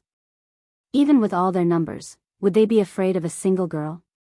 Yang revealed a faint smile. She swung the steel pipe in her hand and simultaneously performed a flawless backspin kick. Her moves were relentless, giving the thug no chance to hesitate. Bang! Bang! Bang! One by one, the thugs fell to the ground. The remaining people didn't dare to rush forward. They looked at the hefty man and said, "Brother Biao. What do we do?" As Brother Biao got up from the ground, he glanced at the end of the alleyway and then back at Yang. He wiped the blood from the corner of his mouth, then bitterly said, "Let's go." Immediately, everyone stumbled to their feet. All the while keeping their gaze on Yang, they retreated before ultimately fleeing in a cloud of dust. It's not wise to chase an adversary when he's at the end of his rope. Moreover, these people are real desperados. It's highly likely there are more people backing them up. Yang is alone and outnumbered. If she carelessly pursued them, she might end up in mortal danger. Now she just needs to ensure that her senior martial brother and his employer are safe. Ni Young picked up the coat on the ground and casually put it on. She walked back unhurriedly. The moonlight cast her long shadow on the ground. A black business car was parked outside. You couldn't see the inside of the business car from outside, nor could you hear any noise. The man lying on the plush leather sofa in the back seat was skinny and pale, with a noticeable bleeding wound on his waist. The middle-aged doctor was kneeling beside the man, frowning and saying, "Mr. Du's condition is very serious at the moment. He needs immediate treatment." Hearing this, a tall man with a bronze complexion wiped the blood from the corner of his mouth and angrily yelled, "Well then, what are you standing around for? Save Mr. Du now." The driver in the front seat immediately started the engine, hurriedly heading towards the hospital. The doctor continued, "The hospital is 23 kilometers from here, and I'm not sure if Mr. Du can last that long." Damn! The man was furious, grabbing the doctor by the neck. "What use are you then, if Mr. Du keeps you around?" The doctor's face instantly turned pale. Someone immediately interceded for the doctor. "Brother Wang, calm down. Having a doctor is still better than not having one, considering the hospital is so far away." Right. The doctor immediately chimed in, "I can still perform emergency medical treatments for Mr. Du." Only then did Wang Ziki release the doctor. "If anything happens to Mr. Du, you're going down with him." The doctor was frightened, cold sweat was pouring from him and even his hands were shaking. At this moment, Wang Ziki looked as if he remembered something and squinted. "What did you say you didn't have?" No, medicine," the doctor gulped down. "Could you use this?" Wang Ziki pulled out a blue porcelain bottle from his pocket and threw it in front of the doctor. The doctor took the porcelain bottle, opened the lid and smelled it, his face lighting up. "It's Ninglu pill. Sir Du can be saved." With a squint, Wang Ziki asked, "Are you certain Sir Du can use this medicine?" Wang Ziki did not know Ni Yang. Therefore, he did not trust her completely. He dared not rashly use the medicine she gave to Sir Du. What if she was a mole sent by their rivals? Unexpectedly, the medicine she gave really worked. Who really is she? The doctor nodded, confidently stating, "Yes, I am certain. Ninglu pills have cooling, detoxifying, and blood-stopping effects. It perfectly matches Sir Du's symptoms." Still unsure, Wang Ziki poured a pill from the bottle and handed it to the doctor. "You eat one first." The doctor hesitated. "This Ninglu pill is very precious, priceless. There are only 2 left in this bottle, physician's kindness.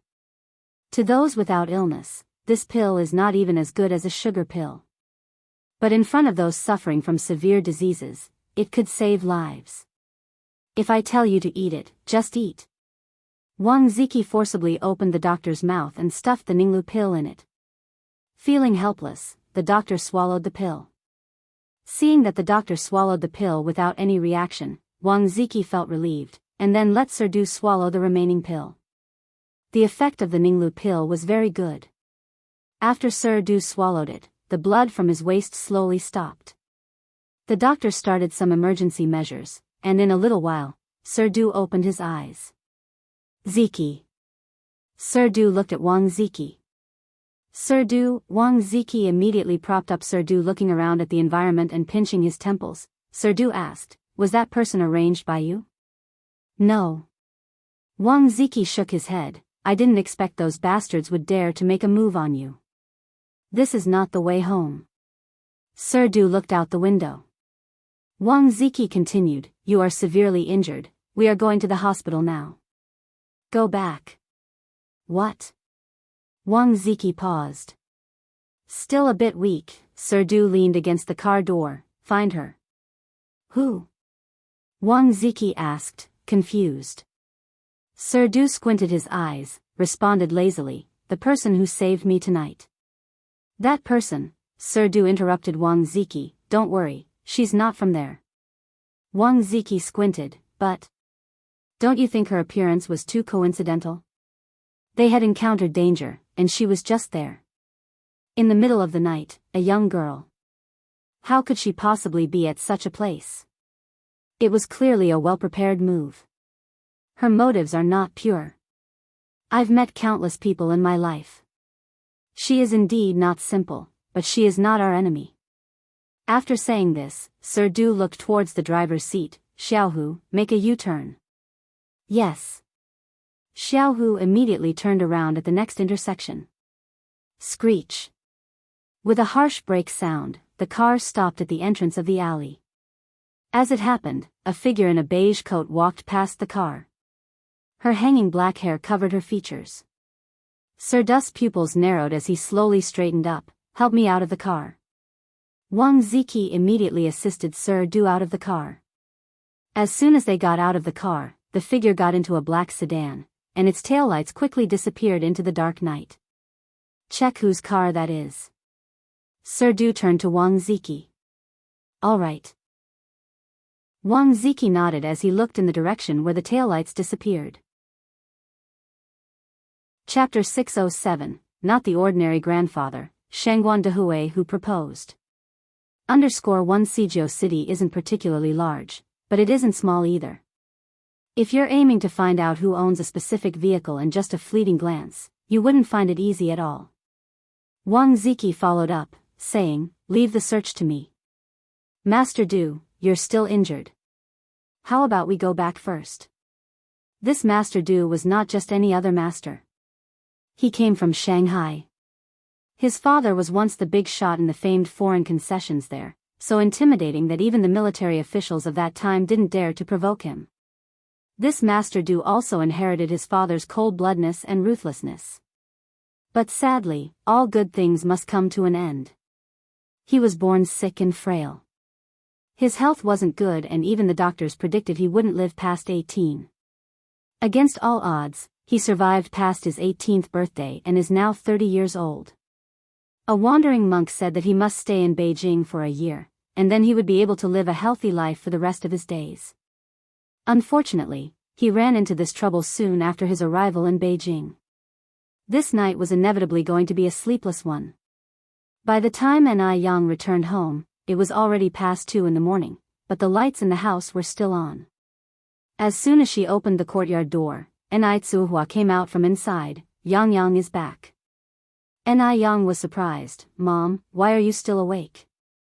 Ni Tsuhua said with a smile, I wasn't sleepy, I was just studying English. Parents' love is a boundless sea.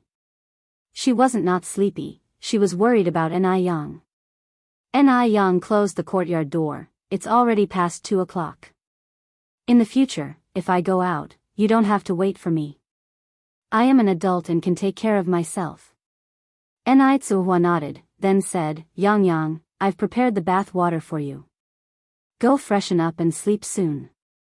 Okay, said Ni Yang. Mom, you should go to bed soon too. Ni Tsuhua had not only prepared the bath water but also rose petals and milk. Adding rose petals and milk to bath water can make the skin delicate, smooth, and fairer.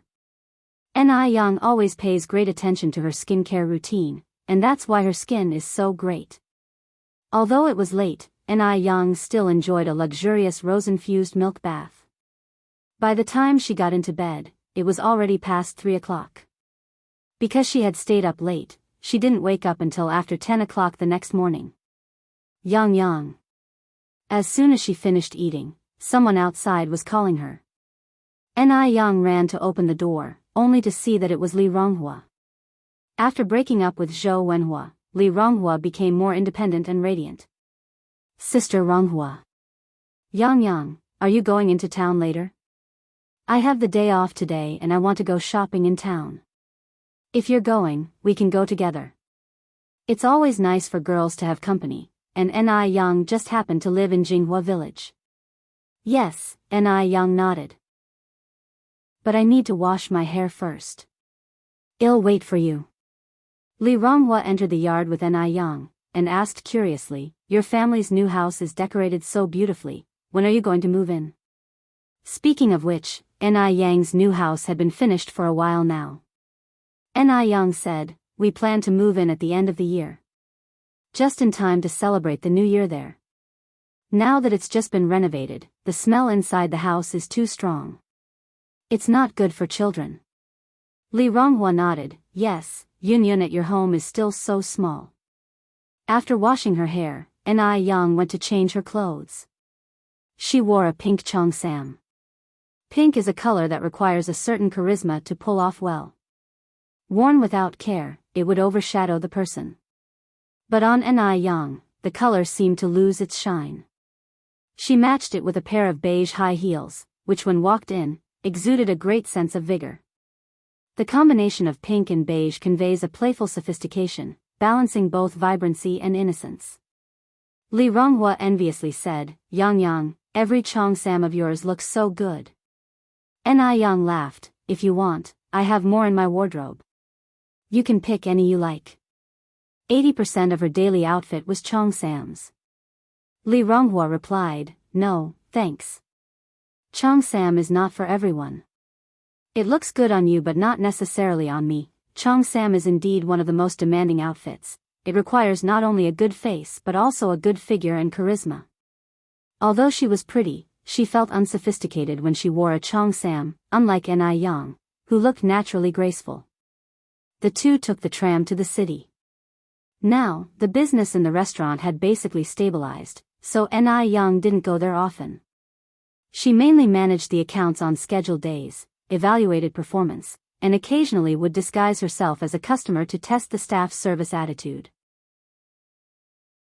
Chapter 608, Shangguan Dehui, the Extraordinary Grandpa Proposing for Marriage. _2. So, upon arriving in the city, Ni Yang immediately went to a newsstand to buy a newspaper. Having quickly scanned it, Ni Yang quietly breathed a sigh of relief. There was no news on the paper about fatalities. It seemed that her eldest brother had successfully evaded a looming disaster. In her past life, after this incident, the entire news industry was in an uproar. The headlines of all major news outlets were about the murder that had taken place in Bottomless Lane. In her master's home, one such piece of news was kept, which Ni Yang had glanced at unintentionally. Because it was the last photo left by her brother before he passed away, her master and his wife neither dared to bring it out to look at, nor had the heart to throw it away. Li Ronghua, standing next to Ni Yang, remarked, "Yang Yang, I didn't expect you to like reading the news." Ni Yang folded the newspaper and put it in her backpack. "I'm just killing time, there's nothing else to do. By the way, Sister Ronghua, I need to go to the bank next, do you want to come?" Li Ronghua nodded, "Sure, I don't have anything else to do either." The two of them went to the bank where Ni Yang withdrew 100,000 yuan. At that time, if you were to withdraw more than 10,000, you needed to make an appointment 3 days in advance. Ni Yang had made her appointment a few days earlier, so she got her cash quickly. Li Ronghua watched as Ni Yang stuffed the cash into her canvas bag, astonished. "Yang Yang, why are you withdrawing so much money?" 100,000 yuan. That's a whole bag of it. This was the first time Li Ronghua had ever seen so much money, and it felt surreal. She was even a bit worried about Ni Yang carrying so much cash. What if she got mugged? "To buy a house." Ni Yang responded. "Buy a house?" Li Ronghua asked perplexedly, "Why would you want to buy a house? Doesn't your family already own one?" "Investment."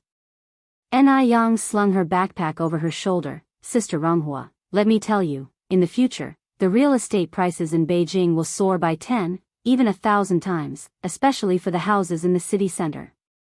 Not to mention the city center, even the prices for the houses in Yanjiao, which is next to Beijing, will be speculatively high in the coming years.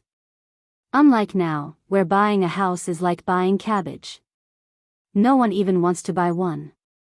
"Really?" Li Ronghua walked out with Ni Yang. "Yang Yang, don't get conned. Isn't it enough to just own a house? What's the point of buying so many?" Li Ronghua had seen people hoarding cabbages for winter, but she had never seen anyone hoarding houses. Ni Yang laughed, "It's true. Sister Ronghua, when you get home, tell your parents to invest as much money as they can into real estate. Whoever is capable of buying in the city center should buy there. If that's not feasible, buying in the suburbs is also a great bargain." Li Ronghua scratched her head. This seems a little far-fetched. If she asked her parents to invest all of their savings into real estate, they would definitely refuse. Ni Yang carried on, Sister Ronghua, I'm quite serious. If your parents don't want to buy, I suggest you save up and buy one yourself. The government policy is really good now. As long as you have a regular job, you can apply for an interest-free loan from the bank to buy a house. In early 1983, the government had a poverty alleviation policy that offered interest-free loans. With all the bonuses and salary that Li Ronghua gets, she earns 300 yuan a month, which is even more than the salary of a white-collar worker in later years. The price of a bare shell house in the city center of Beijing is more than 300 yuan per square meter. A two-bedroom apartment of 80 square meters would only cost a little over 20,000 yuan. With a loan, there wouldn't be much financial stress for Li Ronghua at the moment. But Li Ronghua shook her head after hearing Ni Yang's words. What? Borrowing money to buy a house? Isn't that asking for trouble? Plus, I don't see the appeal of living in the city. It's like living in a pigeon coop. If I had money, I'd build a big house in the countryside. That would be spacious and comfortable. I could raise chickens if I want to, or ducks if I prefer. City living is so restricting, even having a puppy makes the whole house stink. Ni Yang laughed, Sister Ronghua, the way you're thinking is wrong. The house you buy now will be your marital property. It'll offer you some security, at least providing you with some bargaining power at your in-laws' place. The most important thing for a woman is to have some premarital property, and to be financially independent. Premarital property? Li Ronghua asked, what's the difference between premarital and postmarital property? Although she recognized each individual word uttered by Ni Yang, she couldn't understand the meaning when they were combined. Chapter 609, Not the Usual Grandpa, Shangguan Dehui Who Proposed. _3. Ni Yang said, the difference is significant. Premarital property is your individual property, while postmarital property is shared between you and your spouse.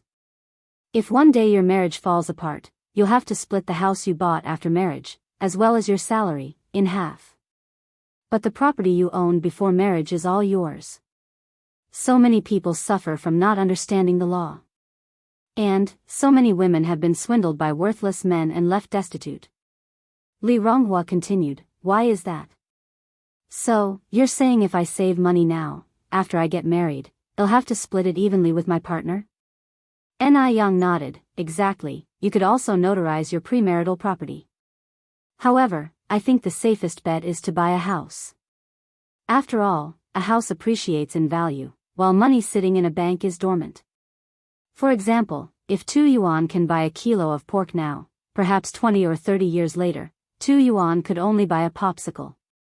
If 20,000 yuan can buy a house now, you might not be able to purchase one for 2 million yuan later.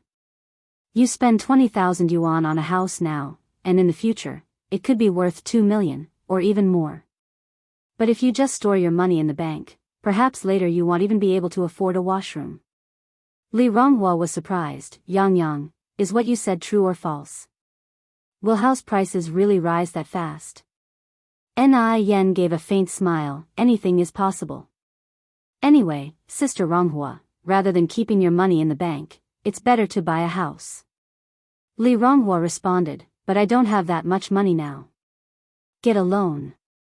Ni Yang said, the current national policy is so good, and you don't even have to pay interest. But I still have to pay back the principal.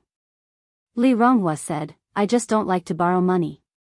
And she always had a feeling that the whole idea of investing in a house seemed a bit far-fetched.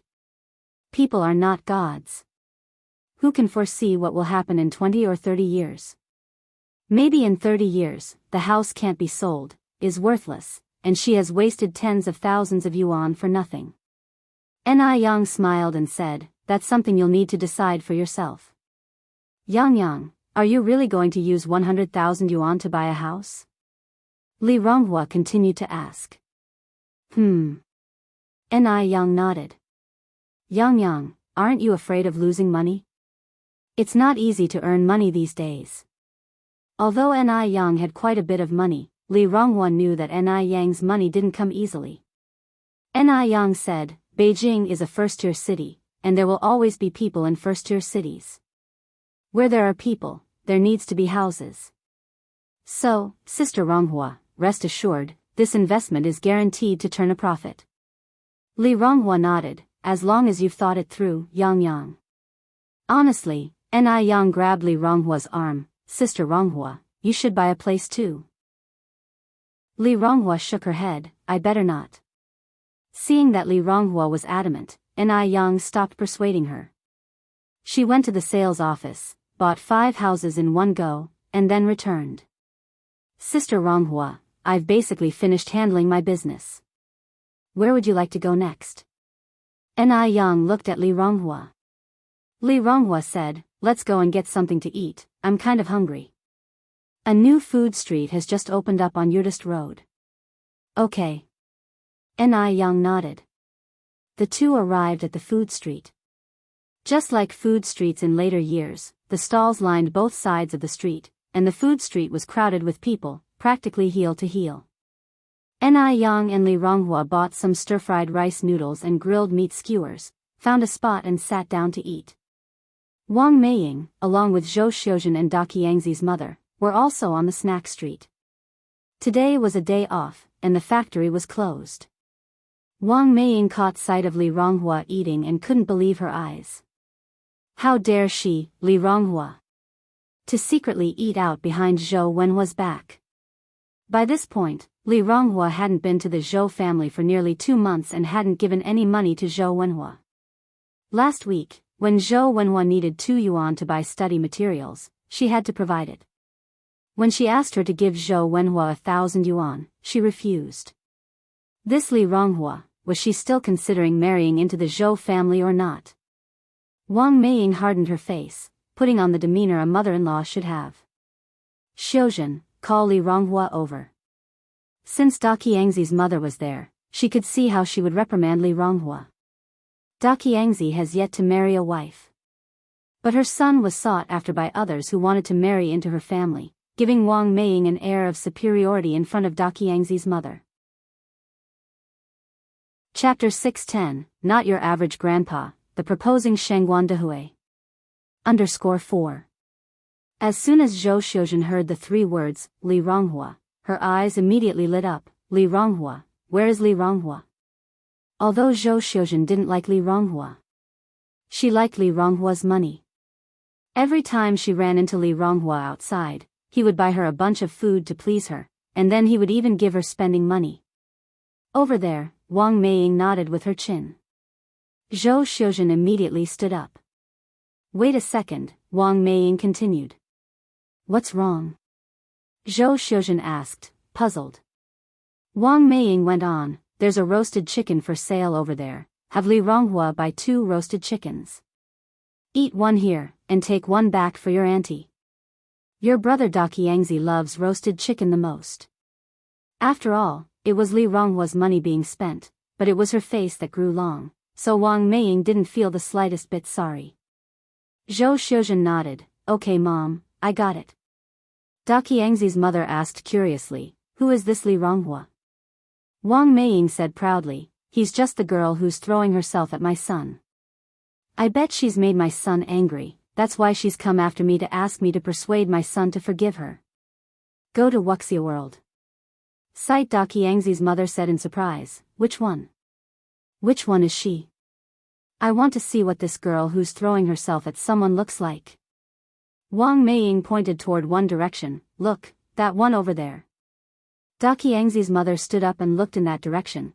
Is it the one wearing the cheongsam? My. That girl is really beautiful. She's so pretty, what could you possibly be unsatisfied with? Hey, why do I feel like I've seen that girl somewhere before?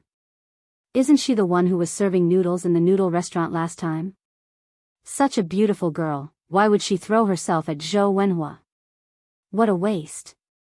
Wang Meiying glanced that way, not the one in the cheongsam, the one next to her in the cheongsam. Oh, her. Although Li Ronghua wasn't as pretty as the girl next to her, she was still presentable and stood out among the average maidens and young wives. What a shame she had thrown herself at someone. Da Qiangzi's mother was puzzled, then said, that girl in the cheongsam must be good friends with the one who's throwing herself at your son, right? Probably, Wang Meiying nodded. So young and dressed so flirtatiously, you can tell she's no good. Dressing up in a Chong Sam. Does she think she's in a TV drama or something? Da Qiangzi's mother continued, a young girl looking good, with a nice figure, looks good in anything. Wang Meiying took a sip of tea. People's hearts are like their bellies. Who knows what kind of person she really is? That Li Ronghua too, really? Hanging out with that kind of person, eating food together, isn't she afraid of losing Wenhua's face? When she comes over, I have to give her a good lecture. Da Qiangzi's mother said, by the way, wasn't there a rumor last time that your Wenhua had found a suitable girlfriend from a matching family? Why is this girl still clinging on to Wenhua? Wang Meiying snorted softly, shameless. Just watch, Da Qiangzi's mom, when she sees me later, just watch how she'll try to please me, asking me to persuade Wenhua to get back together with her. Da Qiangzi's mother nodded. The more Wang Meiying thought about it, the more smug she felt, and she quickly finished a glass of water. Zhou Xiuzhen approached the two. Sister-in-law. Ni Yang was taken aback for a moment, then looked up at Li Ronghua. Seeing the Zhou family again made Li Ronghua's complexion change. Before she could speak, Zhou Xiuzhen reached for the roasted chicken leg on the plate. Li Ronghua was so stingy. Hiding here, eating roasted chicken legs all by herself. Was she not afraid of offending her future sister-in-law? She hadn't had meat in such a long time. She was really craving it. Luckily, she ran into Li Ronghua here. Just as Zhou Xiaoshen's hand was reaching for the roasted chicken leg, it was picked up by Li Ronghua, leaving Zhou Xiuzhen grabbing at nothing. She looked at Li Ronghua, puzzled. Sister-in-law, what are you doing? Li Ronghua said calmly, I'm not your sister-in-law. I've already broken up with Zhou Wenhua. If you want to eat a roasted chicken leg, let Su Ziqin buy it for you. Zhou Xiuzhen felt as if she had heard the biggest joke. Break up? Li Ronghua would break up with Zhou Wenhua. How could that be possible? Who didn't know how much Li Ronghua loved Zhou Wenhua, to the point of death and life? Li Ronghua, what kind of fit are you throwing? Zhou Xiuzhen couldn't even bother to pretend. Was it my brother who dumped you, and you're angry about it? Don't worry, as long as you have me, your future sister-in-law here, I will definitely persuade my brother to change his mind. Although you're uneducated, not as pretty as Zijin, and from a less distinguished family than Zijin. But after all, you've been with my brother for so many years, if not for contributions then for the hard work. Rest assured, I will definitely speak well of you to my brother and persuade him not to dump you. Now, hand over the roasted chicken leg, I want to eat it. Oh, and I'm out of money, give me some spending money. You're tuning into the Carefree Valley YouTube channel. Don't forget to subscribe and join us on this journey to catch the most captivating stories.